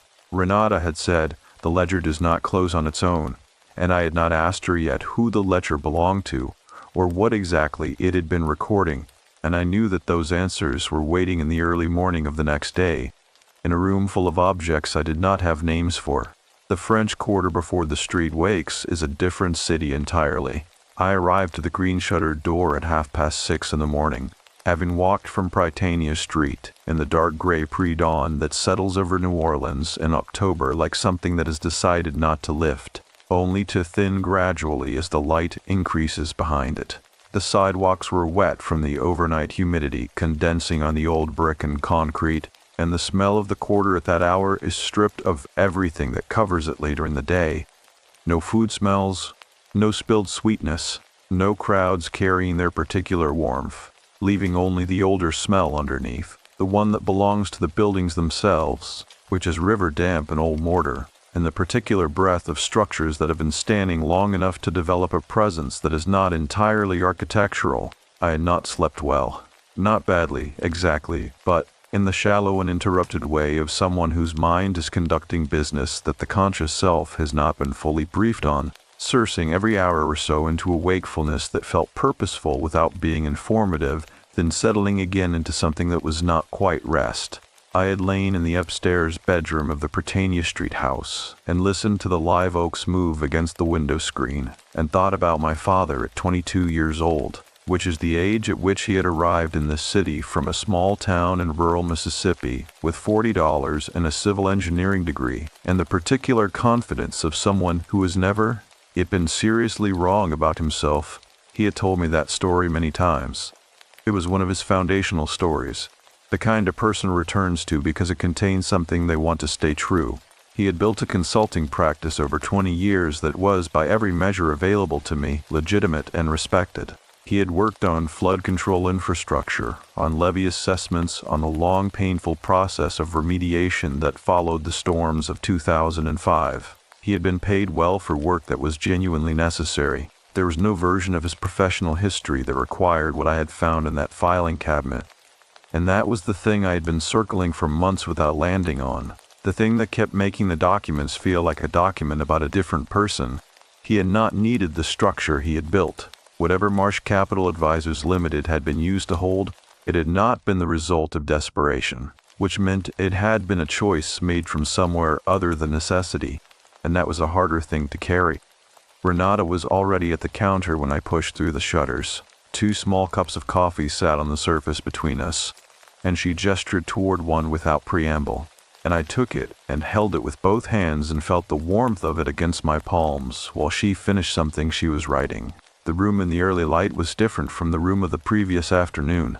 The single east-facing window that looked into the fig tree courtyard was now carrying the first real light of the day, a pale and specific gold that came at a low angle and moved across the shelves in a way that made the objects on them cast long, lateral shadows, each one leaning westward, each one briefly rendered more dimensional than it appeared in the flat light of midday. The glass bottles caught it and held it in their colored depths. The balance scale threw its shadow long across the table.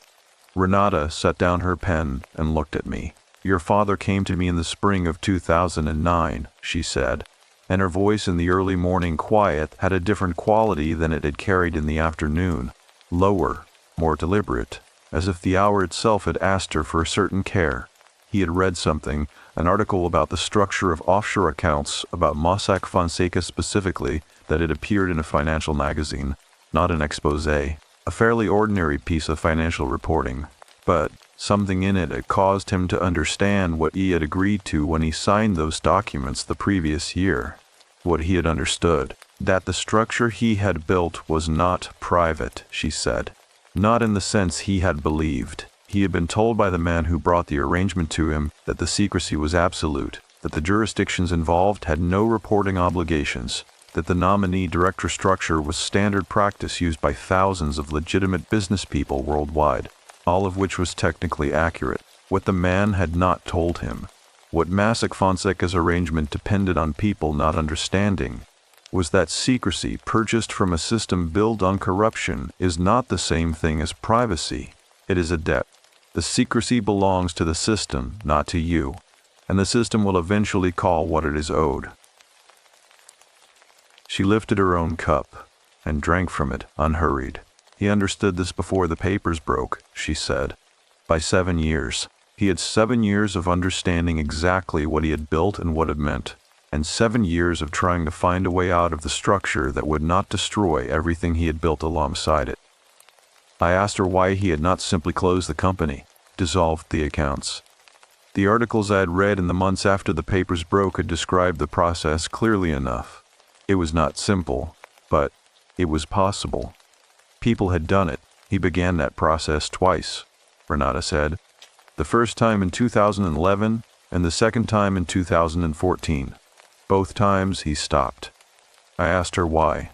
She set her cup down and was quiet for a moment, looking at the surface of the counter. Because by 2011, she said carefully, the structure held something he had not intended it to hold when he built it, something that had moved into the space the secrecy created, something that is not subject to dissolution documents or legal winding up procedures.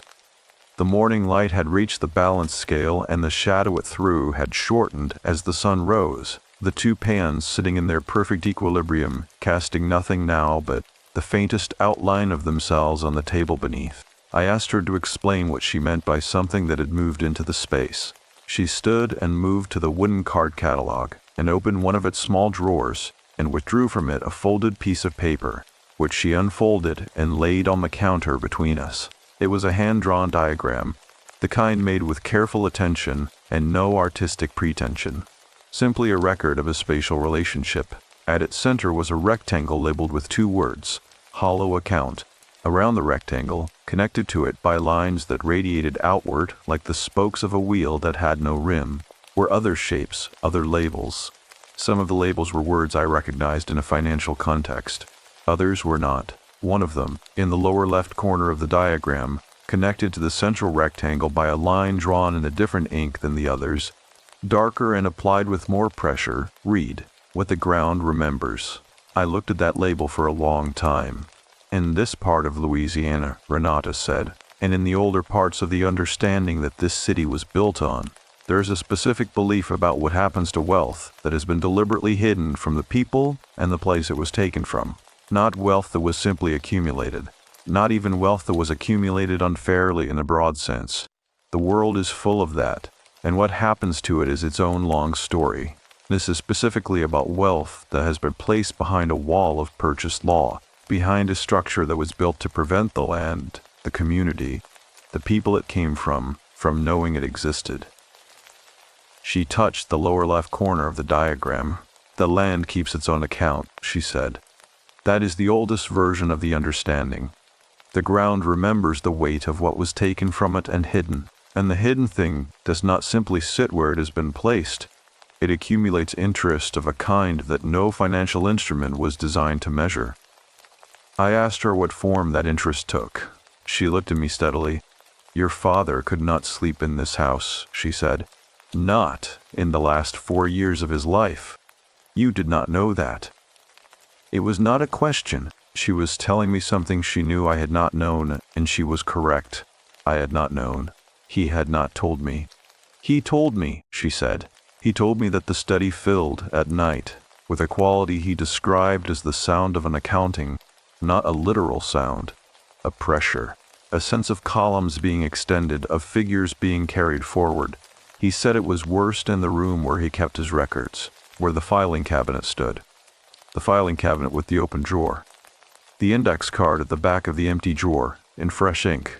He placed that card himself," Renata said, and I had not mentioned the card to her, had said nothing about it in the previous afternoon's conversation, and she said it as a simple statement of fact, without drama, the way you say something you know to be true, because you were part of the process that made it true.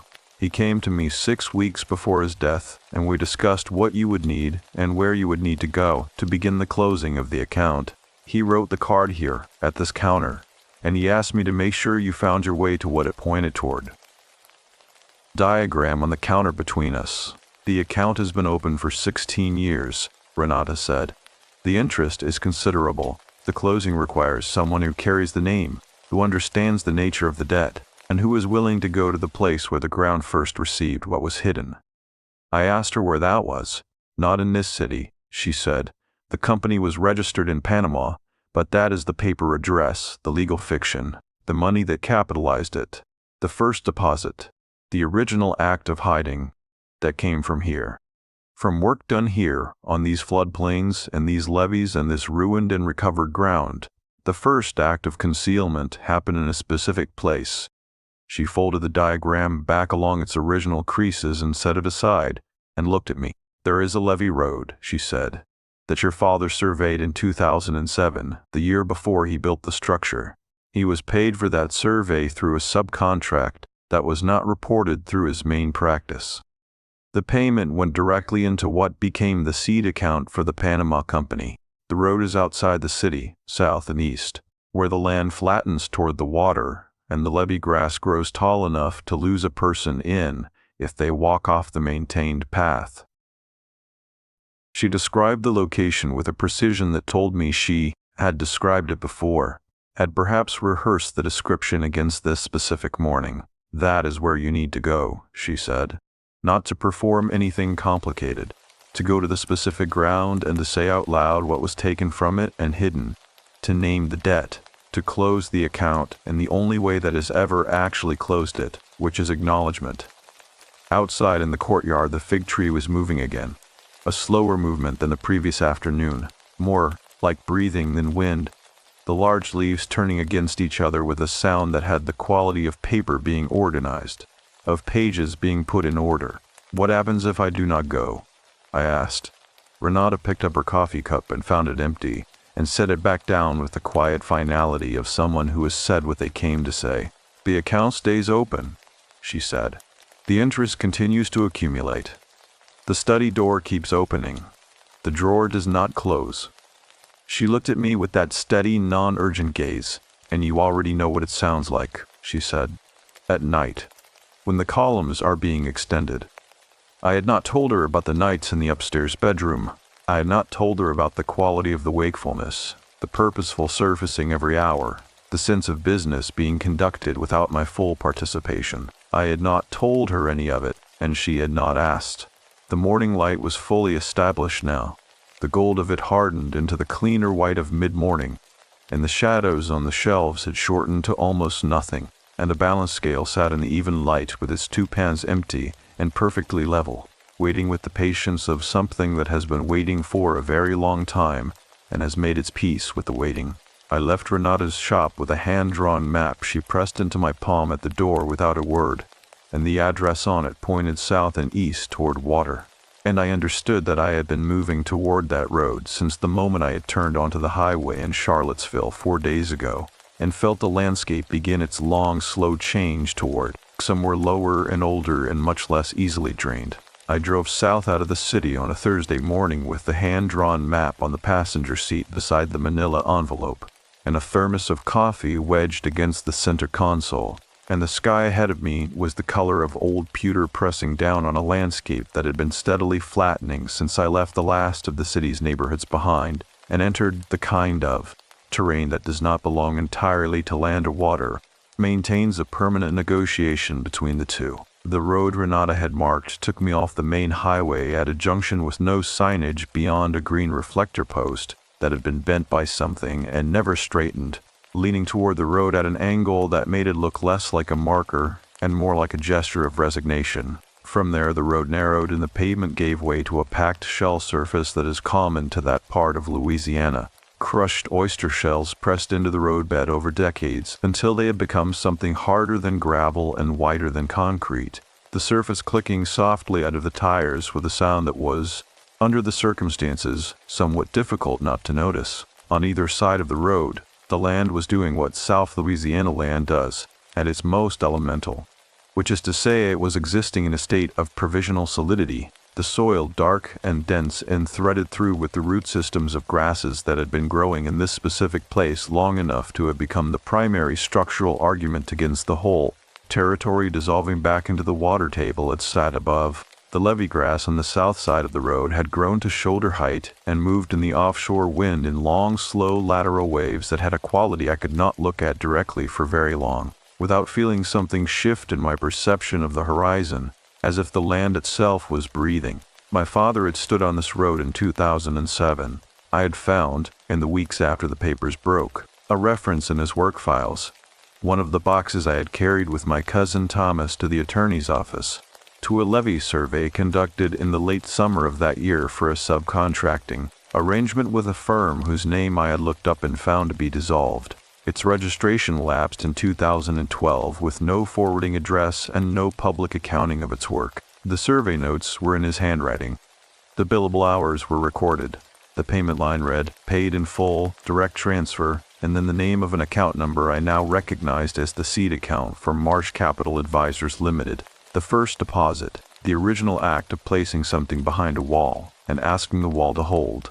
He'd been 51 years old that summer. I had been 23, just finished with my undergraduate degree, just beginning to understand that my life was going to be organized around the space between what grows above the soil and what the soil contains. We had spoken on the phone that August. I remembered it specifically because he had called me on a Tuesday evening, which was unusual, and had asked me about my graduate school plans with a focus and an earnestness that had felt, in retrospect, like a man trying to locate himself in the lives of the people he loved. I had told him I wanted to study how plants respond to contaminated ground, how certain root systems will alter their own growth patterns in response to what they encounter beneath the surface. He had been quiet for a moment, and then he had said that was important work, and there had been something in his voice that I had registered and then set aside because I was 23 and had not yet learned to pay close enough attention to the things people almost say. I parked the car where the road ended, at a locked gate and a chain-link fence that marked the boundary of the levee maintenance zone. The gate had a sign and standard title case mounted at eye level, no unauthorized entry.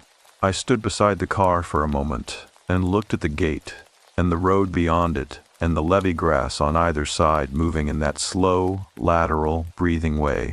And then I looked at the map Renata had drawn. The map showed the road ending at the gate, and then, beyond it, a path marked not as a road, but as a dotted line, the cartographic shorthand for a trail, winding south and east for what she had annotated as roughly a quarter mile, to a point marked with a small circle, and beside the circle, in her careful handwriting, a single word, here. The gate was not padlocked.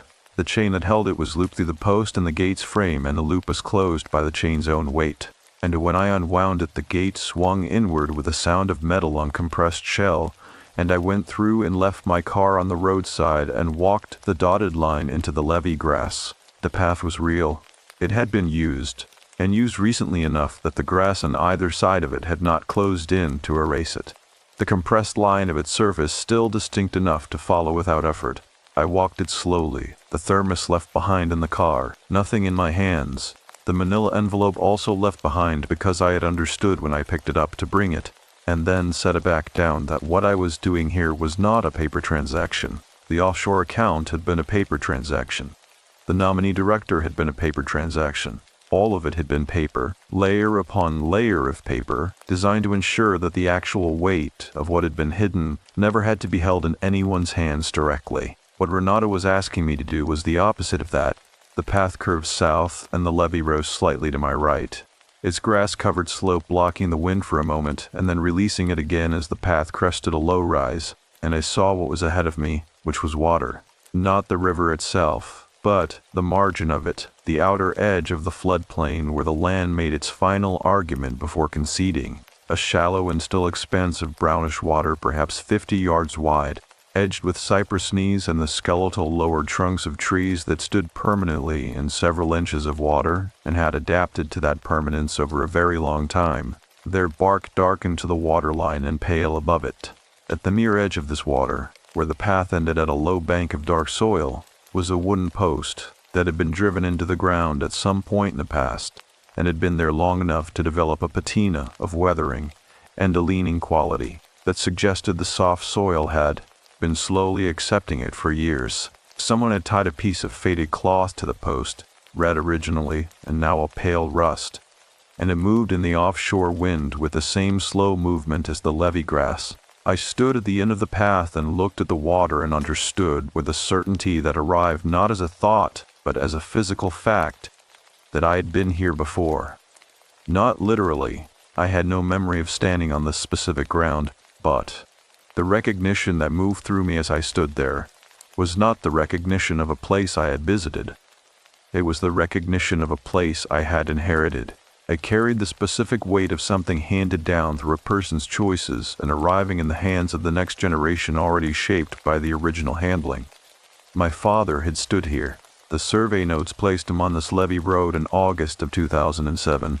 Whatever act of looking away had completed itself in him that summer, had completed itself in a landscape I was standing in now, in the same October light, breathing the same salt and mud and river grass smell, feeling the same offshore wind that moved the tall grass and those long lateral waves that looked, if you watched them long enough, exactly like something breathing beneath a sheet. I thought about the structure of what he had done, not the legal structure.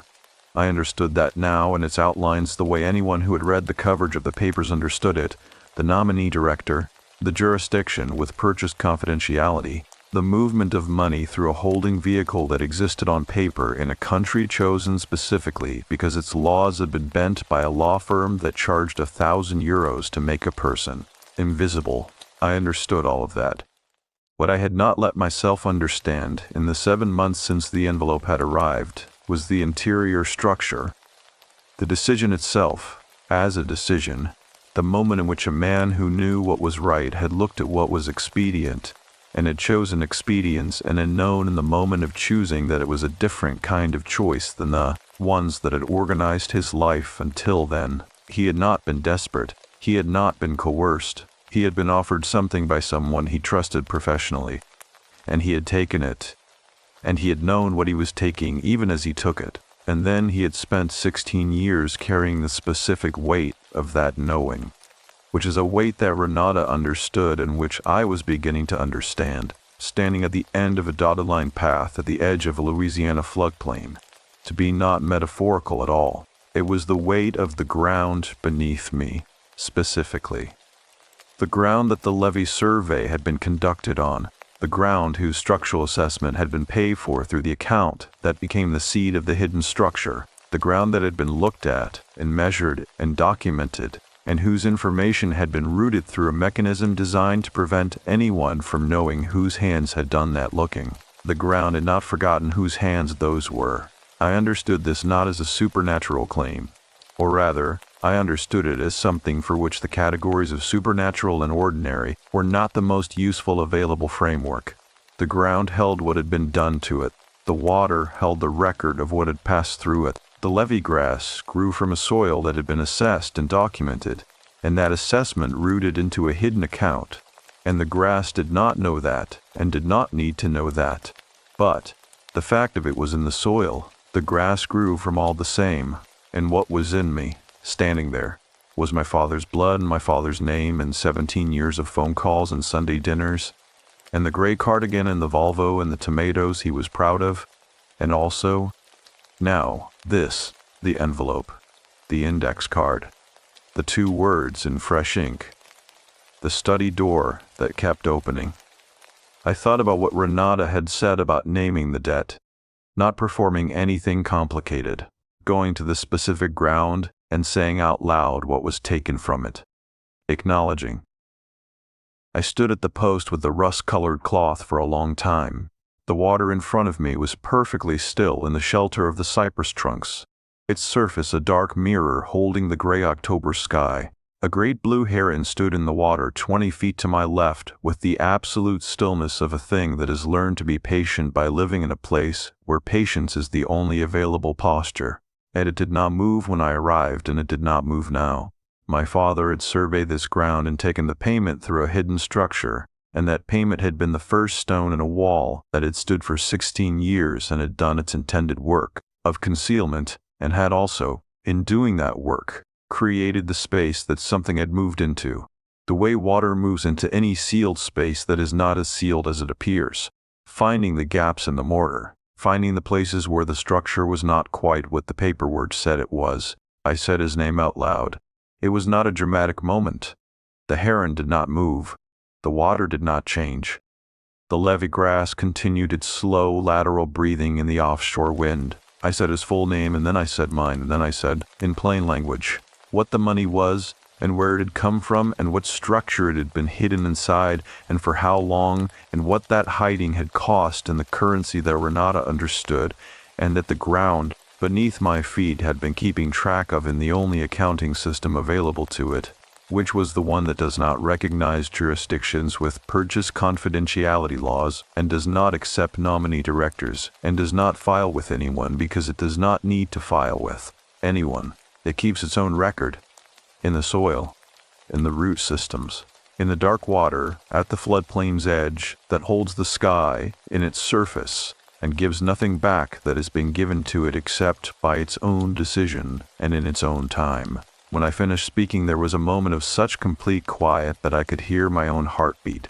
And in that moment, something in the quality of the air around me shifted in a way I cannot describe more precisely than to say it felt like a long-held breath being released. Not my breath, but the breath of something much older and much larger than a single person standing on a levee road. The heron turned its head and looked at me with one golden eye. Then it opened its wings, an enormous, slow, deliberate unfolding, and lifted from the water without urgency and flew south over the cypress trees and disappeared into the gray October sky. And the water where it had stood showed a single slow ring expanding outward from the disturbance of its departure, and then went still again.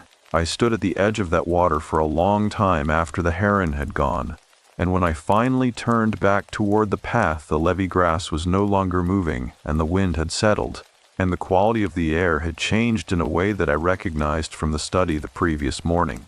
But, in reverse, not a door opening onto darkness, but a door closing, gently, with the soft, definitive sound of a latch finding its seat. I did not go back to Renata's shop that afternoon. I drove north from the levee road through the flattening landscape with the windows down and the smell of salt marsh and river grass moving through the car, and I felt something I had not felt since the drive down from Charlottesville 4 days earlier, which was the ordinary texture of forward motion, the sense of a road being traveled rather than a destination being approached with increasing reluctance. The shell surface gave way to asphalt, and the asphalt widened and the city reassembled itself around me the way cities do when you approach from the undeveloped south, beginning with its most functional and unglamorous edges, the storage facilities and the auto body shops and the low industrial buildings whose purposes are not immediately apparent from the outside, and then thickening gradually into neighborhoods, into the specific human density of a place that has been continuously inhabited for a very long time, and carries that continuance in its streets the way old wood carries the rings of its growing. I stopped at a grocery on Magazine Street and bought bread and a container of red beans and rice from the prepared foods section, and a bottle of sparkling water, and I ate in my car in the parking lot because I was not ready to be inside anything enclosed yet. And the red beans were seasoned in the particular way of that city, with a depth that comes from a specific sequence of building flavors over time, rather than from any single ingredient. And I ate slowly and watched the foot traffic on Magazine Street and felt, with some surprise, that I was hungry in a way I had not been since arriving. The drive back to Prytania Street took 20 minutes in the early afternoon traffic. I let myself in through the iron gate and stood for a moment on the front path and looked at the house, which in the afternoon light had the quality of an old portrait, specific and familiar and containing, in its familiar specificity, a person you could no longer ask questions of. I went inside and up the stairs and into the bathroom and stood under the shower for a long time, and the water pressure in the old house was the same inadequate and slightly erratic pressure it had always been, and that specific inadequacy was one of the most familiar sensations of my childhood, and it undid me in a way that nothing else had managed in the preceding days, and I stood in the shower and cried in the thorough and undefended way that is only possible when you have been holding something for long enough that the holding has become its own kind of exhaustion.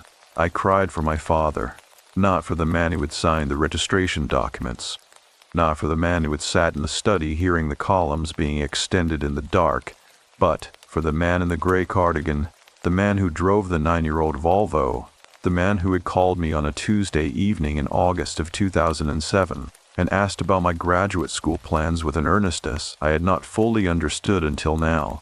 He had been standing, I realized, at the edge of something that summer. He had been looking at a choice and he had already, perhaps, begun making it. And he had called his daughter and asked her what she was going to spend her life studying, and she had told him that she wanted to understand how plants respond to contaminated ground. And he had said that was important work. He had known, even then, Even before the choice was fully made, I dried off and changed and went downstairs and made tea and sat at the kitchen table and looked at the manila envelope, which was still there, and at the hand-drawn map, which I had brought back from the levee road and placed beside it. The map had a quality now of something that has served its purpose. The way directions written on a scrap of paper have a different quality once you have arrived at the place they pointed toward.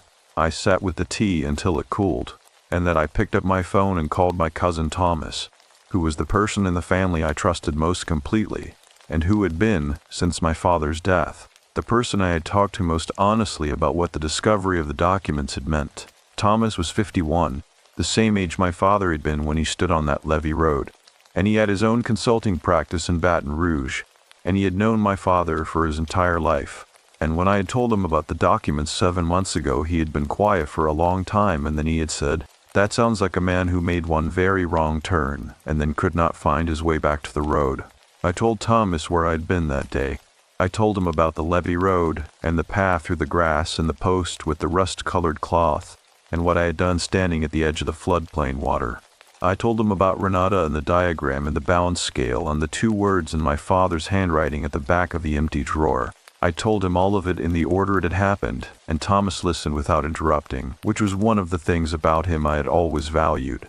The capacity to hold a large amount of information without needing to reorganize it out loud while it was still being delivered. When I finished, he was quiet for a moment. "Do you feel like it worked?" he asked. Not skeptically, not with the careful neutrality of someone managing a relative they are worried about, as a genuine question. I thought about the quality of the air at the levee road after I had finished speaking. I thought about the latch finding its seat. "I feel like something shifted," I said. "I do not know if shifted is the same as resolved." "Did Renata say it was resolved?" he asked. I told him she had not said anything either way. I told him I had not gone back to her shop that afternoon, that I had driven directly back to the city, and that I was sitting at the kitchen table in the Prytania Street house wondering what came next. "Go see her tomorrow," Thomas said. "She gave you the map. She will know." After I hung up, I sat at the table in the quiet of the kitchen for a long time. The afternoon light had shifted to the amber of early evening, coming through the kitchen window, at the low angle that turned the old wooden surfaces of the counters and the table into something warmer and more saturated than their ordinary color, the grain of the wood visible in a way it was not in the flat light of midday.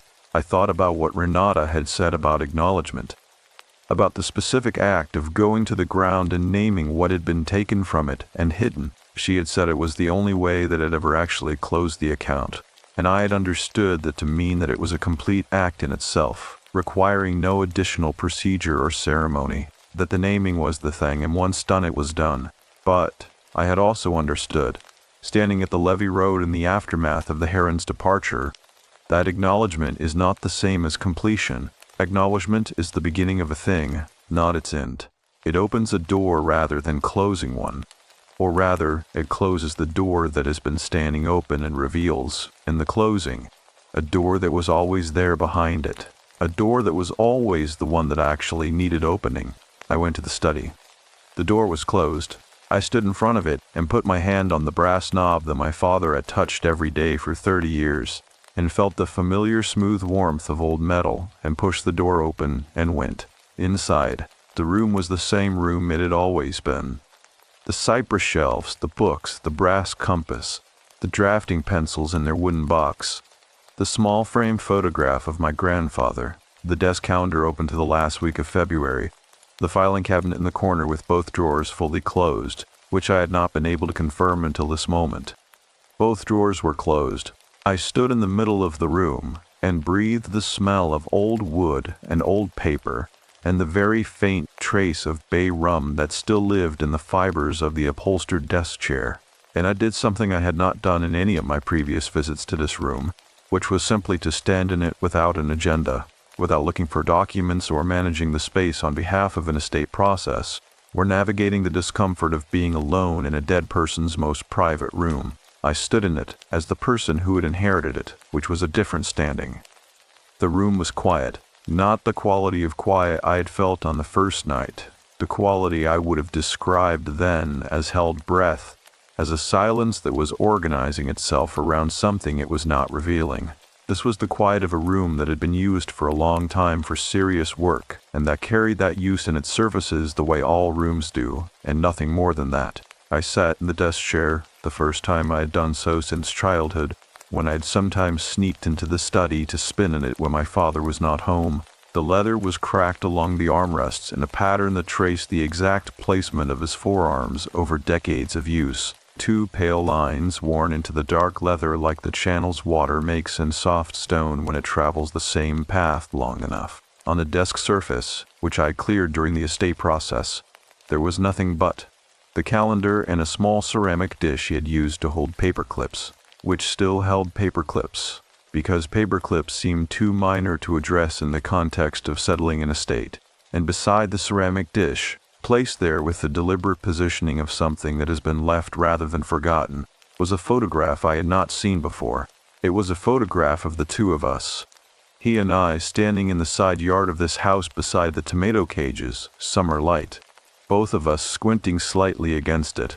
I was perhaps 16 in the photograph, wearing a t-shirt I no longer owned, and he was standing beside me with one hand resting on the top of the tallest tomato cage in the proprietary and slightly formal way he had of standing near things he had grown, and we were both looking at the camera, and we were both clearly in the middle of a laugh about something that had just been said.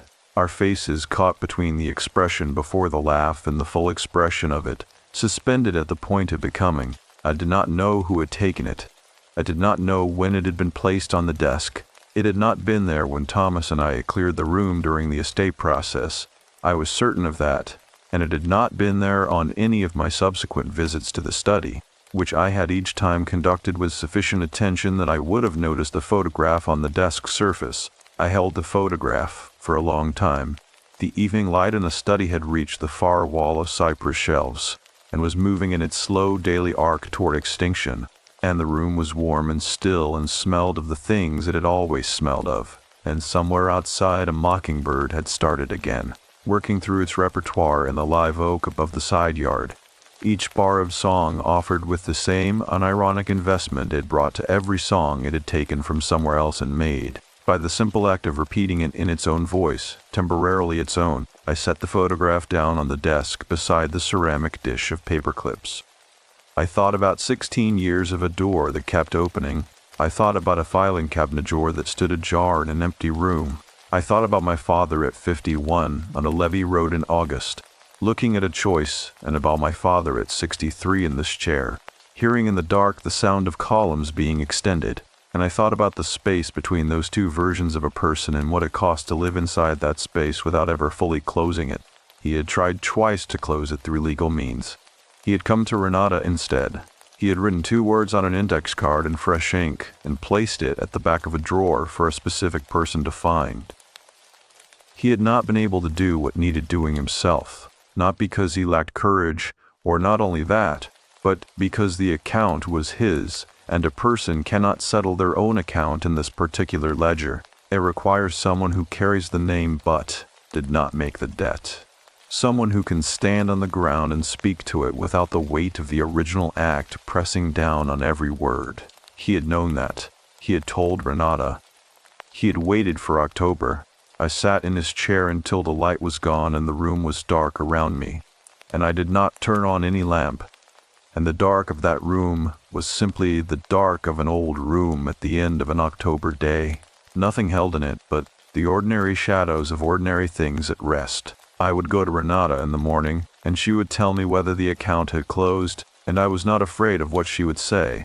And that absence of fear was itself an answer of a kind, the first one I had received that I trusted completely. Renata was not at the counter when I came to the shutters on Friday morning. The shop was open, the shutters unlatched and folded back in the same way they had been on the previous 2 mornings, the hexagonal tile corridor leading inward with its characteristic smell of old stone and something underneath that I had by now come to associate with the room specifically, a smell that had no precise analog in my experience but that I would describe as the smell of paper that has been kept in a place where serious things have been written, the accumulated weight of recorded language in an enclosed space over a long period of time. The room beyond was lit by the east window, the morning light coming in at its low October angle and moving across the shelves with the same slow deliberateness I had observed before. But Renata was not behind the counter. I stood in the entrance of the room and waited, which felt like the correct response given everything I had come to understand about the pace at which this particular space operated. The balance scale sat on its low table near the window. The card catalog stood with all its drawers closed. The glass bottles on the shelves held the early light in their various steps. After perhaps 2 minutes, I heard a sound from behind a door set into the rear wall of the room, a door I had not previously noticed, because it was made of the same cypress board as the shelving on either side of it, and was set flush with the wall surface, its hinges inset, its knob a simple wooden turning piece that blended into the grain. The door opened and Renata came through carrying a ceramic pitcher, the kind used for hot water, and she set it on the counter and looked at me with the same directness she had brought to every interaction we had had, that quality of seeing without needing to perform the act of looking. "You won yesterday," she said.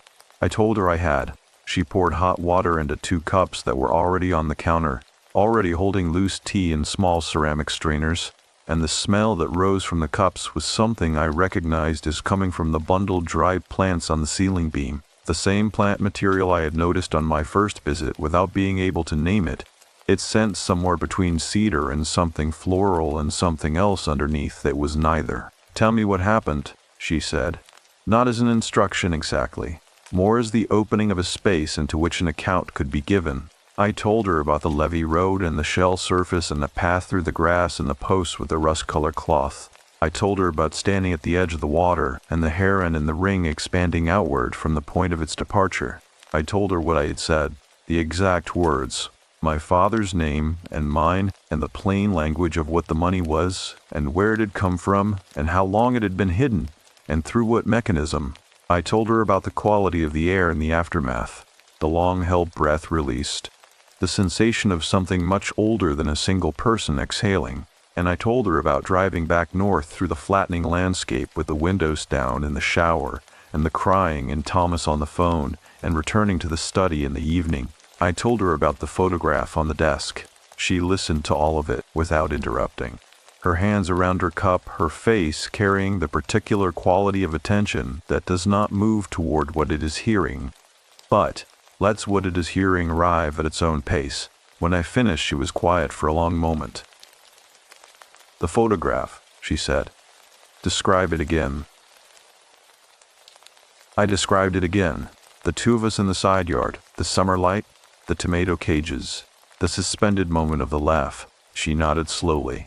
Not in the manner of someone confirming a suspicion, but in the manner of someone receiving a piece of information that completes a pattern they have been holding open, waiting for the final element. "He left that there for you," she said. "Not in the way he left the index card. The card was instruction. The photograph is something different." I asked her what it was. She looked at her tea for a moment. "There are things a person cannot say directly," she said, "even to someone they love. Especially to someone they love. The weight of what cannot be said directly accumulates the same way debt accumulates.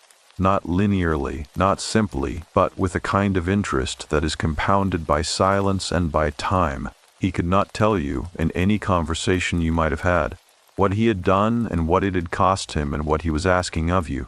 Not because he lacked the words, because some things said directly between a parent and a child land with a weight that damages the relationship rather than clearing it." She lifted her cup and drank. "The photograph says, before all of this there was this. There was the summer light in the side yard, and the tomatoes and the laugh that was happening and the ordinary afternoon. He wanted you to have that alongside what you found in the drawer."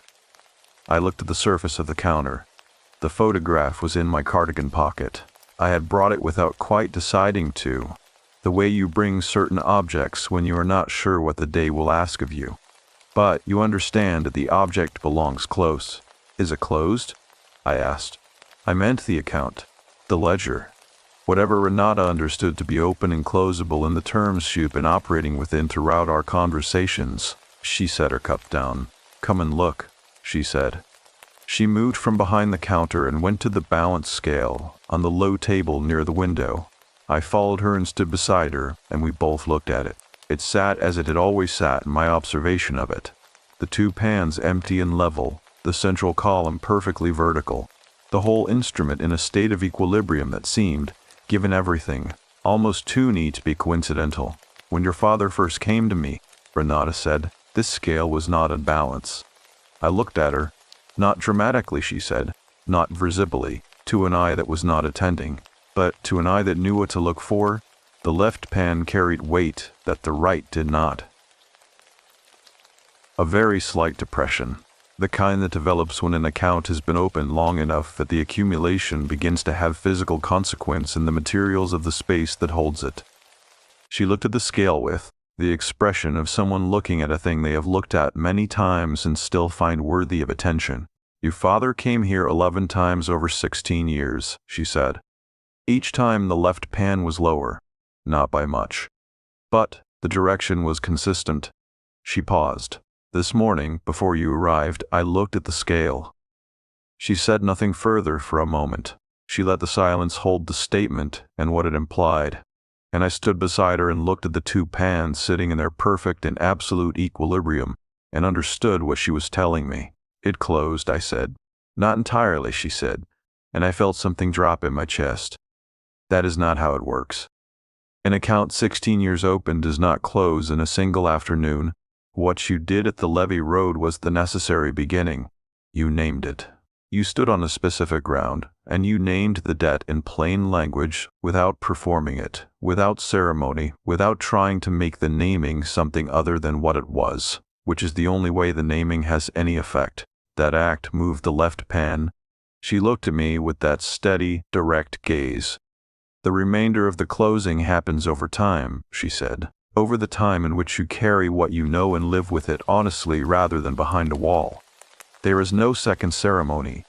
There is no additional act of specific geography required. What remains is the ordinary work of a person who has understood something and must now live as someone who has understood it.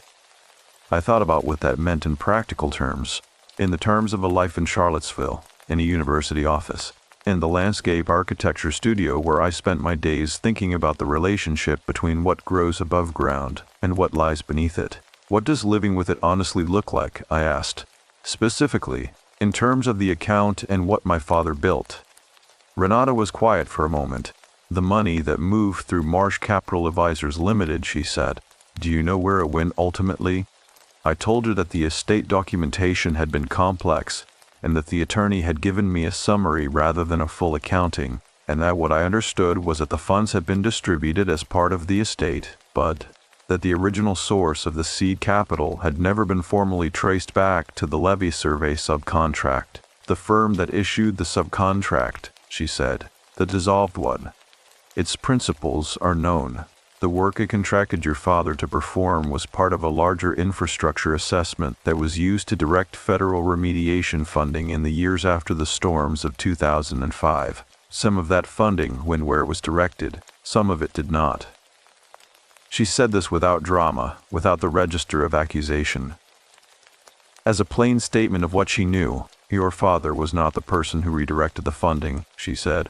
He was the person who provided the assessment that gave the redirection its technical cover. He may or may not have known precisely how his work was being used, but the seed money, the payment that capitalized the Panama account, came from a system that was taking from the remediation effort and routing it elsewhere, and that is the specific debt the ground held.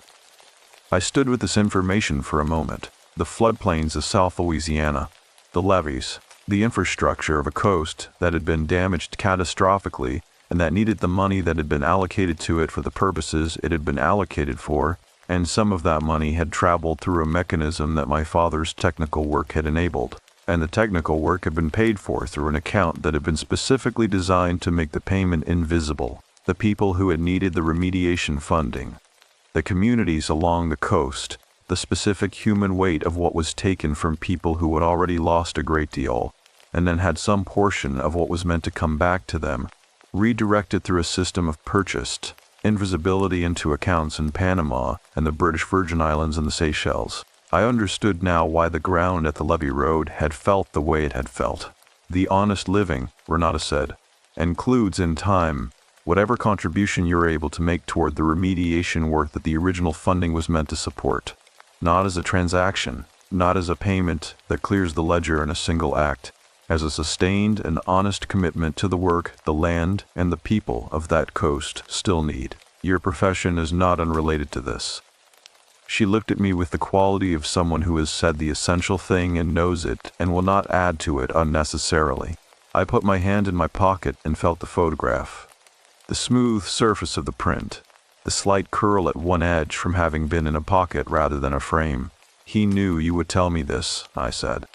It was not entirely a question. He knew I would tell you what I knew, she said. What you do with it is yours. Outside in the courtyard, the fig tree moved in the morning wind, its large leaves turning once, then settling, then turning again in the way of a thing that is not agitated but simply alive and responsive to what moves around us.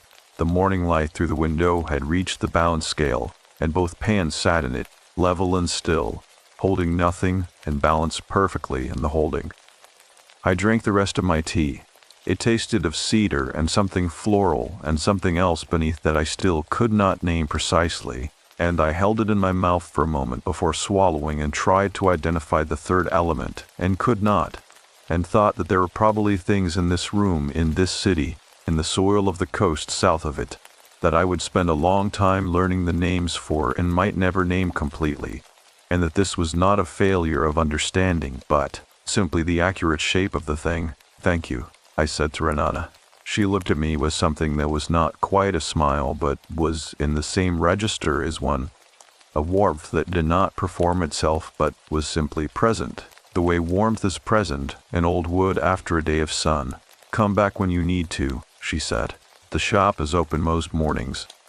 I went back through the cypress board door and the hexagonal tile corridor and out through the green shutters onto Bourbon Street, which was quiet at that hour, the previous night's evidence being addressed by the city's morning maintenance crews with brooms and hoses, the old pavement darker where it was wet, the smell of the street in the early morning, that particular combination of stone and water and something older beneath both, and I stood on the sidewalk in the October light and breathed it in and thought about South Louisiana, and the coast and the levee grass moving in the offshore wind, and the specific weight of what the Pi-Phi ground had been holding and what it would take, over time, to address it honestly. I walked back toward the streetcar stop through the quiet morning streets of the French Quarter and felt, for the first time since my father's death, that I knew something true about him that the documents alone could not have told me, which is that a person is not only the worst thing they have done, but they are also not less than it, and that both of those facts have to be carried forward together, honestly, without the wall. I left New Orleans on a Sunday morning, 6 days after I had arrived. The packing took less time than I expected, which is often the way when you have come to a place carrying more than luggage and leave carrying something different in weight and kind. I moved through the rooms of the Prytania Street house with the particular attention of someone who is not yet ready to say the word goodbye, but who understands that the visit has reached its natural completion, touching the surfaces of things my father had touched, not sentimentally, but in the straightforward way of a person taking inventory of what is real. The kitchen table, the brass handle of the refrigerator, the window above the vegetable garden where the dead tomato cages still stood in the side yard in their wire formations, still shaped by the plants they had supported, still holding the ghost of last summer's growing in their geometry. I had made one decision before leaving, sitting at the kitchen table on Saturday evening with my laptop and the estate documents and a yellow legal pad on which I had been writing for several hours. The decision was not complicated and it was not dramatic, and it did not feel, when I made it, like a resolution so much as a recognition, the acknowledgement of something that had been true for a while and that I was only now prepared to act on. I had contacted through the university's research administration office, the director of a coastal resilience program based at a university in Baton Rouge that worked specifically on wetland and levee restoration along the Louisiana coast. I had introduced myself and my research background and asked whether there were collaborative opportunities between landscape architecture and their ongoing remediation assessments. The email was 3 paragraphs long and entirely professional and said nothing about the levee road or the Panama account or any of the things that had brought me to the decision. It did not need to. The decision was the thing. The reasons behind it were mine to carry.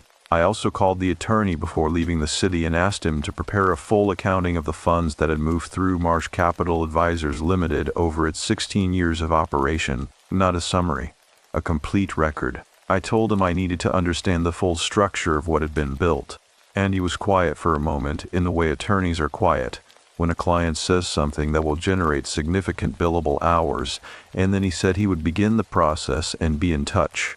I locked the house on Prytania Street at 8:30 in the morning and stood on the front path for a moment and looked at it.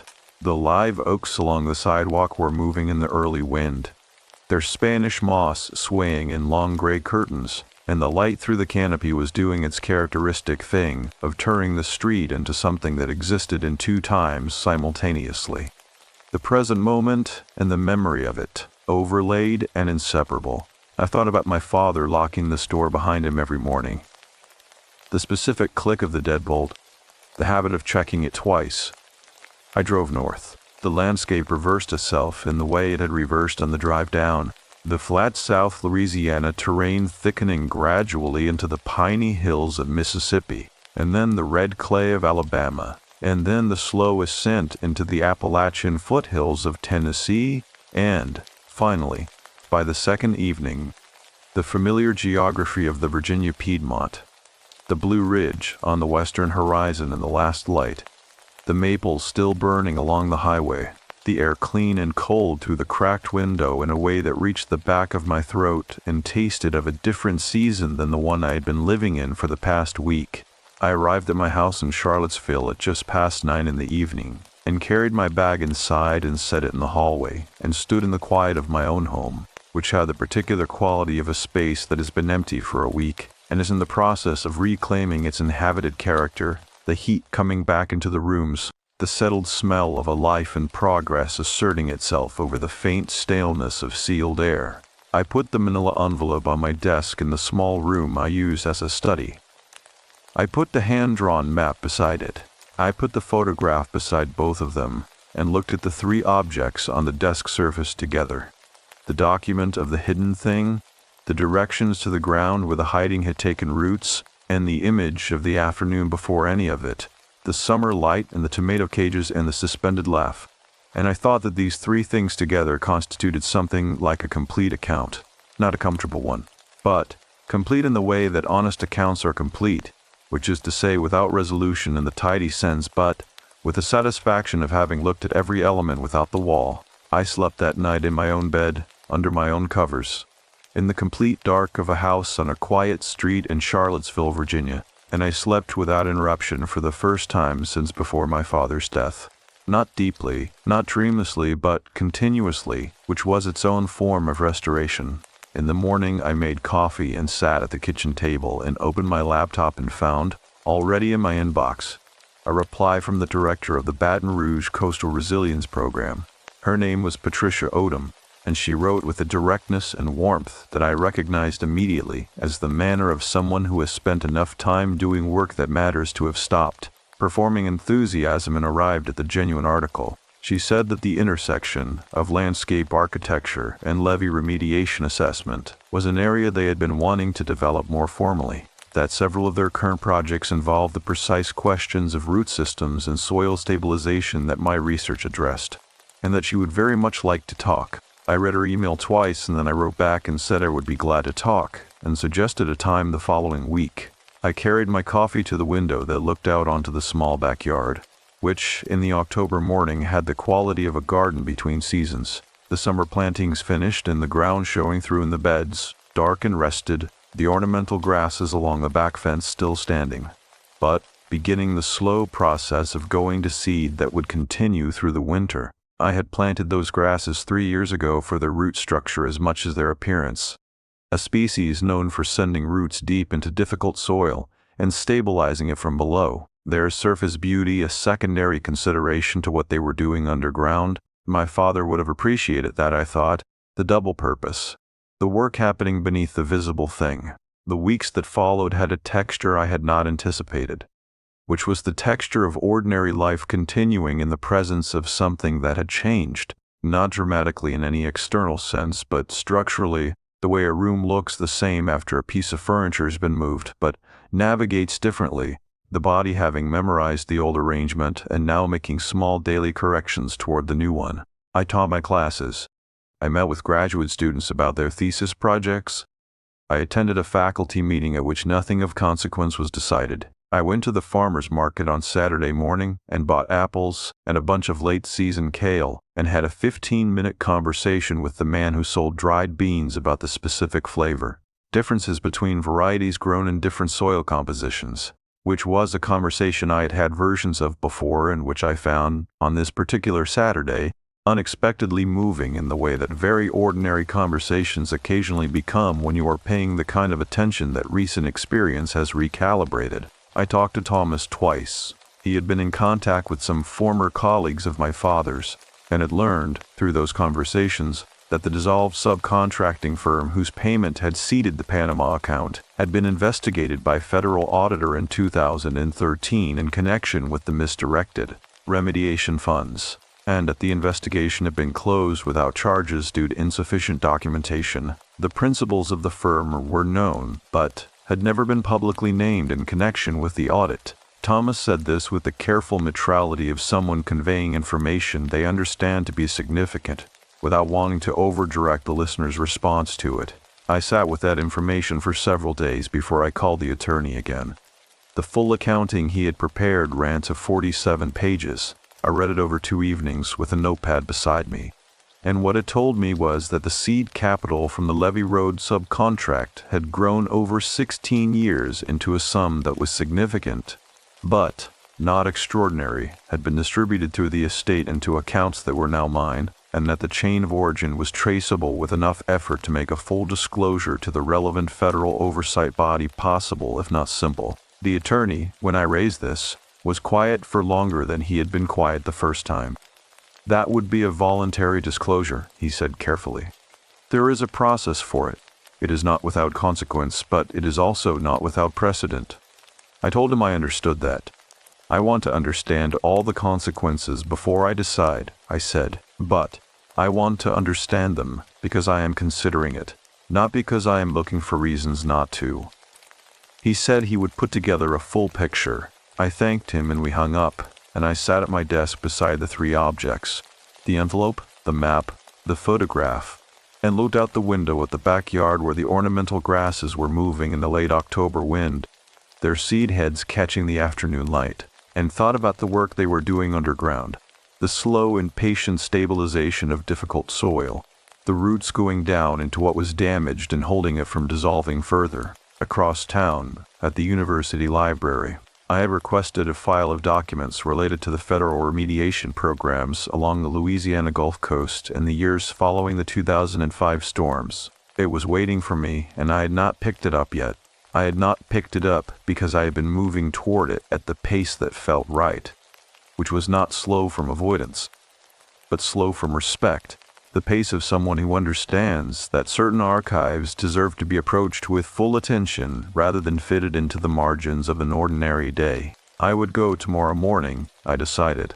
Early, before the building filled with students, I would sit in the reading room with the file, and I would read it the way it deserved to be read, which was as a record of what real communities had lost and what had been meant to come back to them, and I would understand what I was understanding as completely as I could. Before deciding what to do with the understanding, I picked up the photograph from the desk, the summer light, the side yard, the tomato cages, the 2 of us at the edge of a laugh, suspended there in the silver haylight of an afternoon. Neither of us had known we were in the process of losing. I had not yet framed it. I had been carrying it in my cardigan pocket since I found it on the study desk, moving it from pocket to pocket as I changed clothes, keeping it close in the way you keep things close that you are not yet ready to place permanently because placement implies a relationship to the past tense that you have not fully negotiated. I set it against the base of the desk slab where it could stand on its own, leaning slightly, the image facing me. I thought, he was not only what he did wrong, I thought he was also this afternoon, and the phone call in August, and the gray cardigan, and the Volvo, and the bay rum, and the 11 visits to a woman in the French Quarter who kept a balance scale and understood what the ground remembers, and the index card written in fresh ink for a specific person to find, and the knowledge that the person who needed to stand on the levee road was not him, but his daughter, who studied the relationship between what grows above ground and what lies beneath it, and who would understand. He had been right about that. I did understand. Outside, the ornamental grasses moved in the last of the afternoon light, their roots doing their patient work in the dark soil below, stabilizing what was damaged, holding what was at risk of dissolving, making the ground above them capable of bearing what would grow there next.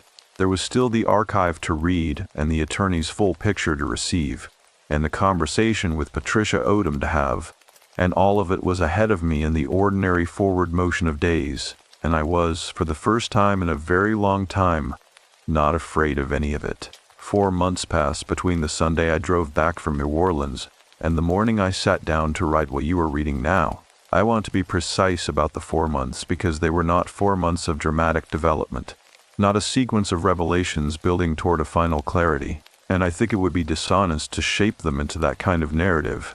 They were 4 months of ordinary life in which something had permanently changed in the structure of my ordinary life. The way the Blue Ridge looks the same from the highway every morning, and is not the same because you are not the same person who looked at it yesterday, and the looking is therefore a different act even when the object is identical.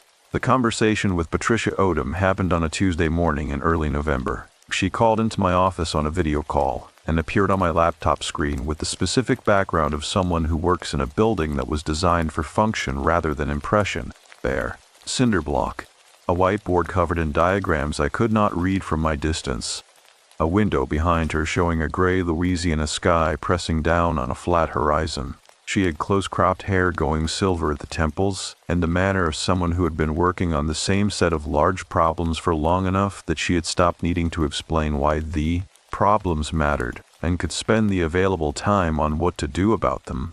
We talked for an hour and 20 minutes. She described 3 active remediation projects along the coast that involved the specific intersection of soil structure and root system behavior that my research addressed. All 3 of them in areas where the original post-storm restoration work had been inadequate, where the ground was still losing its argument with the water in ways that were measurable and that would, if unaddressed, continue to worsen over the coming decades. She described the communities that lived in those areas with the matter-of-fact specificity of someone who has visited them many times and understands them as composed of actual people rather than as data points in a resilience assessment. She named places and families and recurring flooding events with a precision that carried the weight of real knowledge rather than institutional summary. I told her about my current research, about the work I had been doing for the past 2 years, on the response of native root systems to chemically altered soil, about the specific species I had been studying, and what their behavior suggested about the long-term stabilization of ground that had been compromised by the combination of storm damage and decades of industrial drainage. She listened with the quality of attention that Patricia Odom brought to everything, which was total and unperformative. And when I finished, she said that 2 of the 3 projects she had described could directly use what I was describing, and asked whether a collaborative research arrangement was something my institution would support. I told her I believed it was and that I would look into it, and I did, and it was. By December, I had a formal letter of intent signed between the 2 universities and a preliminary project framework in place for a spring site visit to the Louisiana coast. By January, I had a graduate student, a second year named Marcus Webb, who had grown up in Homa and whose family had lived through 2005 with the specific and detailed knowledge of someone for whom the storm was not historical but biographical, who had signed on to the collaborative project with an investment that was equal parts academic and personal, the kind of investment that produces the best work, because it has a bottom layer that no institutional framework created and no institutional change can remove. The voluntary disclosure process moved more slowly than the research collaboration. The attorney had given me the full picture in November as promised, and the full picture was as complicated as he had suggested it would be and as straightforward as I had told him I wanted it to be.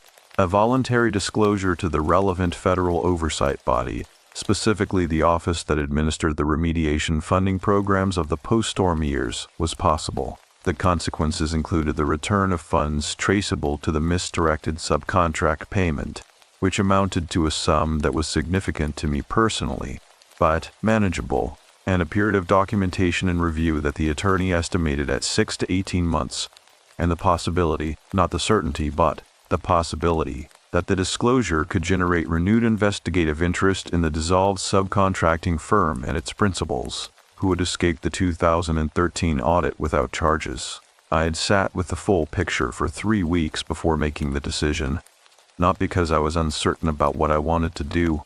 I had been certain of that since the conversation with Renata when she had described what the seed money came from and what it had been taken from, and the certainty had not wavered in the 4 months since. I sat with it for 3 weeks because I wanted the decision to be made from the same quality of attention I had brought to the Levy Road, which is to say without performance, without the urgency of wanting to feel resolved, with full knowledge of what it would cost and what it would not recover and what it was and was not capable of doing.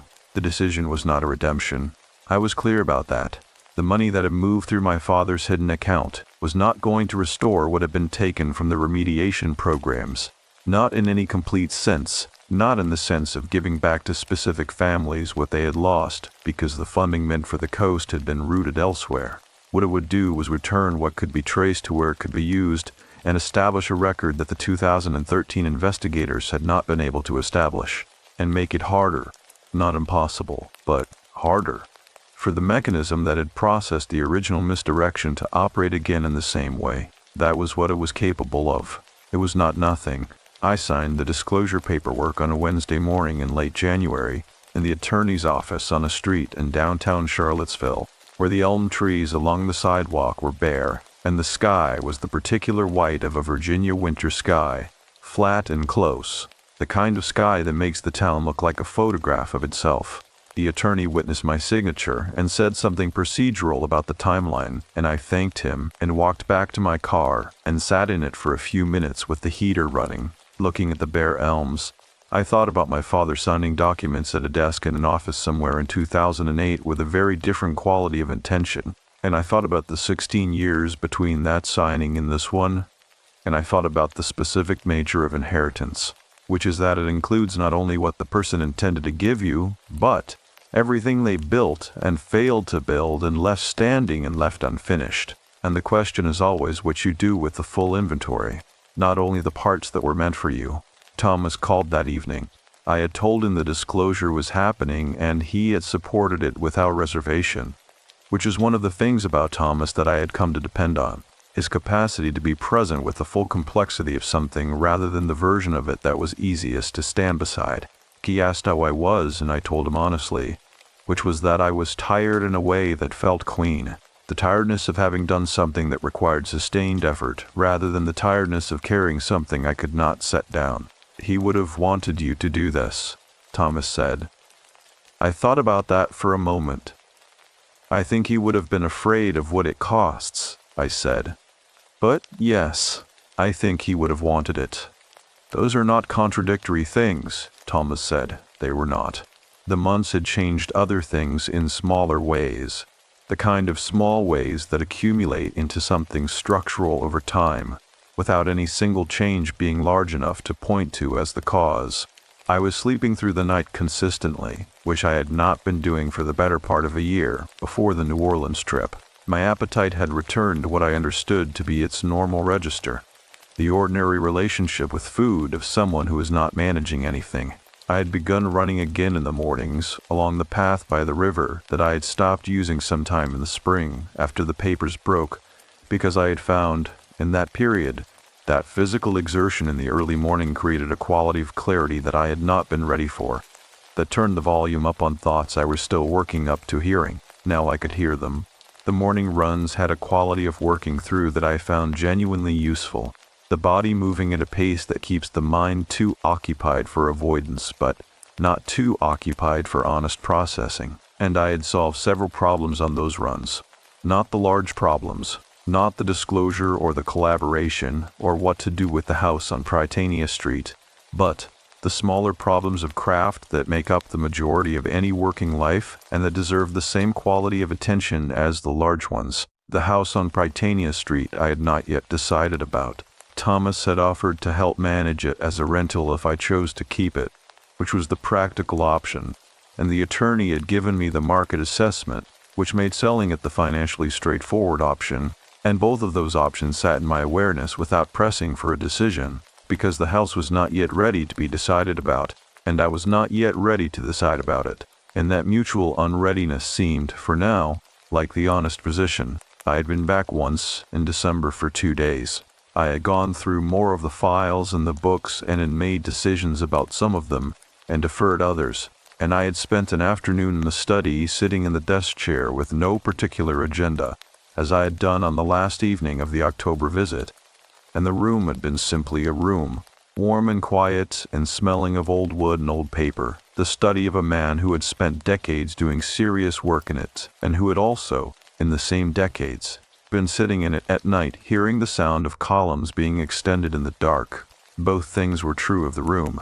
I had sat in the chair and let both things be true simultaneously, which was not comfortable but which felt necessary, the way certain landscapes are not comfortable to sit inside but are important to know. The filing cabinet stood in the corner with both drawers fully closed. The photograph I had found on the desk I had taken back to Charlottesville with me on the first trip, and in its place on the desk surface I had left nothing, because the desk was a desk and did not need an object on it to mean something. I had written to Renata once, a brief letter on paper rather than an email, because an email had felt wrong for the register of what I wanted to say. I thanked her for the 3 mornings and for the map and for what she had told me about the ground and the account and the work of living honestly with what you have understood. I told her about the disclosure and the research collaboration, and about Patricia Odom and Marcus Webb and the spring site visit to the coast. I told her that the photograph was framed now, on the desk in my study in Charlottesville, and that I looked at it most mornings.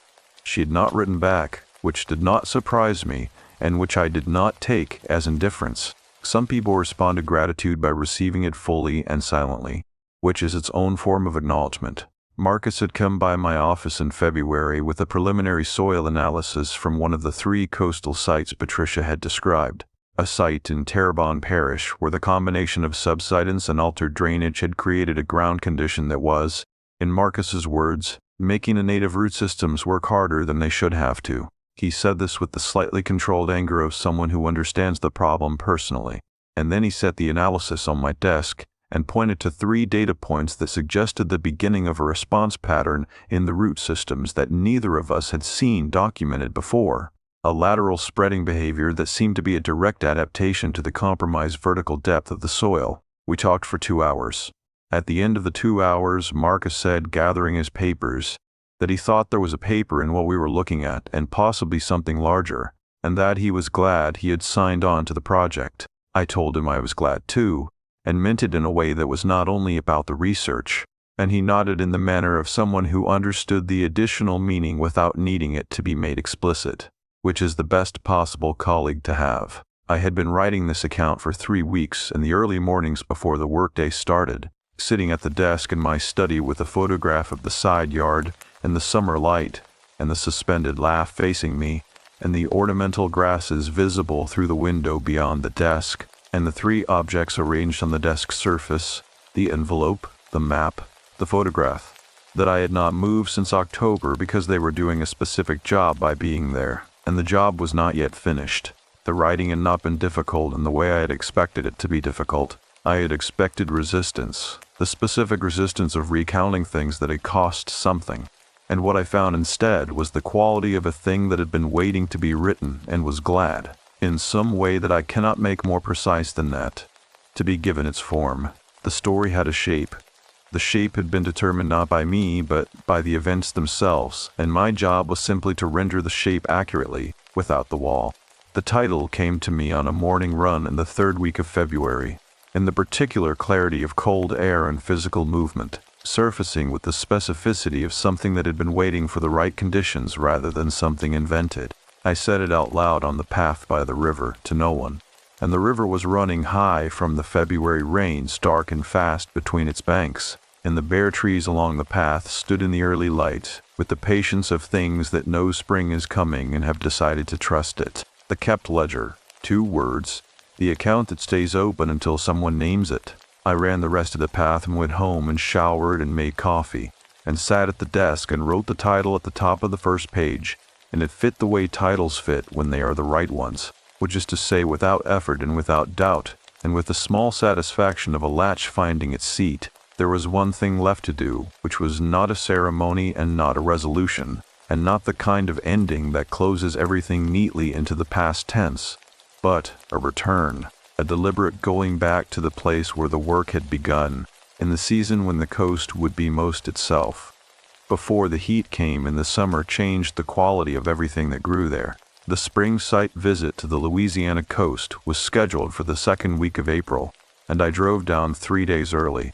Not because the work required it.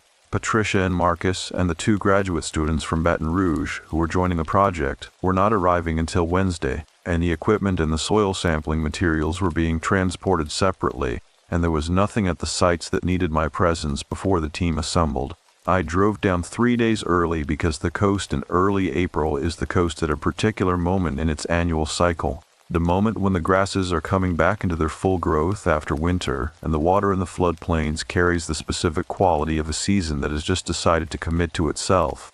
And because I had understood, somewhere in the writing of the account over the preceding weeks, that the return I had described in the final pages of it needed to happen before the work began rather than alongside it or after it. The 2 things needed to be kept distinct. The research was the research, and it would do what research does, which is to gather evidence and build understanding and contribute incrementally to the body of knowledge that informs practice. And the practice would in turn contribute incrementally to the stabilization of the coast, and that contribution was real, and I believed in it, and I was glad to be part of it. But it was not the same thing as what I had done at the Levee Road in October. And it was not a substitute for returning to that road, and conflating the 2 would have been a way of making the return into something institutional and purposeful in the wrong way, freighted with the professional rather than the personal, which would have missed the point of it entirely. I drove down on a Sunday, the same day of the week I had driven back to Charlottesville in October, which was not a deliberate symmetry but, which I noticed, the Virginia landscape released to me, in the same gradual way. The hills flattening south through the Carolinas and Georgia and into the Gulf Coast plain, the air changing quality in the same increments, thickening and warming and acquiring its southern waterlogged sweetness as the elevation dropped toward sea level, and the vegetation changed from the disciplined hardwoods of the Piedmont to the loose and various growth of the lower coastal states, the Spanish moss appearing on the live oaks somewhere in southern Georgia, and increasing steadily until, by the time I crossed into Louisiana, it was everywhere, hanging from every available branch in the long gray curtains that I had grown up associating with a specific quality of beauty that is melancholy threaded through it, the way certain music is beautiful specifically because of its sadness rather than in spite of it. I stopped for the night in a town outside Baton Rouge and slept well and drove the rest of the way to the city in the early morning, and by 9 o'clock I was on the Prytania Street I had not been back to since December, standing at the iron gate with my key in my hand, the live oaks moving in the warm April wind above the sidewalk, the broken pavement slabs tilted at their familiar angles under the canopy. The house had the smell of a house that had been closed since December, the particular staleness of unoccupied rooms, and I opened the windows on the ground floor and let the April air move through it, and within an hour the staleness had given way to the smell of the street outside, which was jasmine from the neighbor's fence, and the warm asphalt smell of a city in the first real heat of spring, and underneath both of those the older smell, the river and the stone, and the breath of the buildings, the smell that belonged to this place specifically, and that I had been carrying in my olfactory memory since childhood, without ever needing to name it, because it had simply been the smell of here. I did not go to the study immediately. I made coffee and sat at the kitchen table and looked at the side yard through the window where the vegetable garden had been through the winter, and where I now saw with some surprise something was growing. Not the dead tomato cages, which were still there, but around and through them, pushing up from the dark soil in the particular insistent way of things that have decided it is time, a series of green stems that I recognized after a moment as volunteer tomato plants, self-seeded from the previous year's fruit that had fallen and overwintered in the soil and were now coming up on their own, without planting, without anyone's intention, simply because the conditions had become right and the seed had been waiting for the conditions. I looked at them for a long time, Then I went to the study. The room was as I had left it in December, which was as it had been since my father's death. The cypress shelves and the books and the brass compass and the desk calendar still open to the last week of February that was now more than a year past. The filing cabinet in the corner with both drawers closed. The ceramic dish of paper clips and the otherwise bare desk surface. I sat in the desk chair and put my hands on the cracked leather of the armrests, in the worn channels that his forearms had made over decades of the same placement, and I sat there in the April morning light that came through the east window in the clean and direct way of a season with no haze yet, and I thought about what I wanted to say to him, which is a thought I had been having in various forms for 18 months, and which I had never quite been able to complete.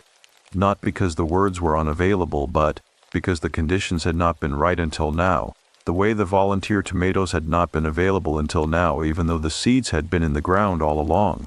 I said it out loud, in the study, to the room that still held him in its walls and its surfaces, and the faint bay rum in the fibers of the chair beneath me. I told him I understood why he had built what he had built, and that understanding it was not the same as excusing it, and that I did not think he had wanted it excused. That the index card, and the visits to Renata, and the 16 years of sitting in this room, hearing the columns being extended in the dark, were the record of a man who did not want it excused, who wanted it addressed, and who had trusted me with the address. I told him the disclosure was filed, and the funds were being returned, and the record existed now that had not existed before, not as a transaction, not as a payment that cleared anything in the simple sense, but as an honest account of what had moved through the hidden structure and where it had come from and where it was going back to. I told him about Patricia Odom and Marcus Webb and the volunteer tomatoes in the side yard. I told him I was going back to the Levee Road that afternoon, not to perform anything, not to repeat what had been done in October, but because the return felt like the honest completion of the account I had written, and because I thought he would have understood that some things need to be stood in twice. Once when you are learning what they are, and once when you know. I told him I still had the photograph. I sat in the chair for a while after that without speaking, and the room was quiet in the way it had been quiet on the December visit and the final October evening. The quiet of a room that is simply a room, warm and still and smelling of old wood and old paper, and the life that had been lived thoroughly in it, and I let the quiet be what it was without filling it. Then I got up and went back to the kitchen and finished my coffee and drove south. The Levee Road looked different in April than it had in October. The shell surface was the same, the clicking of the crushed oyster under the tires the same, the chain link fence and the gate at the road's end the same. But the grass on either side of the road had come fully back into its spring growth and was taller than it had been in October, a deeper and more saturated green, moving in the offshore wind in those same long lateral waves, but with more force and more vitality, the full-bodied movement of living things in their growing season, rather than the residual movement of things going to seed. The gate was unlatched as it had been. I went through and walked the path through the grass, which was also different in April, the compressed line of it still distinct, but bordered now by the new growth pressing in from both sides, the path narrower than it had been, the grasses brushing my arms as I walked, alive and insistent in a way that October had not offered. The post with the rust-colored cloth was still there. The cloth had weathered further over the winter, but was still attached, still moving in the wind, a lighter rust now, closer to the color of dried grass than of the red it had once been. The water beyond the low bank was higher than it had been in October, the spring rainfall having raised the floodplain to its seasonal fullness, and the cypress trees stood in several more inches of water than I had seen them standing in before. Their knees submerged, their trunks darkened higher up. The gray-blue heron was not there, which I had not expected, and which was not a disappointment. The heron in October had been exactly what it was, a heron standing in the water at that particular time and place, and its departure had been exactly what it was, the departure of a heron, and the meaning I had found in it was real, but it was mine, carried in me rather than in the bird, and the bird owed me no return engagement. What was there instead was a pair of wood ducks, moving in the shallow water at the far edge of the cypress stand, the male in his extraordinary breeding plumage, the iridescent green and chestnut and white of him almost absurdly vivid against the brown water and the gray-barked trees, the female beside him in her quieter and more considered beauty, and the two of them moving through the water with the unhurried purposefulness of creatures entirely at home in the specific place they occupied. I stood at the end of the path for a long time and looked at the water and the cypress trees and the grasses moving behind me, and the April sky above, which was the blue of a season that is committed to itself, a clean and unambiguous blue with high white clouds moving through it from the southwest. And I did not say anything out loud because there was nothing left that needed saying out loud. What I did was stand there, fully, without agenda, in the specific place where the ground had received what my father had hidden from it, and where I had stood in October and named the debt and felt the long-held breath release.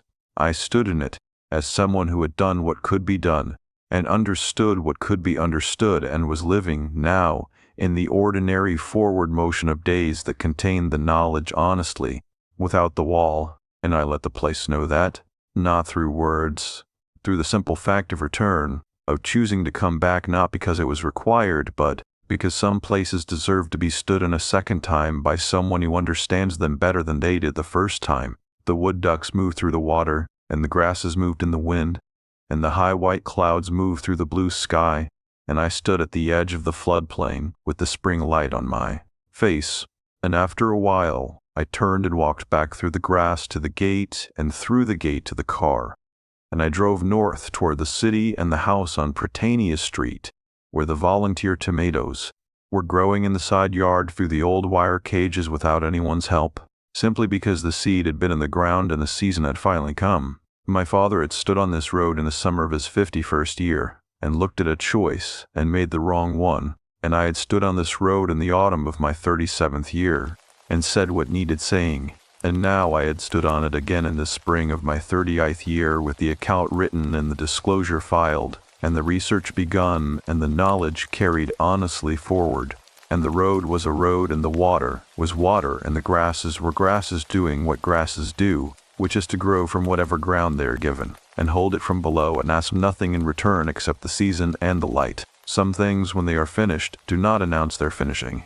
They simply continue, changed, in the ordinary way of living things that have come through something and kept their roots and are putting out new growth in the direction of whatever comes next, and you know they have come through it not because of any single moment of resolution, but because the quality of the growing is changed, and the ground beneath them is holding, and the light, when it falls on them in the morning, falls on something that was not there before.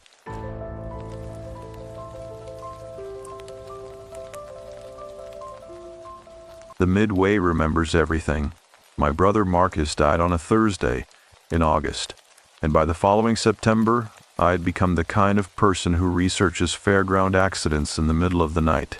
I want to be honest about that, because the story that follows only makes sense if you understand where I was standing before any of it began. I was not a person who chased the paranormal.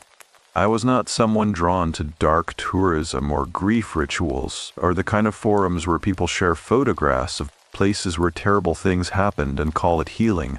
I was a 38-year-old structural engineer from Columbus, Ohio, and for 11 months after my brother's death, I had done what people in my professional category tend to do. I had channeled my grief into work, into data, into the specific and measurable question of why things fail. Marcus died on a pendulum ride. That is the simple version. The longer version is that he was 34 and healthy and working a summer job as a ride operator at the Hardin County Fair because he had lost his position at the fabrication plant in April and needed something to carry him through to autumn. He was not a rider. He was the operator.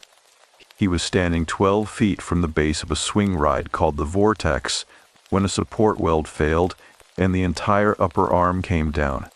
He did not suffer. That is what the medical examiner said. And I have held on to that sentence the way you hold on to a single dry piece of wood in cold water. What I could not hold on to was the question of why the weld failed. I am, as I said, a structural engineer. I know what a failed weld looks like. I know what the inspection cycle for a traveling carnival ride is supposed to be, and I know what it actually is in the state of Ohio, and those two things are not the same document. I pulled the inspection records. I filed the FOIA, the Freedom of Information Act request. I spent 4 months corresponding with the Ohio Department of Agriculture, which, in this detail has never stopped feeling wrong to me, is the agency that regulates amusement ride safety in this state. None of it gave me what I needed. What I needed was not data. I understood the data. What I needed was something the data could not contain, and it took me a long time to understand that distinction. By late September of the following year, I was sleeping perhaps 4 hours a night, and in the remaining hours I was reading. I read accident reports from carnivals across the country. I read the Federal Consumer Product Safety Commission database, which is more detailed than most people know, and more incomplete than it should be.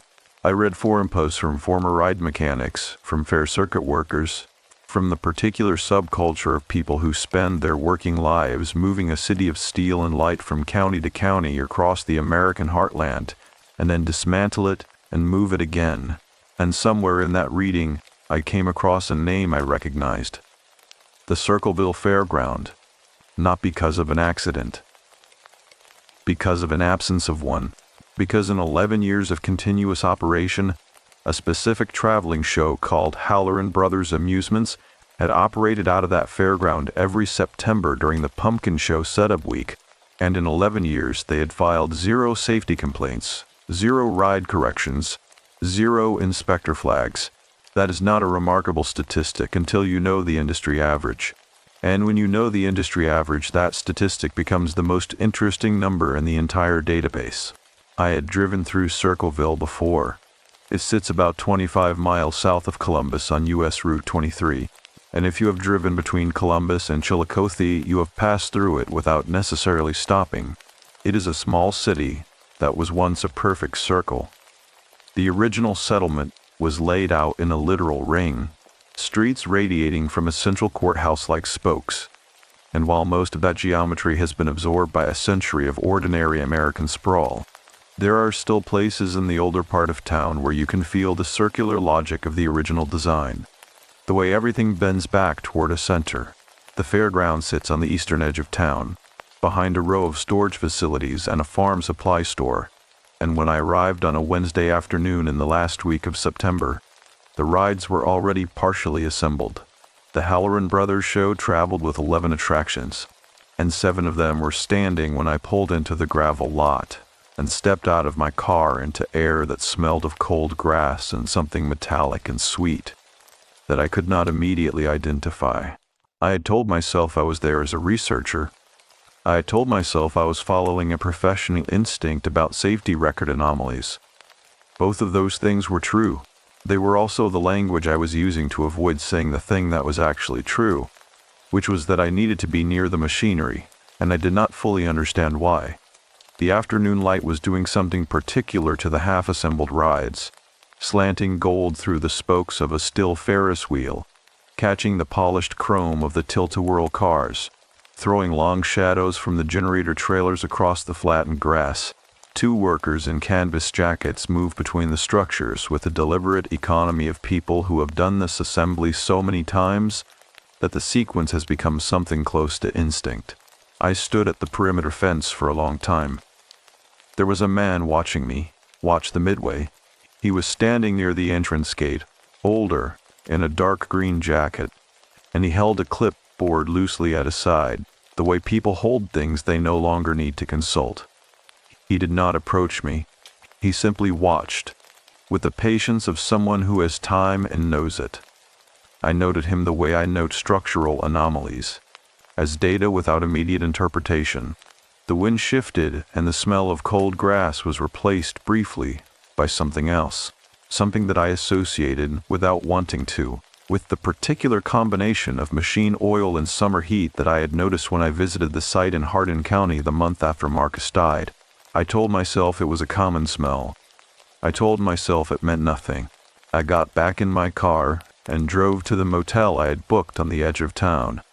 A single-story property called the Harvest Inn, whose sign featured a pumpkin wearing a crown, and I sat on the edge of the bed in room 7, with my notebook open and my pen uncapped, and wrote nothing for a long time. Outside, the highway carried its ordinary traffic south. The corn in the field adjacent to the parking lot had been cut to stubble, and the rows of it in the last of the afternoon light looked like something that had been carefully numbered and then erased. I was not afraid yet.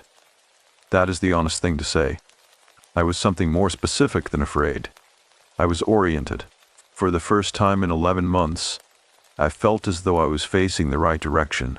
What I did not know checking into that room with my engineer's notebook and my FOIAA printouts and the particular hollow tiredness of someone who has been asking the wrong questions for almost a year was that the fairground had already noted my arrival. Not the man with the clipboard, not the workers in their canvas jackets, but something in the logic of the place itself. Some accumulated attention that the Midway had been quietly building since the first ride went up that week. That night, I heard the generator hum from across the field, and it sounded almost like a voice forming a word it had not yet decided to say. Dale was at the gate at 6:45, before the work lights had been switched on and before any of his crew had arrived, and the fairground in that early morning state had a quality I had not anticipated. Without the movement of workers and the sound of assembly work, without the purposeful noise of a Midway being built toward its operational life, the place was stripped down to its essential geometry, steel and cable, and the particular architecture of machines designed to move human beings through arcs and rotations that the body does not naturally travel.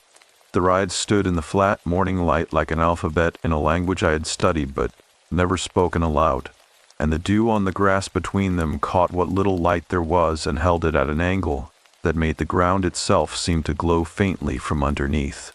Dale did not greet me the way he had the previous afternoon. He simply turned when he heard my footsteps in the gravel and began walking, and I followed him. He took me to the western end of the Midway, to the Comet. He stood at the base of it with his hands in his jacket pockets and looked up at the upper arm junction the way I had looked at it the previous morning, with the attention of someone who has looked at this particular point many times and developed a specific relationship with what they see there.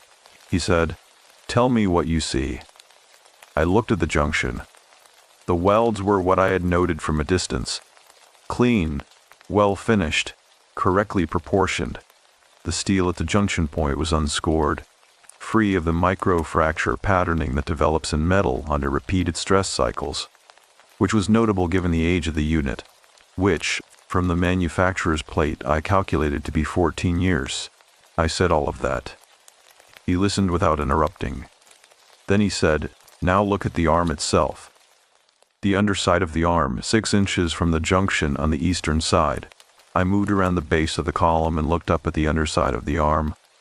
6 inches from the junction, on the eastern face, there was a mark. Not a structural mark, not a stress fracture or a weld flaw or any kind of mechanical anomaly.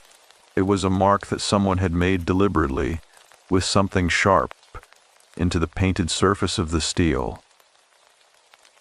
It was a set of initials, 2 letters, and below them, a year. The year was 2009. I said, "Who made this?" Dale said, "A man named Robert Fenn. He worked the show for 3 seasons, 2007 through 2009.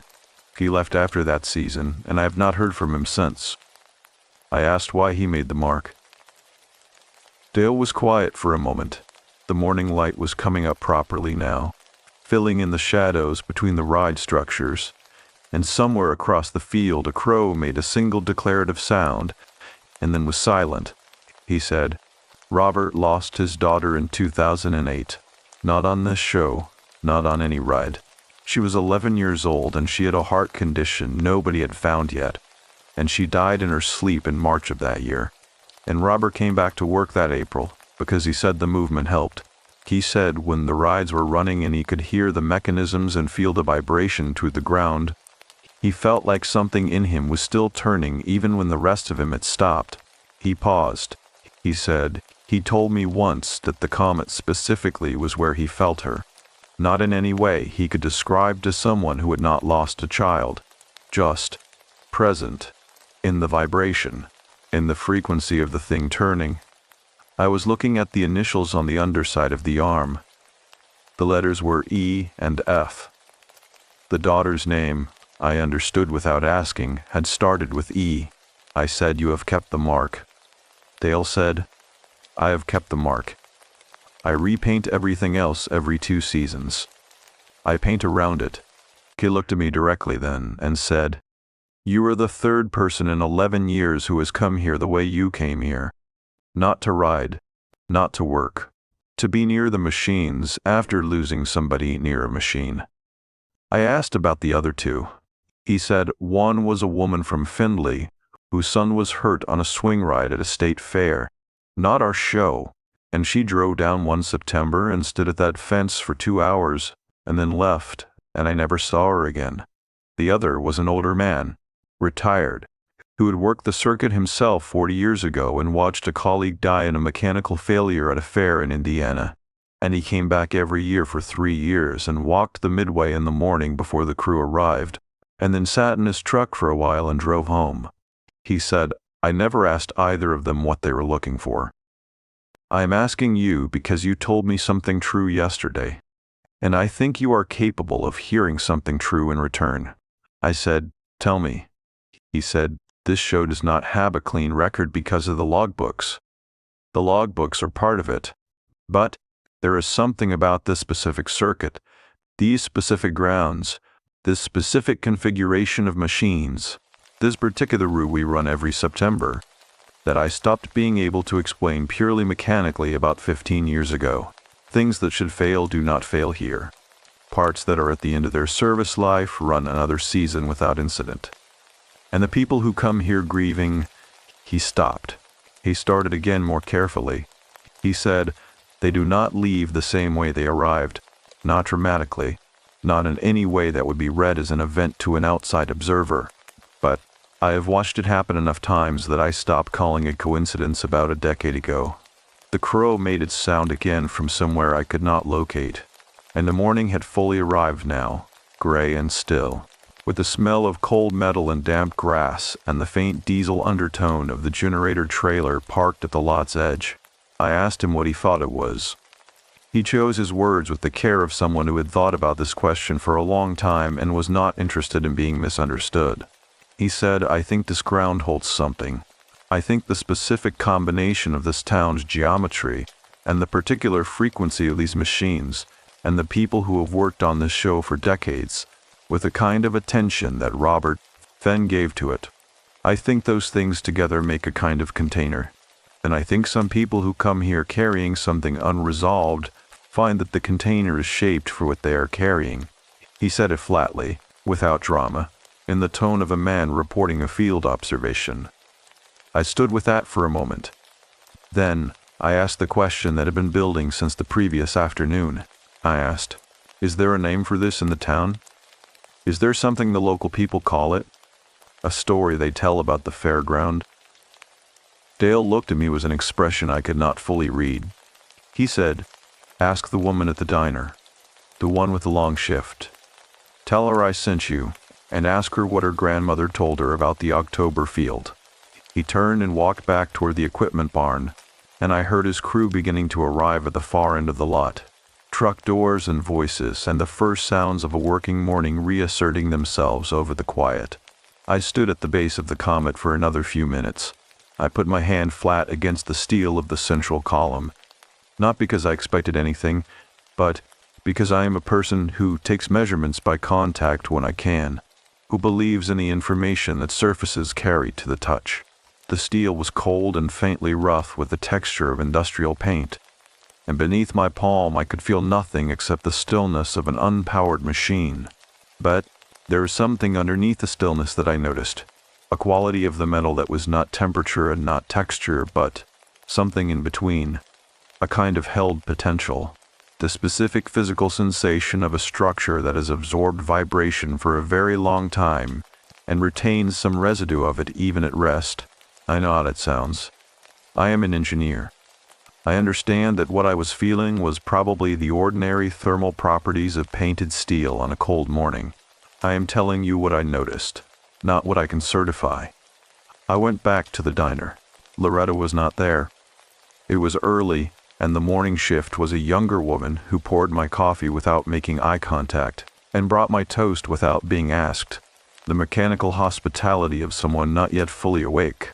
I ate and waited and at 8:45 Loretta came through the back, apron already tied, moving with the efficiency of someone who does not waste the first hour of a shift on transition. She saw me at the counter and her expression did something complicated that settled quickly into neutral. I said, "Dale Halloran sent me. I want to ask you what your grandmother told you about the October field." She poured herself a small coffee from the staff carafe and stood on her side of the counter and looked at me for a long moment. And I could see her making a decision about something. She said, "You lost somebody." I said, "Yes." She said, "Recently enough that it is still in your face." I said, 14 months. She nodded once, as though confirming a measurement. Then she said, "My grandmother worked the fair concessions for 30 years. And she said the field where the midway sets up is a field that knows the difference between people who are whole and people who are carrying a whole. And she said the rides, specifically the rides that move in a full rotation, the ones that complete a circle, she said those machines in that field do not just move people through space. She said they move something else through the people." She paused. She looked at her coffee. She said, "My grandmother was not a superstitious woman. She was a practical woman who observed things carefully for 30 years and drew conclusions from what she observed. She did not use words like spiritual or supernatural. She used the word mechanical." I said, "Mechanical how?" Loretta said, "She said grief sits in the body at a frequency." And she said, "The right machine, in the right field, running at the right speed, can find that frequency and move it." She looked at me steadily. She said, "She told me that 3 times before she died, and she was not the kind of woman who repeated herself unless she was certain." I sat with my coffee and my notebook and did not write anything for a while.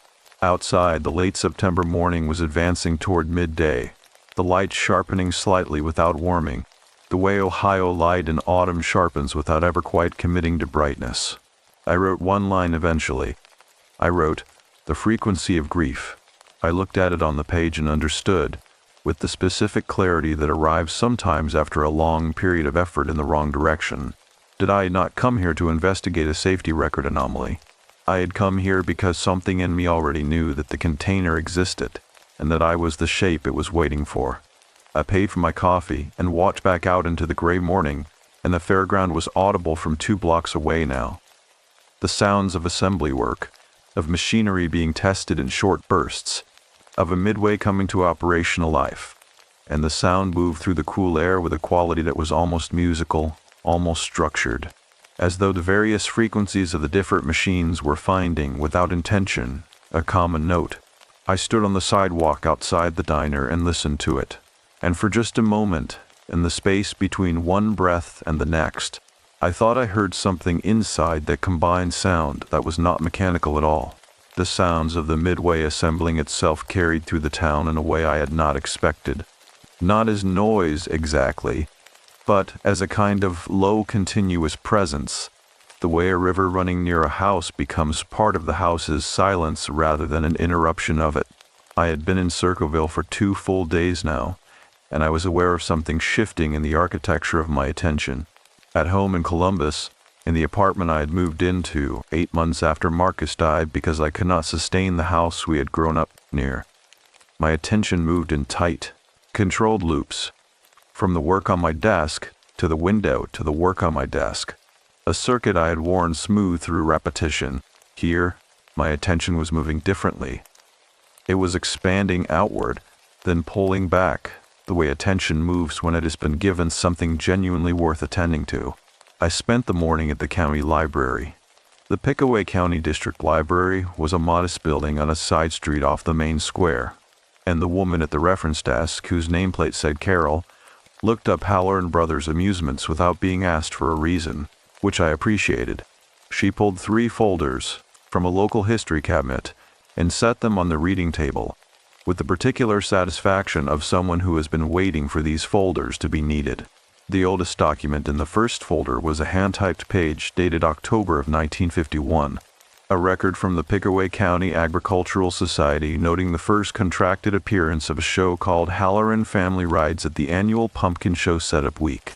The contract had been renewed every year since, without a single gap, through 7 decades of county fairs, 2 recessions, a pandemic, and the particular economic erosion that had reduced most of the surrounding fair circuit to a fraction of its former size. 73 consecutive years. I wrote that number down and looked at it. The second folder contained newspaper clippings, and it was in these that I first encountered the phrase. I had been circling since Loretta said it at the diner counter. A piece from the Circleville Herald, dated September of 1978, covered the pumpkin show in the standard boosterish tone of small city local journalism, and buried in the 4th paragraph was a single sentence that read, "The Halloran show returns again to what old-timers in town still call the October Field, a designation whose origins are obscure, but whose persistence suggests something more than habit." Obscure origins. Something more than habit. I read that sentence several times. In the 3rd folder, there was a photograph, black and white, undated, showing the fairground from an elevation, taken from a window or a raised platform, looking down at the midway. The rides in the photograph were older models, the kind of equipment that had largely left the circuit by the 1980s. But the layout of the midway was recognizable. The same western end, the same relationship between the ride positions and the tree line at the field's edge. And at the western end of the midway, in the position where the Comet now stood, there was a different pendulum ride, an older one, with a different arm configuration and a different seat arrangement, but the same fundamental geometry.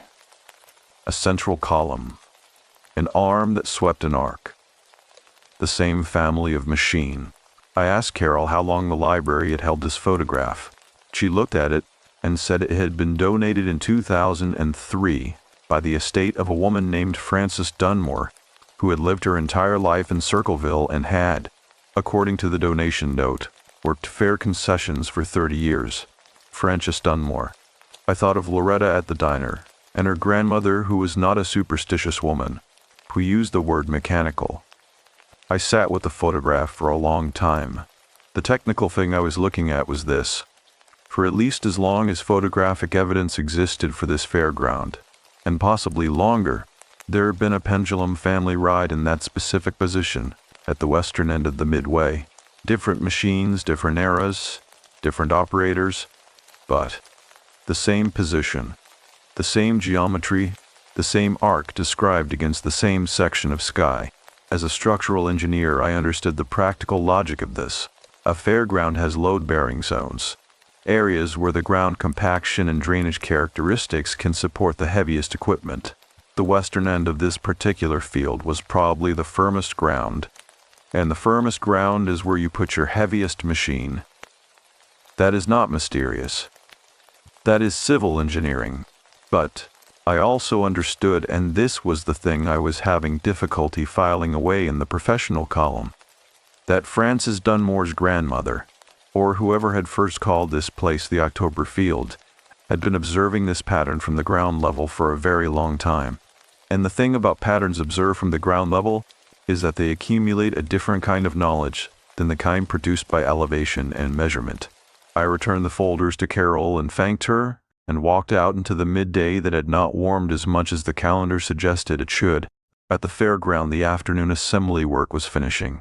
I could tell from the change in the sound, less metallic impact, more engine testing, the shift from construction to calibration that happens in the last hours before an installation is live. I stood at the perimeter fence and watched the crew run test cycles on 3 of the rides. And the sight of the machinery in motion was the thing I had been both moving toward and deflecting from since I arrived. The Comet was the last to run its test cycle. I watched the arm begin its sweep and felt something happen in my chest that was not fear and was not grief exactly, but was the territory adjacent to both. The specific physical sensation of being in the presence of something that your body has strong information about, and your mind is not yet caught up to. The arm completed its arc. The seats at either end swung out on their cables, carrying their empty weight through the rotation, and the sound of the mechanism was clean and even, the sound of a well-maintained machine doing what it was built to do. Marcus had described the sound to me once. He had started working the vortex in late June, and I had called him in July, and he was in a good mood.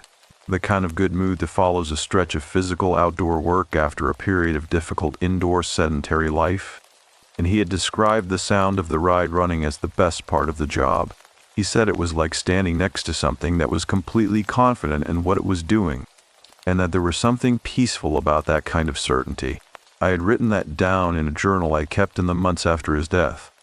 The journal where I put the things he had said that I was not ready to lose. Standing at the fence watching the comet complete its test cycle, I thought about that description. The best part of the job. Something that was completely confident in what it was doing. The arm slowed. The seats settled. The operator, a young man in his 20s, who moved around the base of the machine with the casual authority of someone very comfortable with it, ran a visual check of the junction points and gave a thumbs up to a colleague near the control panel. Clean. Confident. Complete. I realized I had been holding my breath and let it go. Dale was behind me.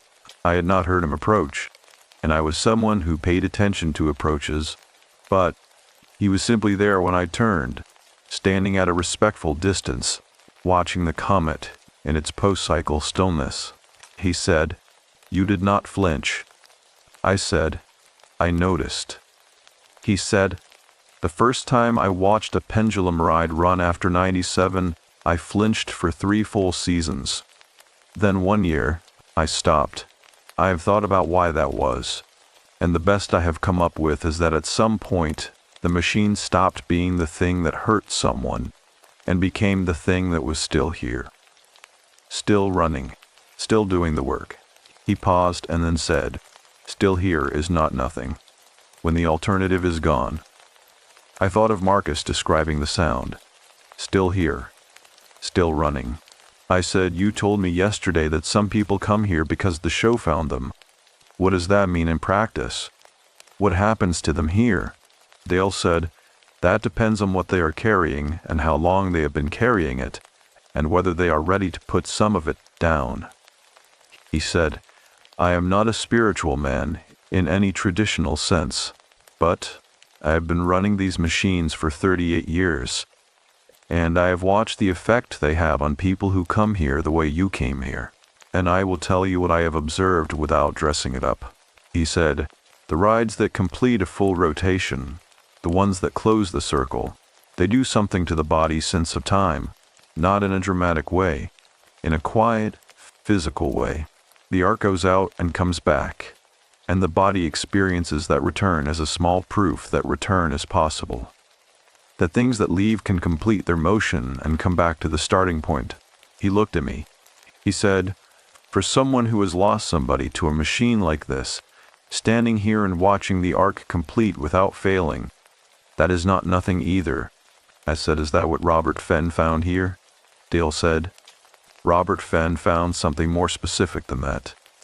But yes, that was where it started for him. He stood where you are standing and watched the cycle complete. And he came back the next morning, and the morning after that, and by the time he made that mark on the underside of the arm, he was not the same person who arrived. The light was going now, the late afternoon moving toward the particular early darkness of late September in Ohio, when the clouds come in and compress the sky toward the horizon. The work lights on their poles were flickering to life around the midway, and the ride stood in that industrial amber with the patient geometry of things that had been waiting a long time and were prepared to wait longer. I said, "What do I need to do?" Dale said, "Come tomorrow evening, after the crew leaves. I want you to ride it." The word landed differently than I expected. Not with fear, with something that felt strangely like recognition. The sensation of hearing a sentence that your body already knew was coming before your ears caught it.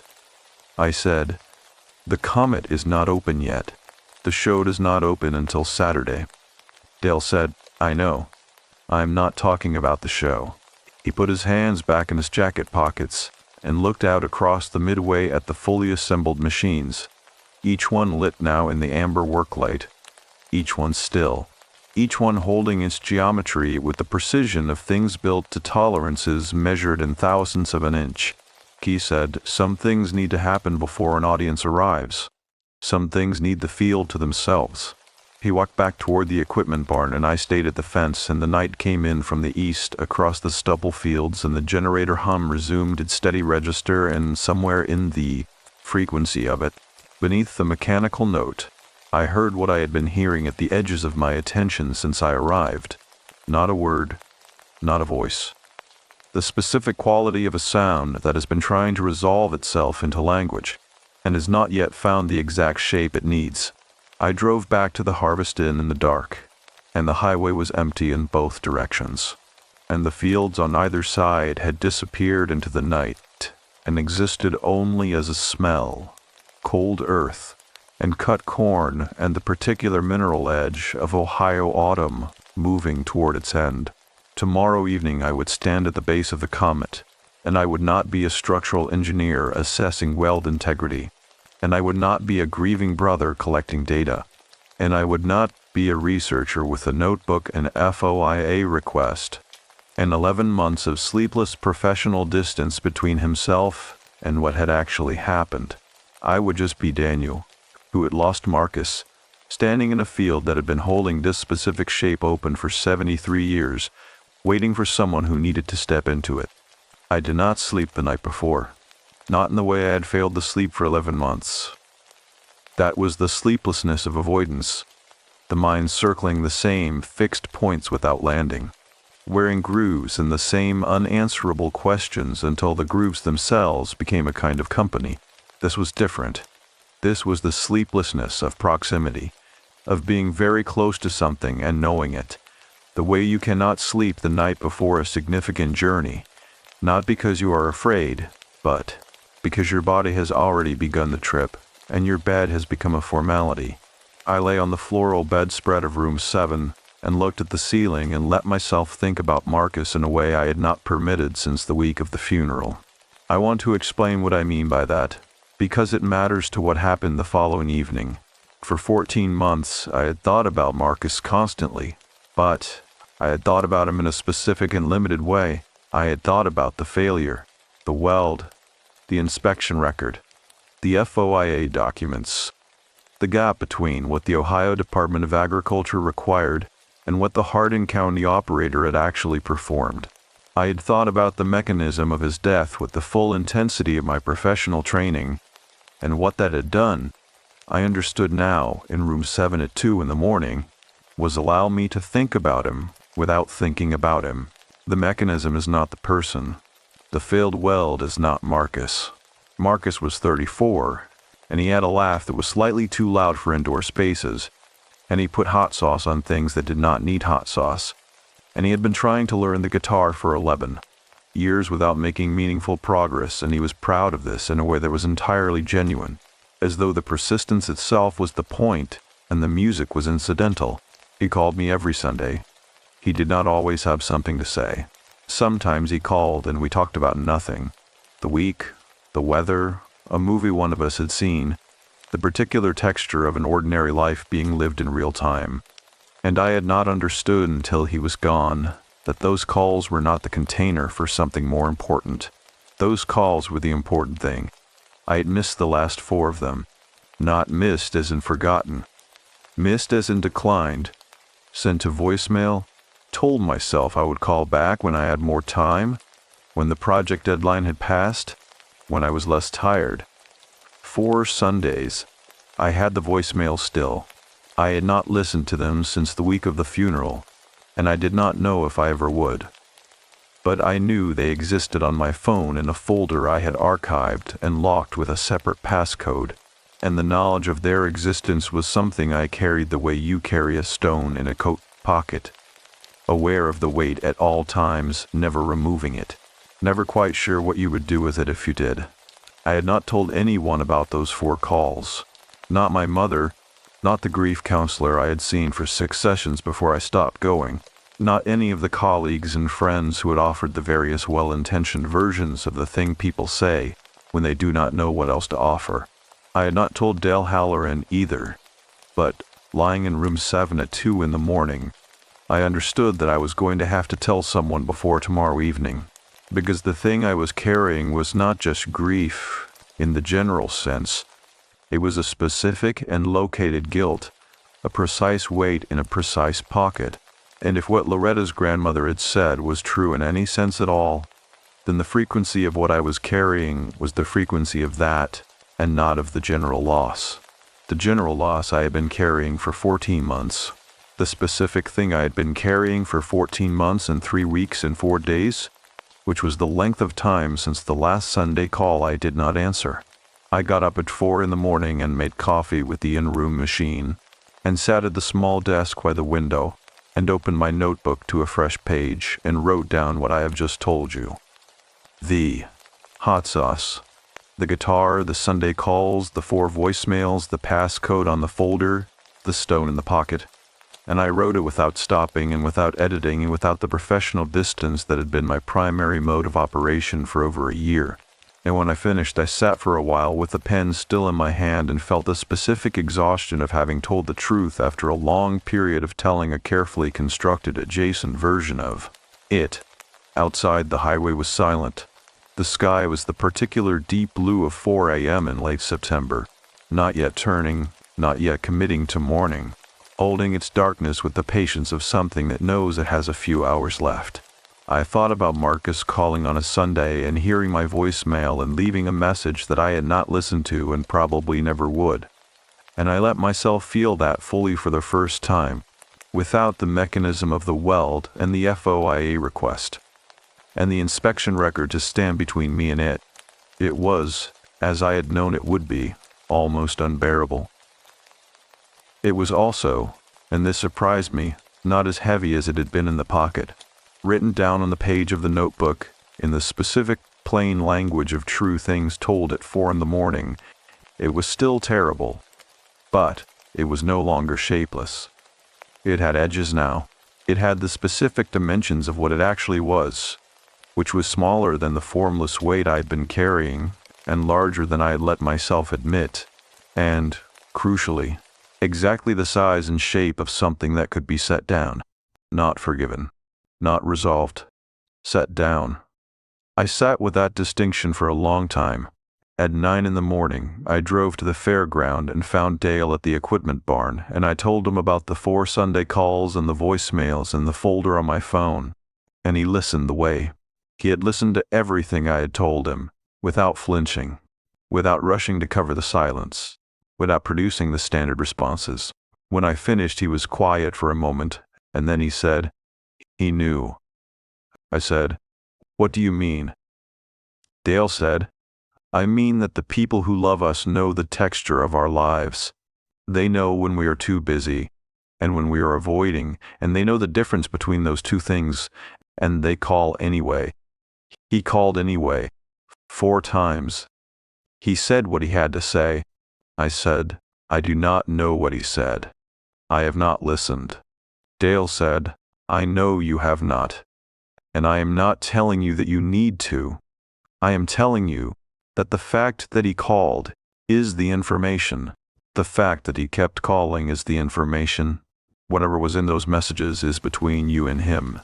And that conversation is not finished. But it is not finished in a way that means it cannot be finished.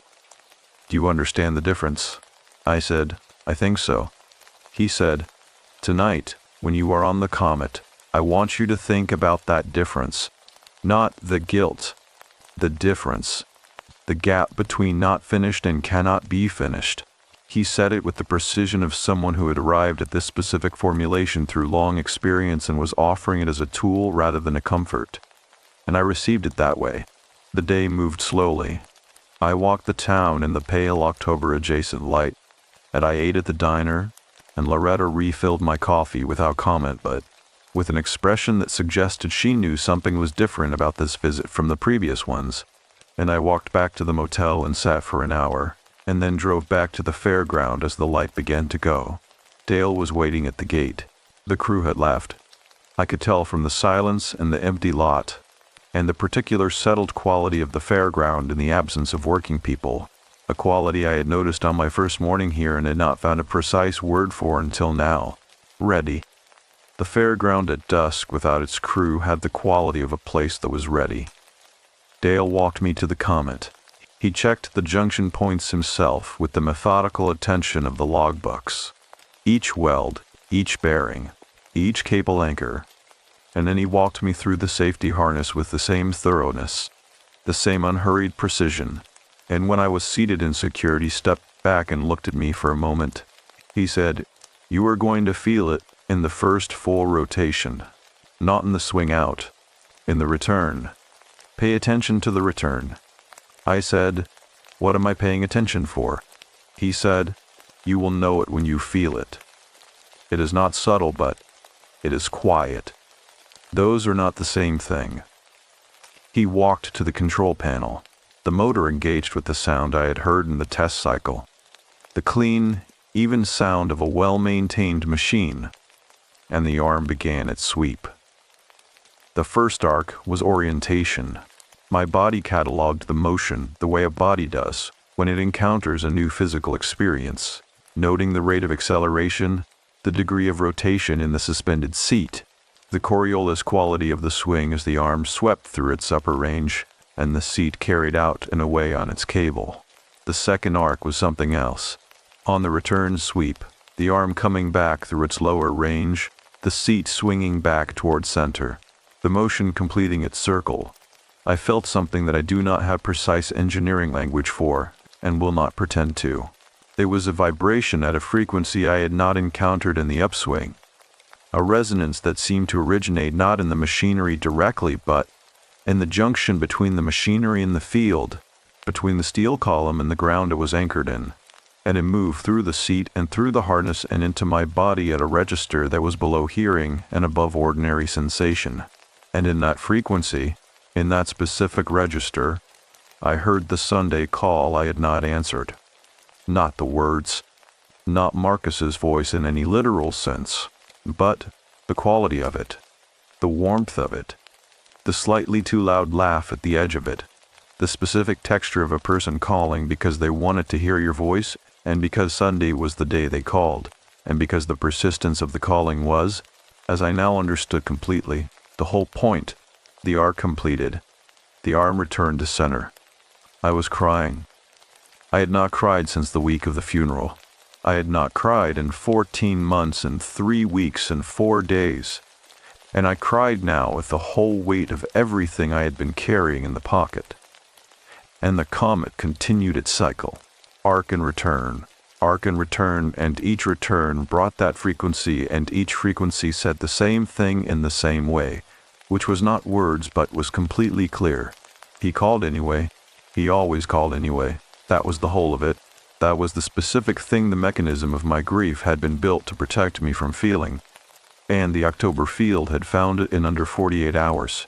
And the machine had moved it through me at the frequency Loretta's grandmother had spent 30 years observing. And it was moving it still. Arc and return. Arc and return. Until Dale brought the arm to rest, and the seat settled, and the mechanism held its post-cycle stillness, and I sat in the harness in the dark, with my face wet, and my chest open in a way it had not been, open in over a year. Dale unclipped the harness without speaking. He handed me a cloth from his jacket pocket. The practical kind, a mechanic's rag laundered clean, and stood a few feet away while I used it, with the patient and complete respect of someone who understands that some processes cannot be hurried and do not require commentary. After a while he said, "Are you all right?" I said, "I think I am something. I am not certain if all right is the right word. But I think I am something I was not this morning." He nodded once, the same single slow movement as the first morning, and looked up at the comet in its stillness. He said, "It does not fix it. I want to be honest about that. It moves it. There is a difference." I said, "I know the difference." I did. We walked back across the dark field toward the gate, and the work lights on their poles cast the amber geometry of the midway across the grass, and the ride stood in their assembled patience, and the sky above Circleville was very clear now, the clouds that had pressed the light down all day having moved east, and the stars were out in the specific abundance that appears over flat Ohio farmland when the light pollution of the nearest city is 25 miles away. I looked up at them and thought, Marcus would have had something to say about the sky. Something slightly too loud for the occasion. Slightly funnier than it needed to be. Completely right. I almost heard it. The morning after the comet, I woke before the alarm and lay still for a while, taking inventory of myself the way you check a structure after a significant load event, not expecting damage but wanting to know the condition of things. What I found was not what I expected. I had anticipated a kind of depletion, the specific hollowness that follows an emotional event of that magnitude, the flatness that comes after a long-held thing finally releases. I had experienced that flatness in the weeks after Marcus died, and in the weeks after I stopped going to the grief counselor, and I associated it with the aftermath of any genuine encounter with the interior weight I had been managing. What I found instead was something closer to ballast, not lightness. I want to be precise about this, because lightness would be the wrong word and the wrong word here matters. Ballast. The specific quality of a structure that has been correctly weighted, that sits on its foundation with the proper distribution of load, that is not lighter than it was, but is better organized in its heaviness. I lay on the floral bedspread in room 7 and felt the quality of that and tried to understand it. What the comet had moved was not the grief. Marcus was still gone. The 4 Sunday calls were still unanswered in their locked folder. The specific texture of his laugh, the hot sauce, the 11 years of incremental guitar, all of that was still present and still tender in exactly the way it had been tender for 14 months. None of that had changed. What had changed was the guilt, not eliminated, moved, reorganized within the larger structure of what I was carrying, shifted from the position it had occupied, wedged at the center of everything, load-bearing in a way it was not designed to be, to something more accurately located, a part of the weight, rather than the secret architecture of all of it. I sat up and looked at my notebook on the desk and the pages I had written at 4 in the morning, and I did not feel the need to close it or turn it face down. That was new. I showered and dressed and drove to the fairground with coffee, and the morning was clearer than it had been all week. A genuine late September clarity. The sky a hard, pale blue. The air cold enough to justify the jacket I had been wearing primarily, out of habit. The fairground was active when I arrived. The pumpkin show opened on Saturday, which was 2 days away, and the final operational preparations were underway. The midway lights being strung and tested, the concession trailers being positioned and connected to the power grid, the ticket booths being set up at the entrance. Dale was at the equipment barn when I found him, running the morning's final equipment check with his nephew, and he looked up when I appeared in the doorway and said, "How do you feel?" I told him what I had just told you, the ballast, not the lightness. He listened and nodded and said, "That is the right result. Lightness would not last. Ballast is structural." He used that word without knowing it was the word I had been reaching for, and I noted it the way I note things that arrive from outside my own framing and confirm something I was already finding my way toward. His nephew finished the checklist and stepped out, and Dale poured 2 coffees from a thermos on the workbench and handed me one, and leaned against the bench with the posture of a man who has a longer conversation prepared and is comfortable taking his time with it. He said, "I want to tell you about the field before you leave. Not the legend version. You have that from Loretta. The practical version. The version I have assembled from 38 years of operating on this ground." I sat on a stool near the workbench and opened my notebook, and he looked at it and said, "You can write it down. That is fine. I have been waiting for someone to write it down correctly for a while." He said, "The field has been in continuous fair use since 1881. Before that it was farmland, and before that it was the southern edge of a Shawnee seasonal camp that the tribe returned to every autumn for generations. I am not going to overstate what that means. I am not in a position to speak to that history with any authority, but I will say that the pattern of return, the specific seasonal return to this specific piece of ground, is older than the fair by several centuries, and I think that matters in ways I cannot fully quantify. He sipped his coffee. He said, "What I can quantify is this. In 38 years of operating the show on this circuit, I have had 4 significant mechanical incidents on other stops. In Fairbourne, in Lancaster, in Chillicothe, and once at a private event outside Mount Vernon. On this ground in 38 years, I have had 0. Not reduced. 0. I said, "You told me that was not an accident." He said, "I told you it was not an accident," meaning it was not luck, and it was not solely the logbooks. The logbooks are how we honor the ground. They are how we demonstrate the kind of attention the field requires. But the 0 record is not a product of the logbooks.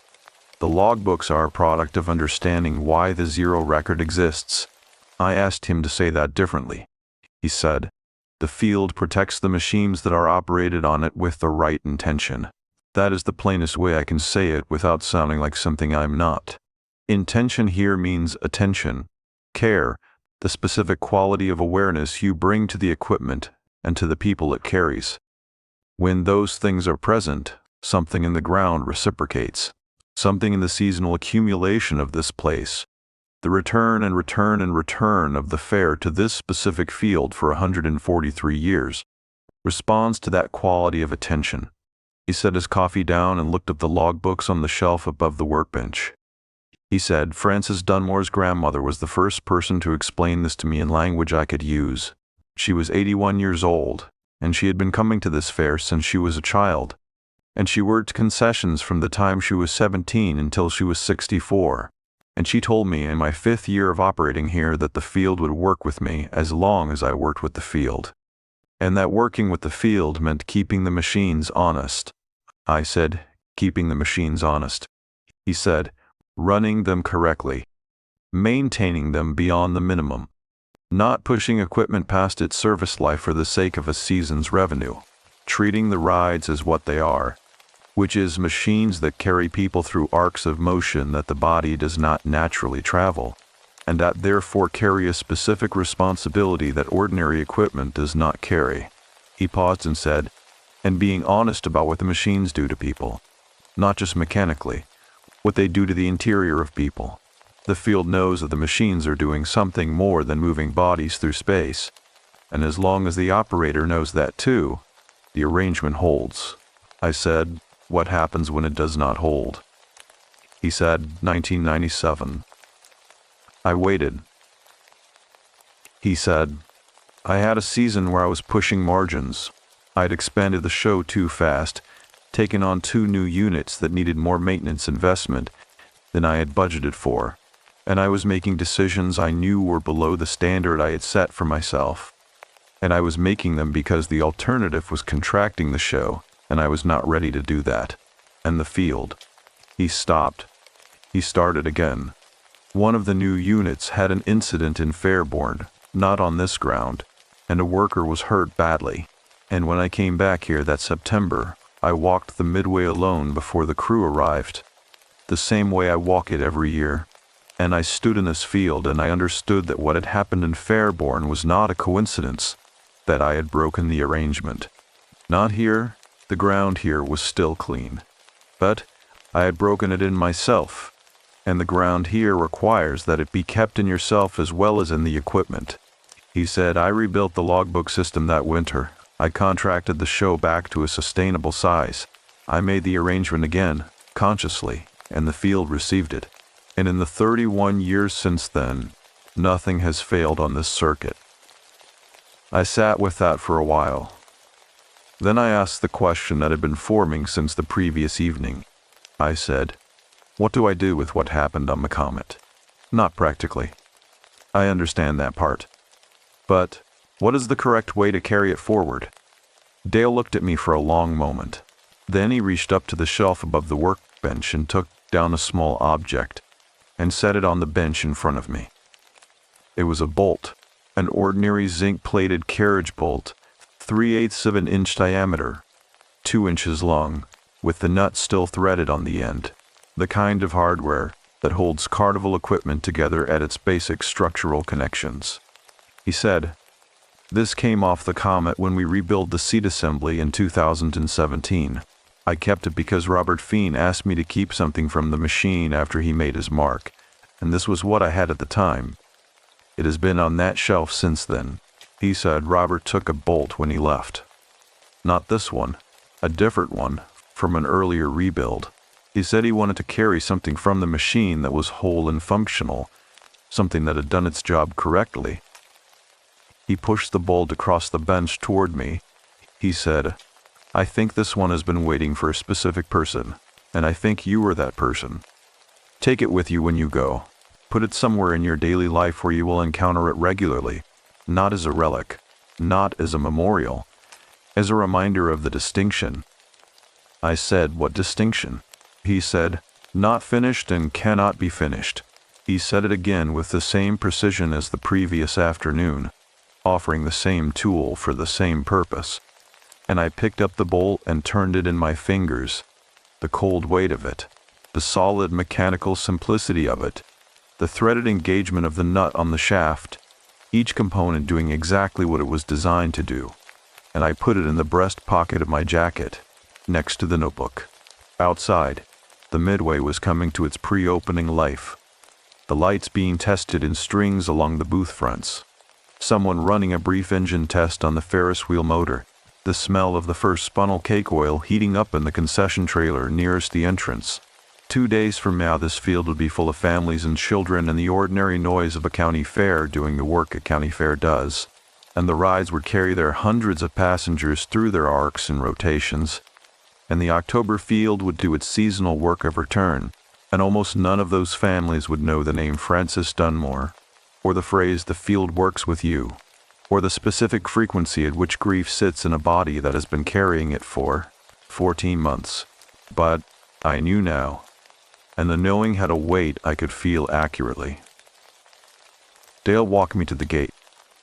At the entrance he stopped and said, "Come back Saturday evening if you are still in town. The show will be running. Ride the Comet again, with the crowd, with the noise and the lights. It is a different experience, and it is a necessary one." I asked why. He said, "Because the private version is the beginning. The public version is the proof. You need to feel the machine doing the same work in the middle of ordinary life, with ordinary people around you who have no idea what you are feeling. That is when you know it has moved to where it belongs." He held out his hand and I shook it. And his grip was the grip of someone who works with his hands and knows the value of a properly made connection. I walked to my car and sat for a moment before starting the engine. And I took the bolt from my breast pocket and held it in my palm and looked at it. And I thought about Marcus calling on a Sunday, and the phone ringing in my pocket while I sat at my desk telling myself I would call back. And I thought about the distinction, and I thought about the machine completing its arc and returning. And I understood that I was going to drive to Circleville one more time on Saturday, and that something would be different when I drove home. I pulled out of the gravel lot and onto the road that ran along a field's eastern edge, and in the rearview mirror the Comet stood at the western end of the Midway in the clear September light, its arm horizontal, its empty seats hanging in their patient stillness.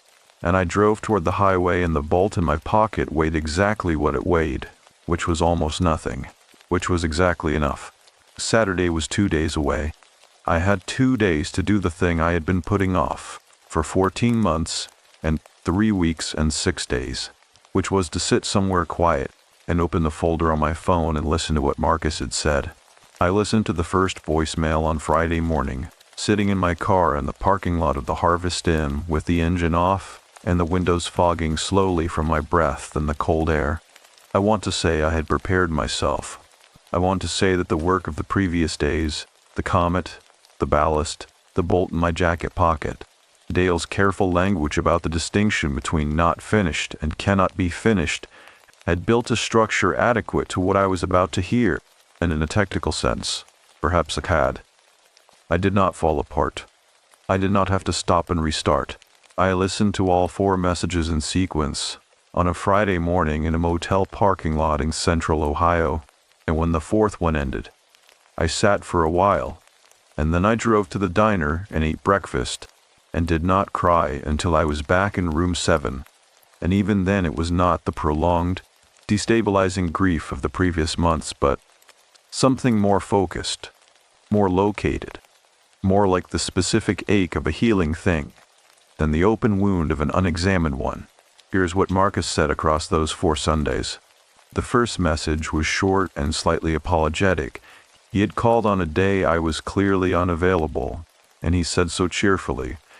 Said he was just checking in, said to call back when I had a chance. Said he had found a new hot sauce at a gas station in Kenton that was going to change my worldview, and he needed to tell me about it in person.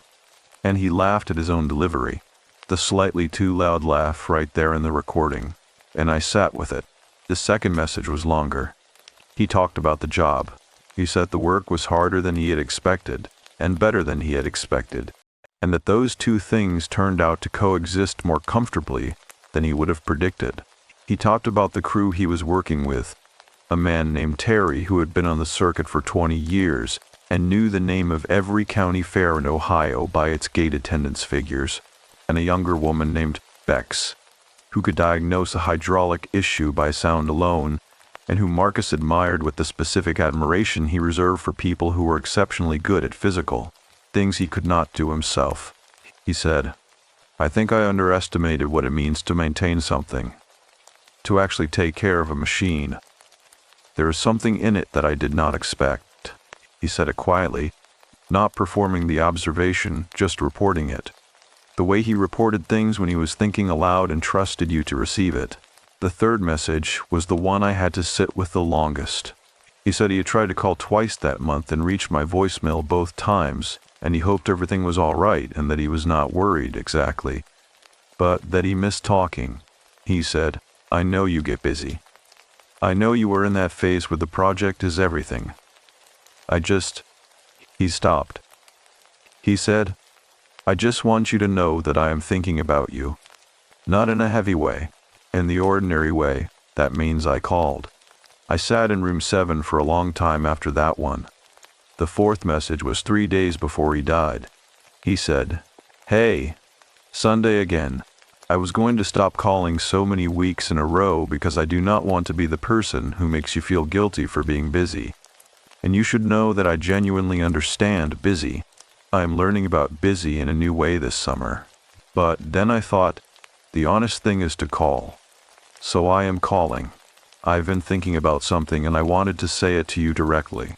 Not in a message, but since you are not picking up, I am going to say it anyway because it is not a dramatic thing. It is actually a pretty small thing, which is just that I am glad you are my brother. That is all. I am glad you are my brother, and I think you are doing good work, and I think you are harder on yourself than the evidence warrants, and I think..." He laughed. He said, "I think when this summer is over we should get dinner somewhere that is not in Columbus for once. Go somewhere we have never been. Eat something we cannot identify. Make it an occasion. Think about it. Call me when you surface. I love you. I love you." He said it the way he said everything. Directly, without performance, without apparent concern for how it landed, with the specific ease of a person who had decided a long time ago that true things were worth saying out loud in ordinary sentences on ordinary Sunday afternoons. I sat on the edge of the bed in room 7 and held my phone and felt the full weight of those 4 Sundays. And I let myself feel it without the mechanism, without the well data and the FOIA request, and the inspection cycle analysis standing between me and it. And it was exactly as terrible as I had known it would be, and it was also something else. It was him, not the absence of him. Him, his voice and his laugh and his specific quality of attention and the hot sauce from a gas station in Kenton, and the slightly too loud laugh, and the 22 years of Sunday calls, and the absolute, unself-conscious ease with which he said "I love you," in a voicemail he knew I might not listen to for a very long time. I sat with all of it for an hour, and then I washed my face and went outside into the Friday afternoon, and the October field was 2 miles away and the comet was standing in it, and the bolt was in my jacket pocket, and I walked along the highway shoulder for a while in the cold, clear air, and felt the specific quality of a person who has finally looked directly at the thing they have been circling for over a year. Not healed, not resolved, present, accurately located within the actual dimensions of what had happened, rather than the constructed dimensions of what I had been able to manage. Saturday evening arrived the way significant evenings arrive, with the ordinary momentum of a day that does not know it is significant, moving through its hours at the standard rate, refusing to accelerate toward the moment you are moving toward. The pumpkin show opened at noon, and by 5 in the afternoon the fairground had been transformed. The midway was running fully, all 11 attractions lit and operational. The concession trailers sending their particular combination of fried dough and caramel and heated sugar out across the field in a warm fog that the cold air held at knee height and drifted slowly toward the tree line. Families moved through the midway with the specific combination of purpose and drift that characterizes fair attendance. Children pulling toward the rides, adults navigating the economics of ticket allocation, teenagers performing the studied indifference of people who are secretly delighted. I stood at the entrance and watched it for a while before going in. This was what Dale had meant about the public version. The comet in the dark and empty field 2 nights ago had been a private encounter between a machine and a person with something specific to carry, witnessed only by Dale and the October stars. This was the same machine operating in the full noise and light of its designed context, carrying ordinary people through its ordinary arcs, doing the work of a county fair ride in the middle of an American autumn evening, completely indistinguishable from any other pendulum ride at any other fair in any other county in Ohio.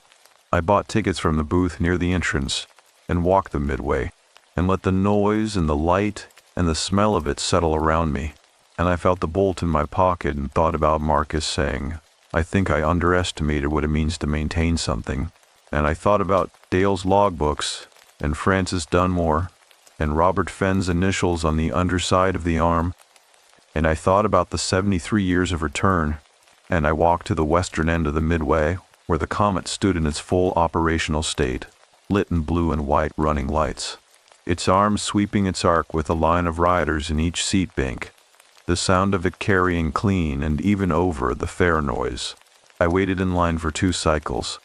The family ahead of me in the last cycle before mine was a father and 2 children, a boy of perhaps 10 and a girl a few years younger, and the children were in the specific state of pre-ride anticipation that expresses itself as an inability to stand still, a constant low-grade vibration of excitement that the father managed with the patient, slightly tired ease of someone who has been managing it all day and is glad to be here anyway. I watched them board, and I watched the arm begin its sweep, and I watched the children's faces as the rotation took them, and they screamed with the pure, uncomplicated delight of bodies discovering what they can feel. And the father laughed, and the laugh was slightly too loud for the occasion, and I felt something move in my chest that was not grief, and was not guilt, and was not the absence of either, but something quieter than both.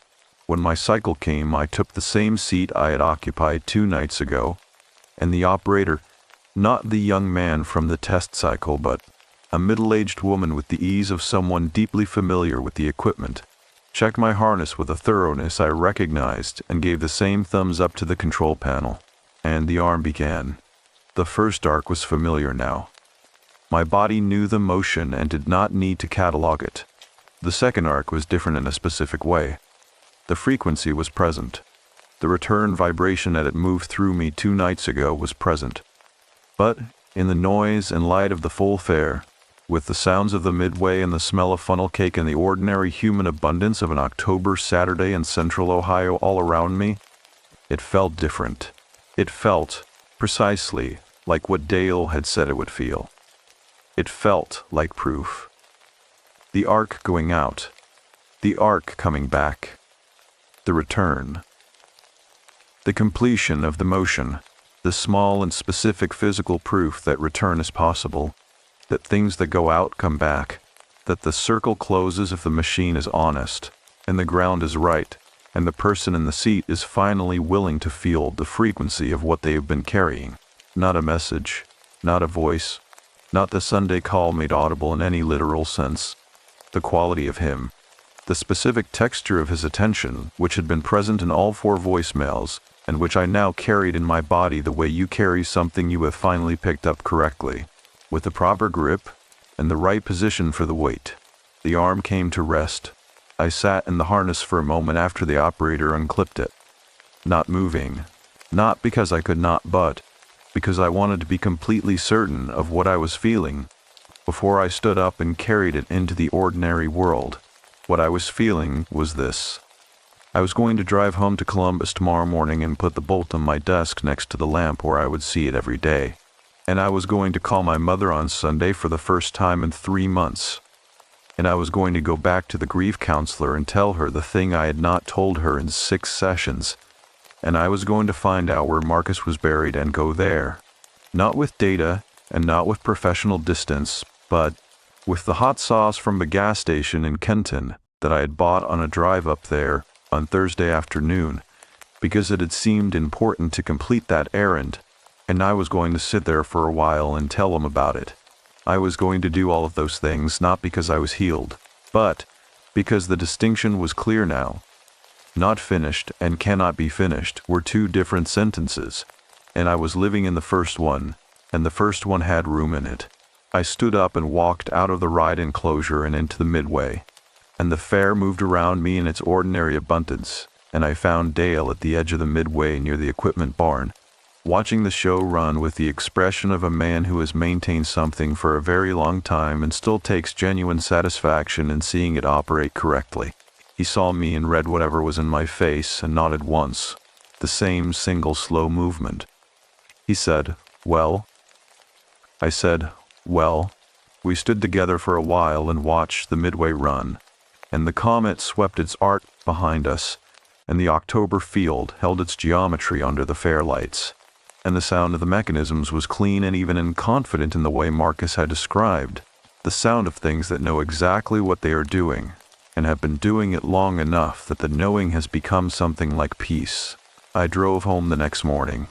The highway was empty going north, and the fields on either side were the full gold of the season at its peak before the turn, and the bolt was in my jacket pocket, and the notebook was on the passenger seat, and somewhere in the middle of the drive, without planning to, I said out loud into the empty car, "I am glad you are my brother too."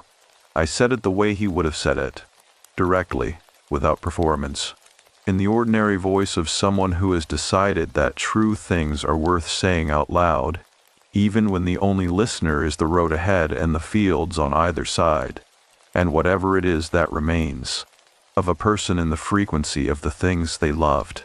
The road ran north. The fields held their gold. The circle closed.